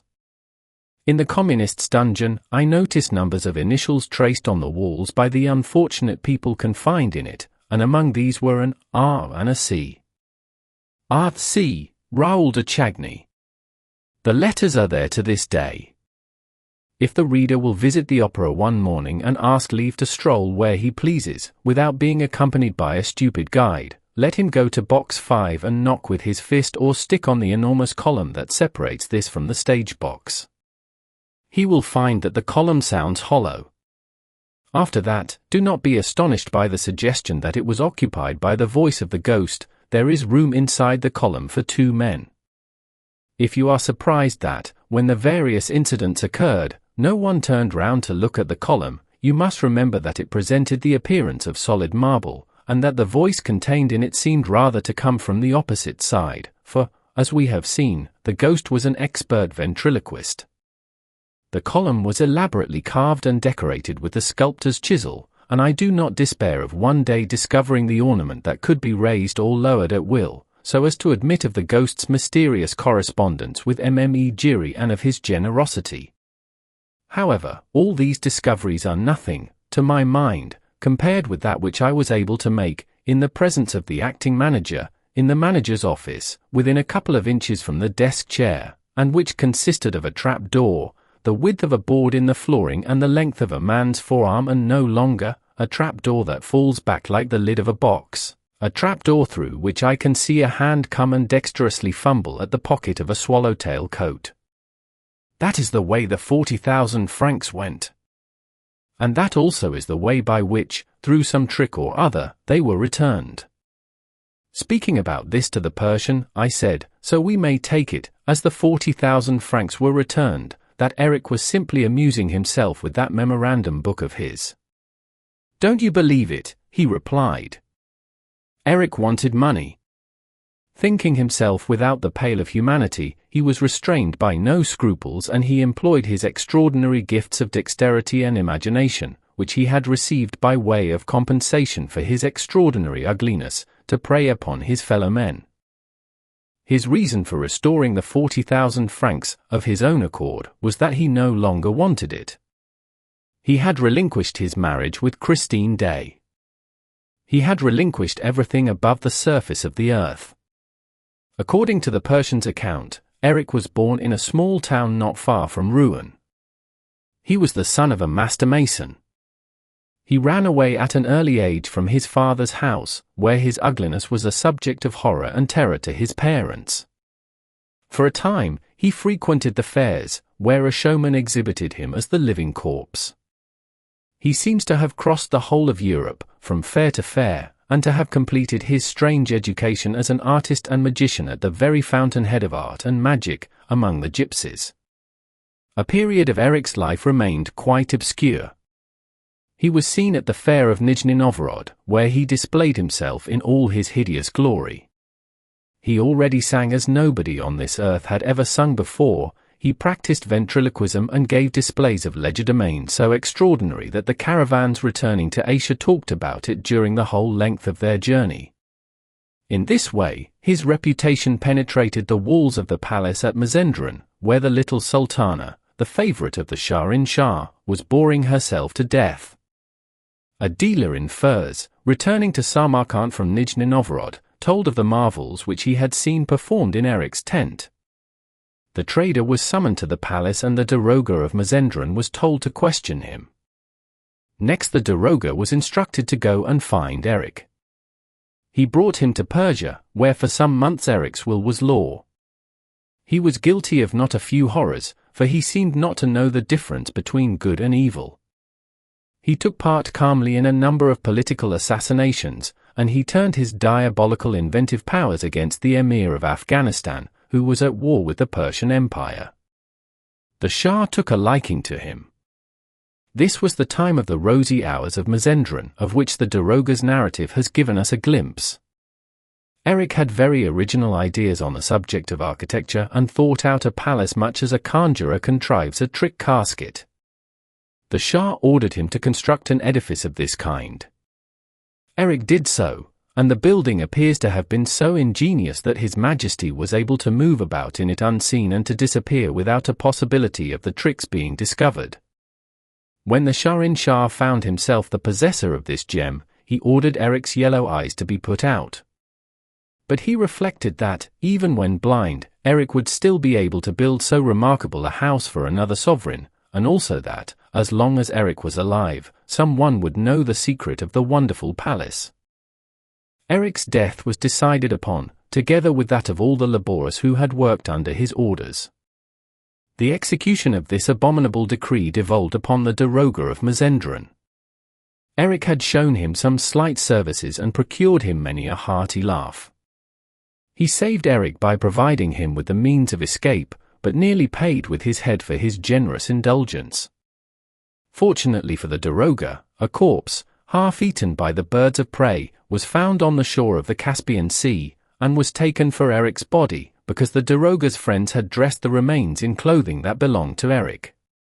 The daroga was let off with the loss of the imperial favor, the confiscation of his property, and an order of perpetual banishment.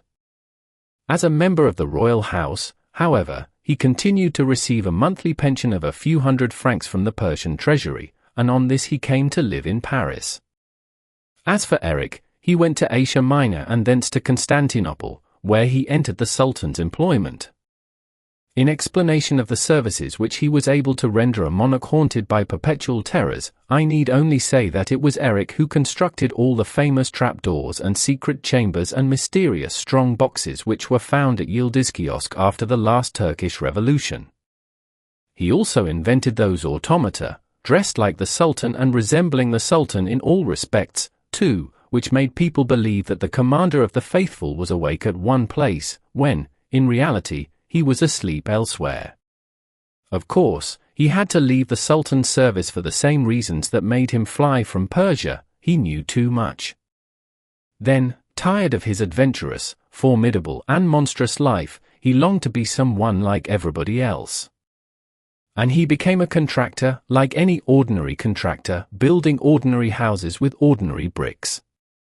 He tendered for part of the foundations in the opera. His estimate was accepted. When he found himself in the cellars of the enormous playhouse, his artistic, fantastic, wizard nature resumed the upper hand. Besides, was he not as ugly as ever? He dreamed of creating for his own use a dwelling unknown to the rest of the earth, where he could hide from men's eyes for all time. The reader knows and guesses the rest.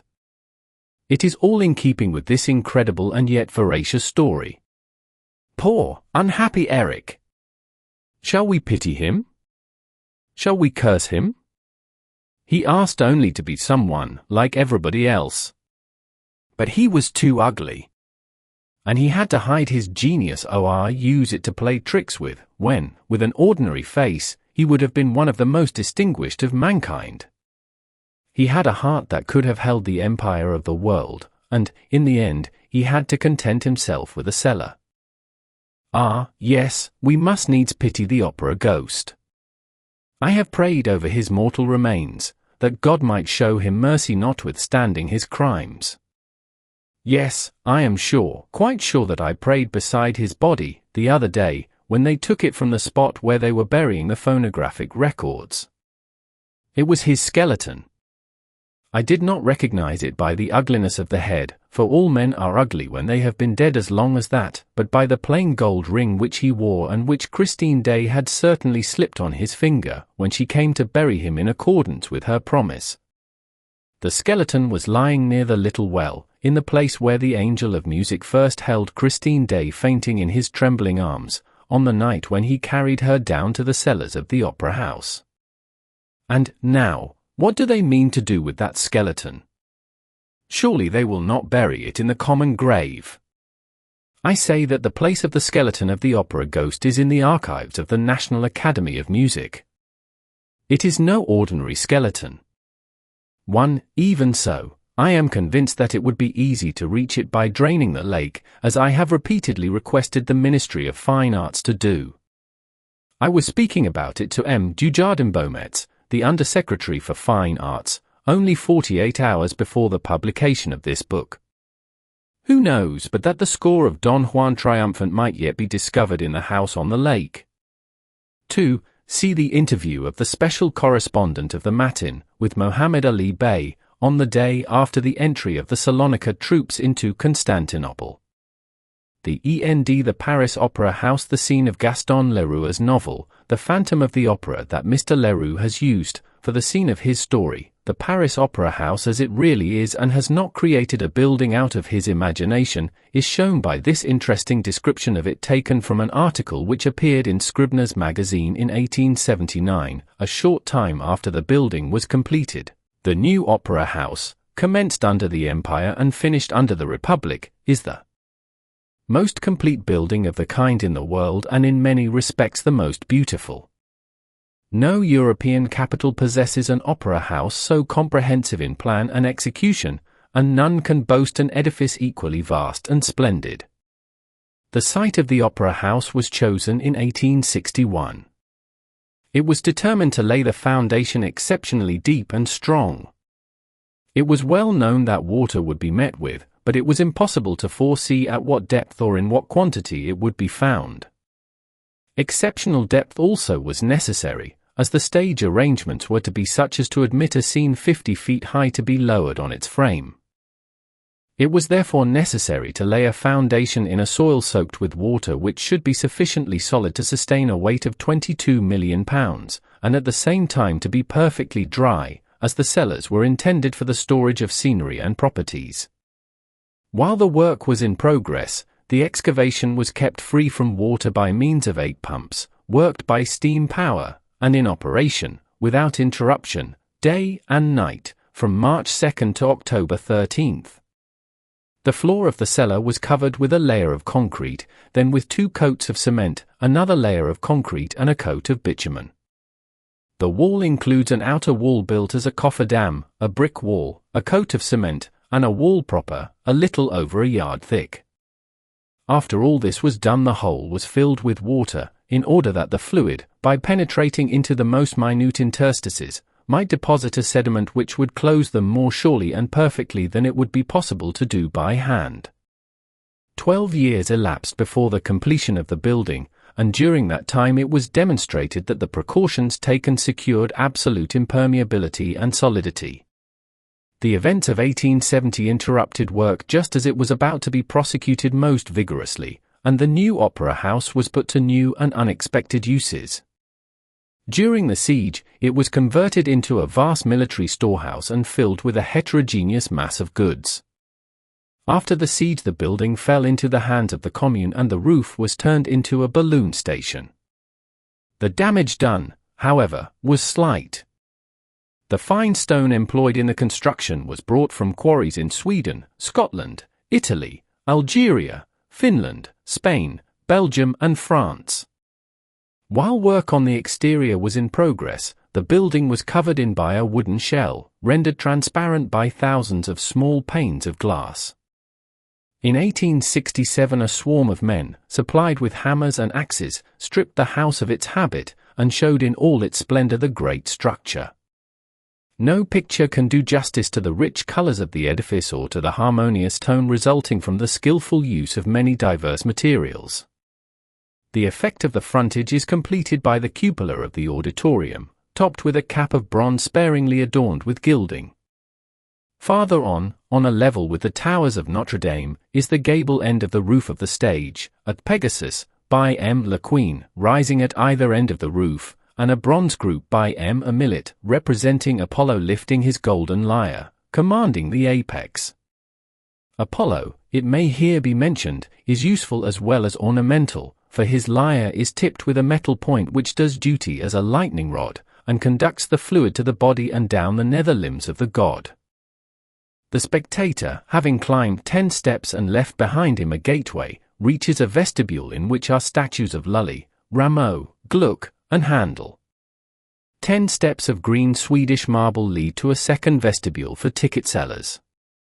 Visitors who enter by the pavilion reserved for carriages pass through a hallway where ticket offices are situated. The larger number of the audience, before entering the auditorium, traverse a large circular vestibule located exactly beneath it. The ceiling of this portion of the building is upheld by 16 fluted columns of Jura stone, with white marble capitals, forming a portico. Here servants are to await their masters, and spectators may remain until their carriages are summoned. The third entrance, which is quite distinct from the others, is reserved for the executive. The section of the building set aside for the use of the Emperor Napoleon was to have included an antechamber for the bodyguards, a salon for the aides-de-camp, a large salon and a smaller one for the Empress, hat and cloak rooms, etc. Moreover, there were to be in close proximity to the entrance, stables for 3 coaches, for the outriders' horses, and for the 21 horsemen acting as an escort, a station for a squad of infantry of 31 men and 10 cent guards, and a stable for the horses of the latter, and, besides, a salon for 15 or 20 domestics. Thus arrangements had to be made to accommodate in this part of the building about 100 persons, 50 horses, and half a dozen carriages. The fall of the empire suggested some changes, but ample provision still exists for emergencies. Its novel conception, perfect fitness, and rare splendor of material make the grand stairway unquestionably one of the most remarkable features of the building. It presents to the spectator, who has just passed through the subscriber's pavilion, a gorgeous picture. From this point he beholds the ceiling formed by the central landing. This and the columns sustaining it, built of Icalan stone, are honeycombed with arabesques and heavy with ornaments. The steps are of white marble, and antique red marble balusters rest on green marble sockets and support a balustrade of onyx. To the right and to the left of this landing are stairways to the floor, on a plane with the first row of boxes. On this floor stand 30 monolith columns of Cerancolin marble, with white marble bases and capitals. Pilasters of peach blossom and violet stone are against the corresponding walls. More than 50 blocks had to be extracted from the quarry to find 30 perfect monoliths. The Foyer de la Danse has particular interest for the habitués of the opera. It is a place of reunion to which subscribers to 3 performances a week are admitted between the acts in accordance with a usage established in 1870. 3 immense looking-glasses cover the back wall of the foyer, and a chandelier with 107 burners supplies it with light. The paintings include 20 oval medallions, in which are portrayed the 20 danseaux of most celebrity since the opera has existed in France, and 4 panels by M. Boulanger, typifying the war dance, the rustic dance, the dance of love and the Bacchic dance. While the ladies of the ballet receive their admirers in this foyer, they can practice their steps. Velvet cushioned bars have to this end been secured at convenient points, and the floor has been given the same slope as that of the stage, so that the labor expended may be thoroughly profitable to the performance. The singer's foyer, on the same floor, is a much less lively resort than the Foyer de la Danse, as vocalists rarely leave their dressing rooms before they are summoned to the stage. 30 panels with portraits of the artists of repute in the annals of the opera adorn this foyer. Some estimate may be arrived at by sitting before the concierge an hour or so before the representation commences. First appear the stage carpenters, who are always 70, and sometimes, when L'Africaine, for example, with its ship scene, is the opera, 110 strong. Then come stage upholsterers, whose sole duty is to lay carpets, hang curtains, etc., gasmen, and a squad of firemen. Claqueurs, call boys, property men, dressers, coiffeurs, supernumeraries, and artists follow. The supernumeraries number about 100, some are hired by the year, but the masses are generally recruited at the last minute and are generally working men who seek to add to their meager earnings. There are about 100 choristers, and about 80 musicians. Next we behold equerries, whose horses are hoisted on the stage by means of an elevator, electricians who manage the light-producing batteries, hydraulicians to take charge of the waterworks in ballets like La Source, artificers who prepare the conflagration in La Profeta, florists who make ready Margarita's garden, and a host of minor employees. This personnel is provided for as follows: 80 dressing rooms are reserved for the artists, each including a small antechamber, the dressing room proper, and a little closet. Besides these apartments, the opera has a dressing room for 60 male, and another for 50 female choristers, a third for 34 male dancers, for dressing rooms for 20 female dancers of different grades, a dressing room for 190 supernumeraries, etc. A few figures taken from the article will suggest the enormous capacity and the perfect convenience of the house. There are 2,531 doors and 7,593 keys, 14 furnaces and grates heat the house. The gas pipes, if connected, would form a pipe almost 16 miles long, 9 reservoirs, and 2 tanks hold 22,222 gallons of water and distribute their contents through 22,829 2 to 5 feet of piping. 538 persons have places assigned wherein to change their attire. The musicians have a foyer with 100 closets for their instruments. The author remarks of his visit to the opera house that it was almost as bewildering as it was agreeable. Giant stairways and colossal halls, huge frescoes and enormous mirrors, gold and marble, satin and velvet, met the eye at every turn. In a recent letter Mr. André Castain, whose remarkable pictures illustrate the text, speaks of a river or lake under the Opera House and mentions the fact that there are now also 3 metropolitan railway tunnels, one on top of the other.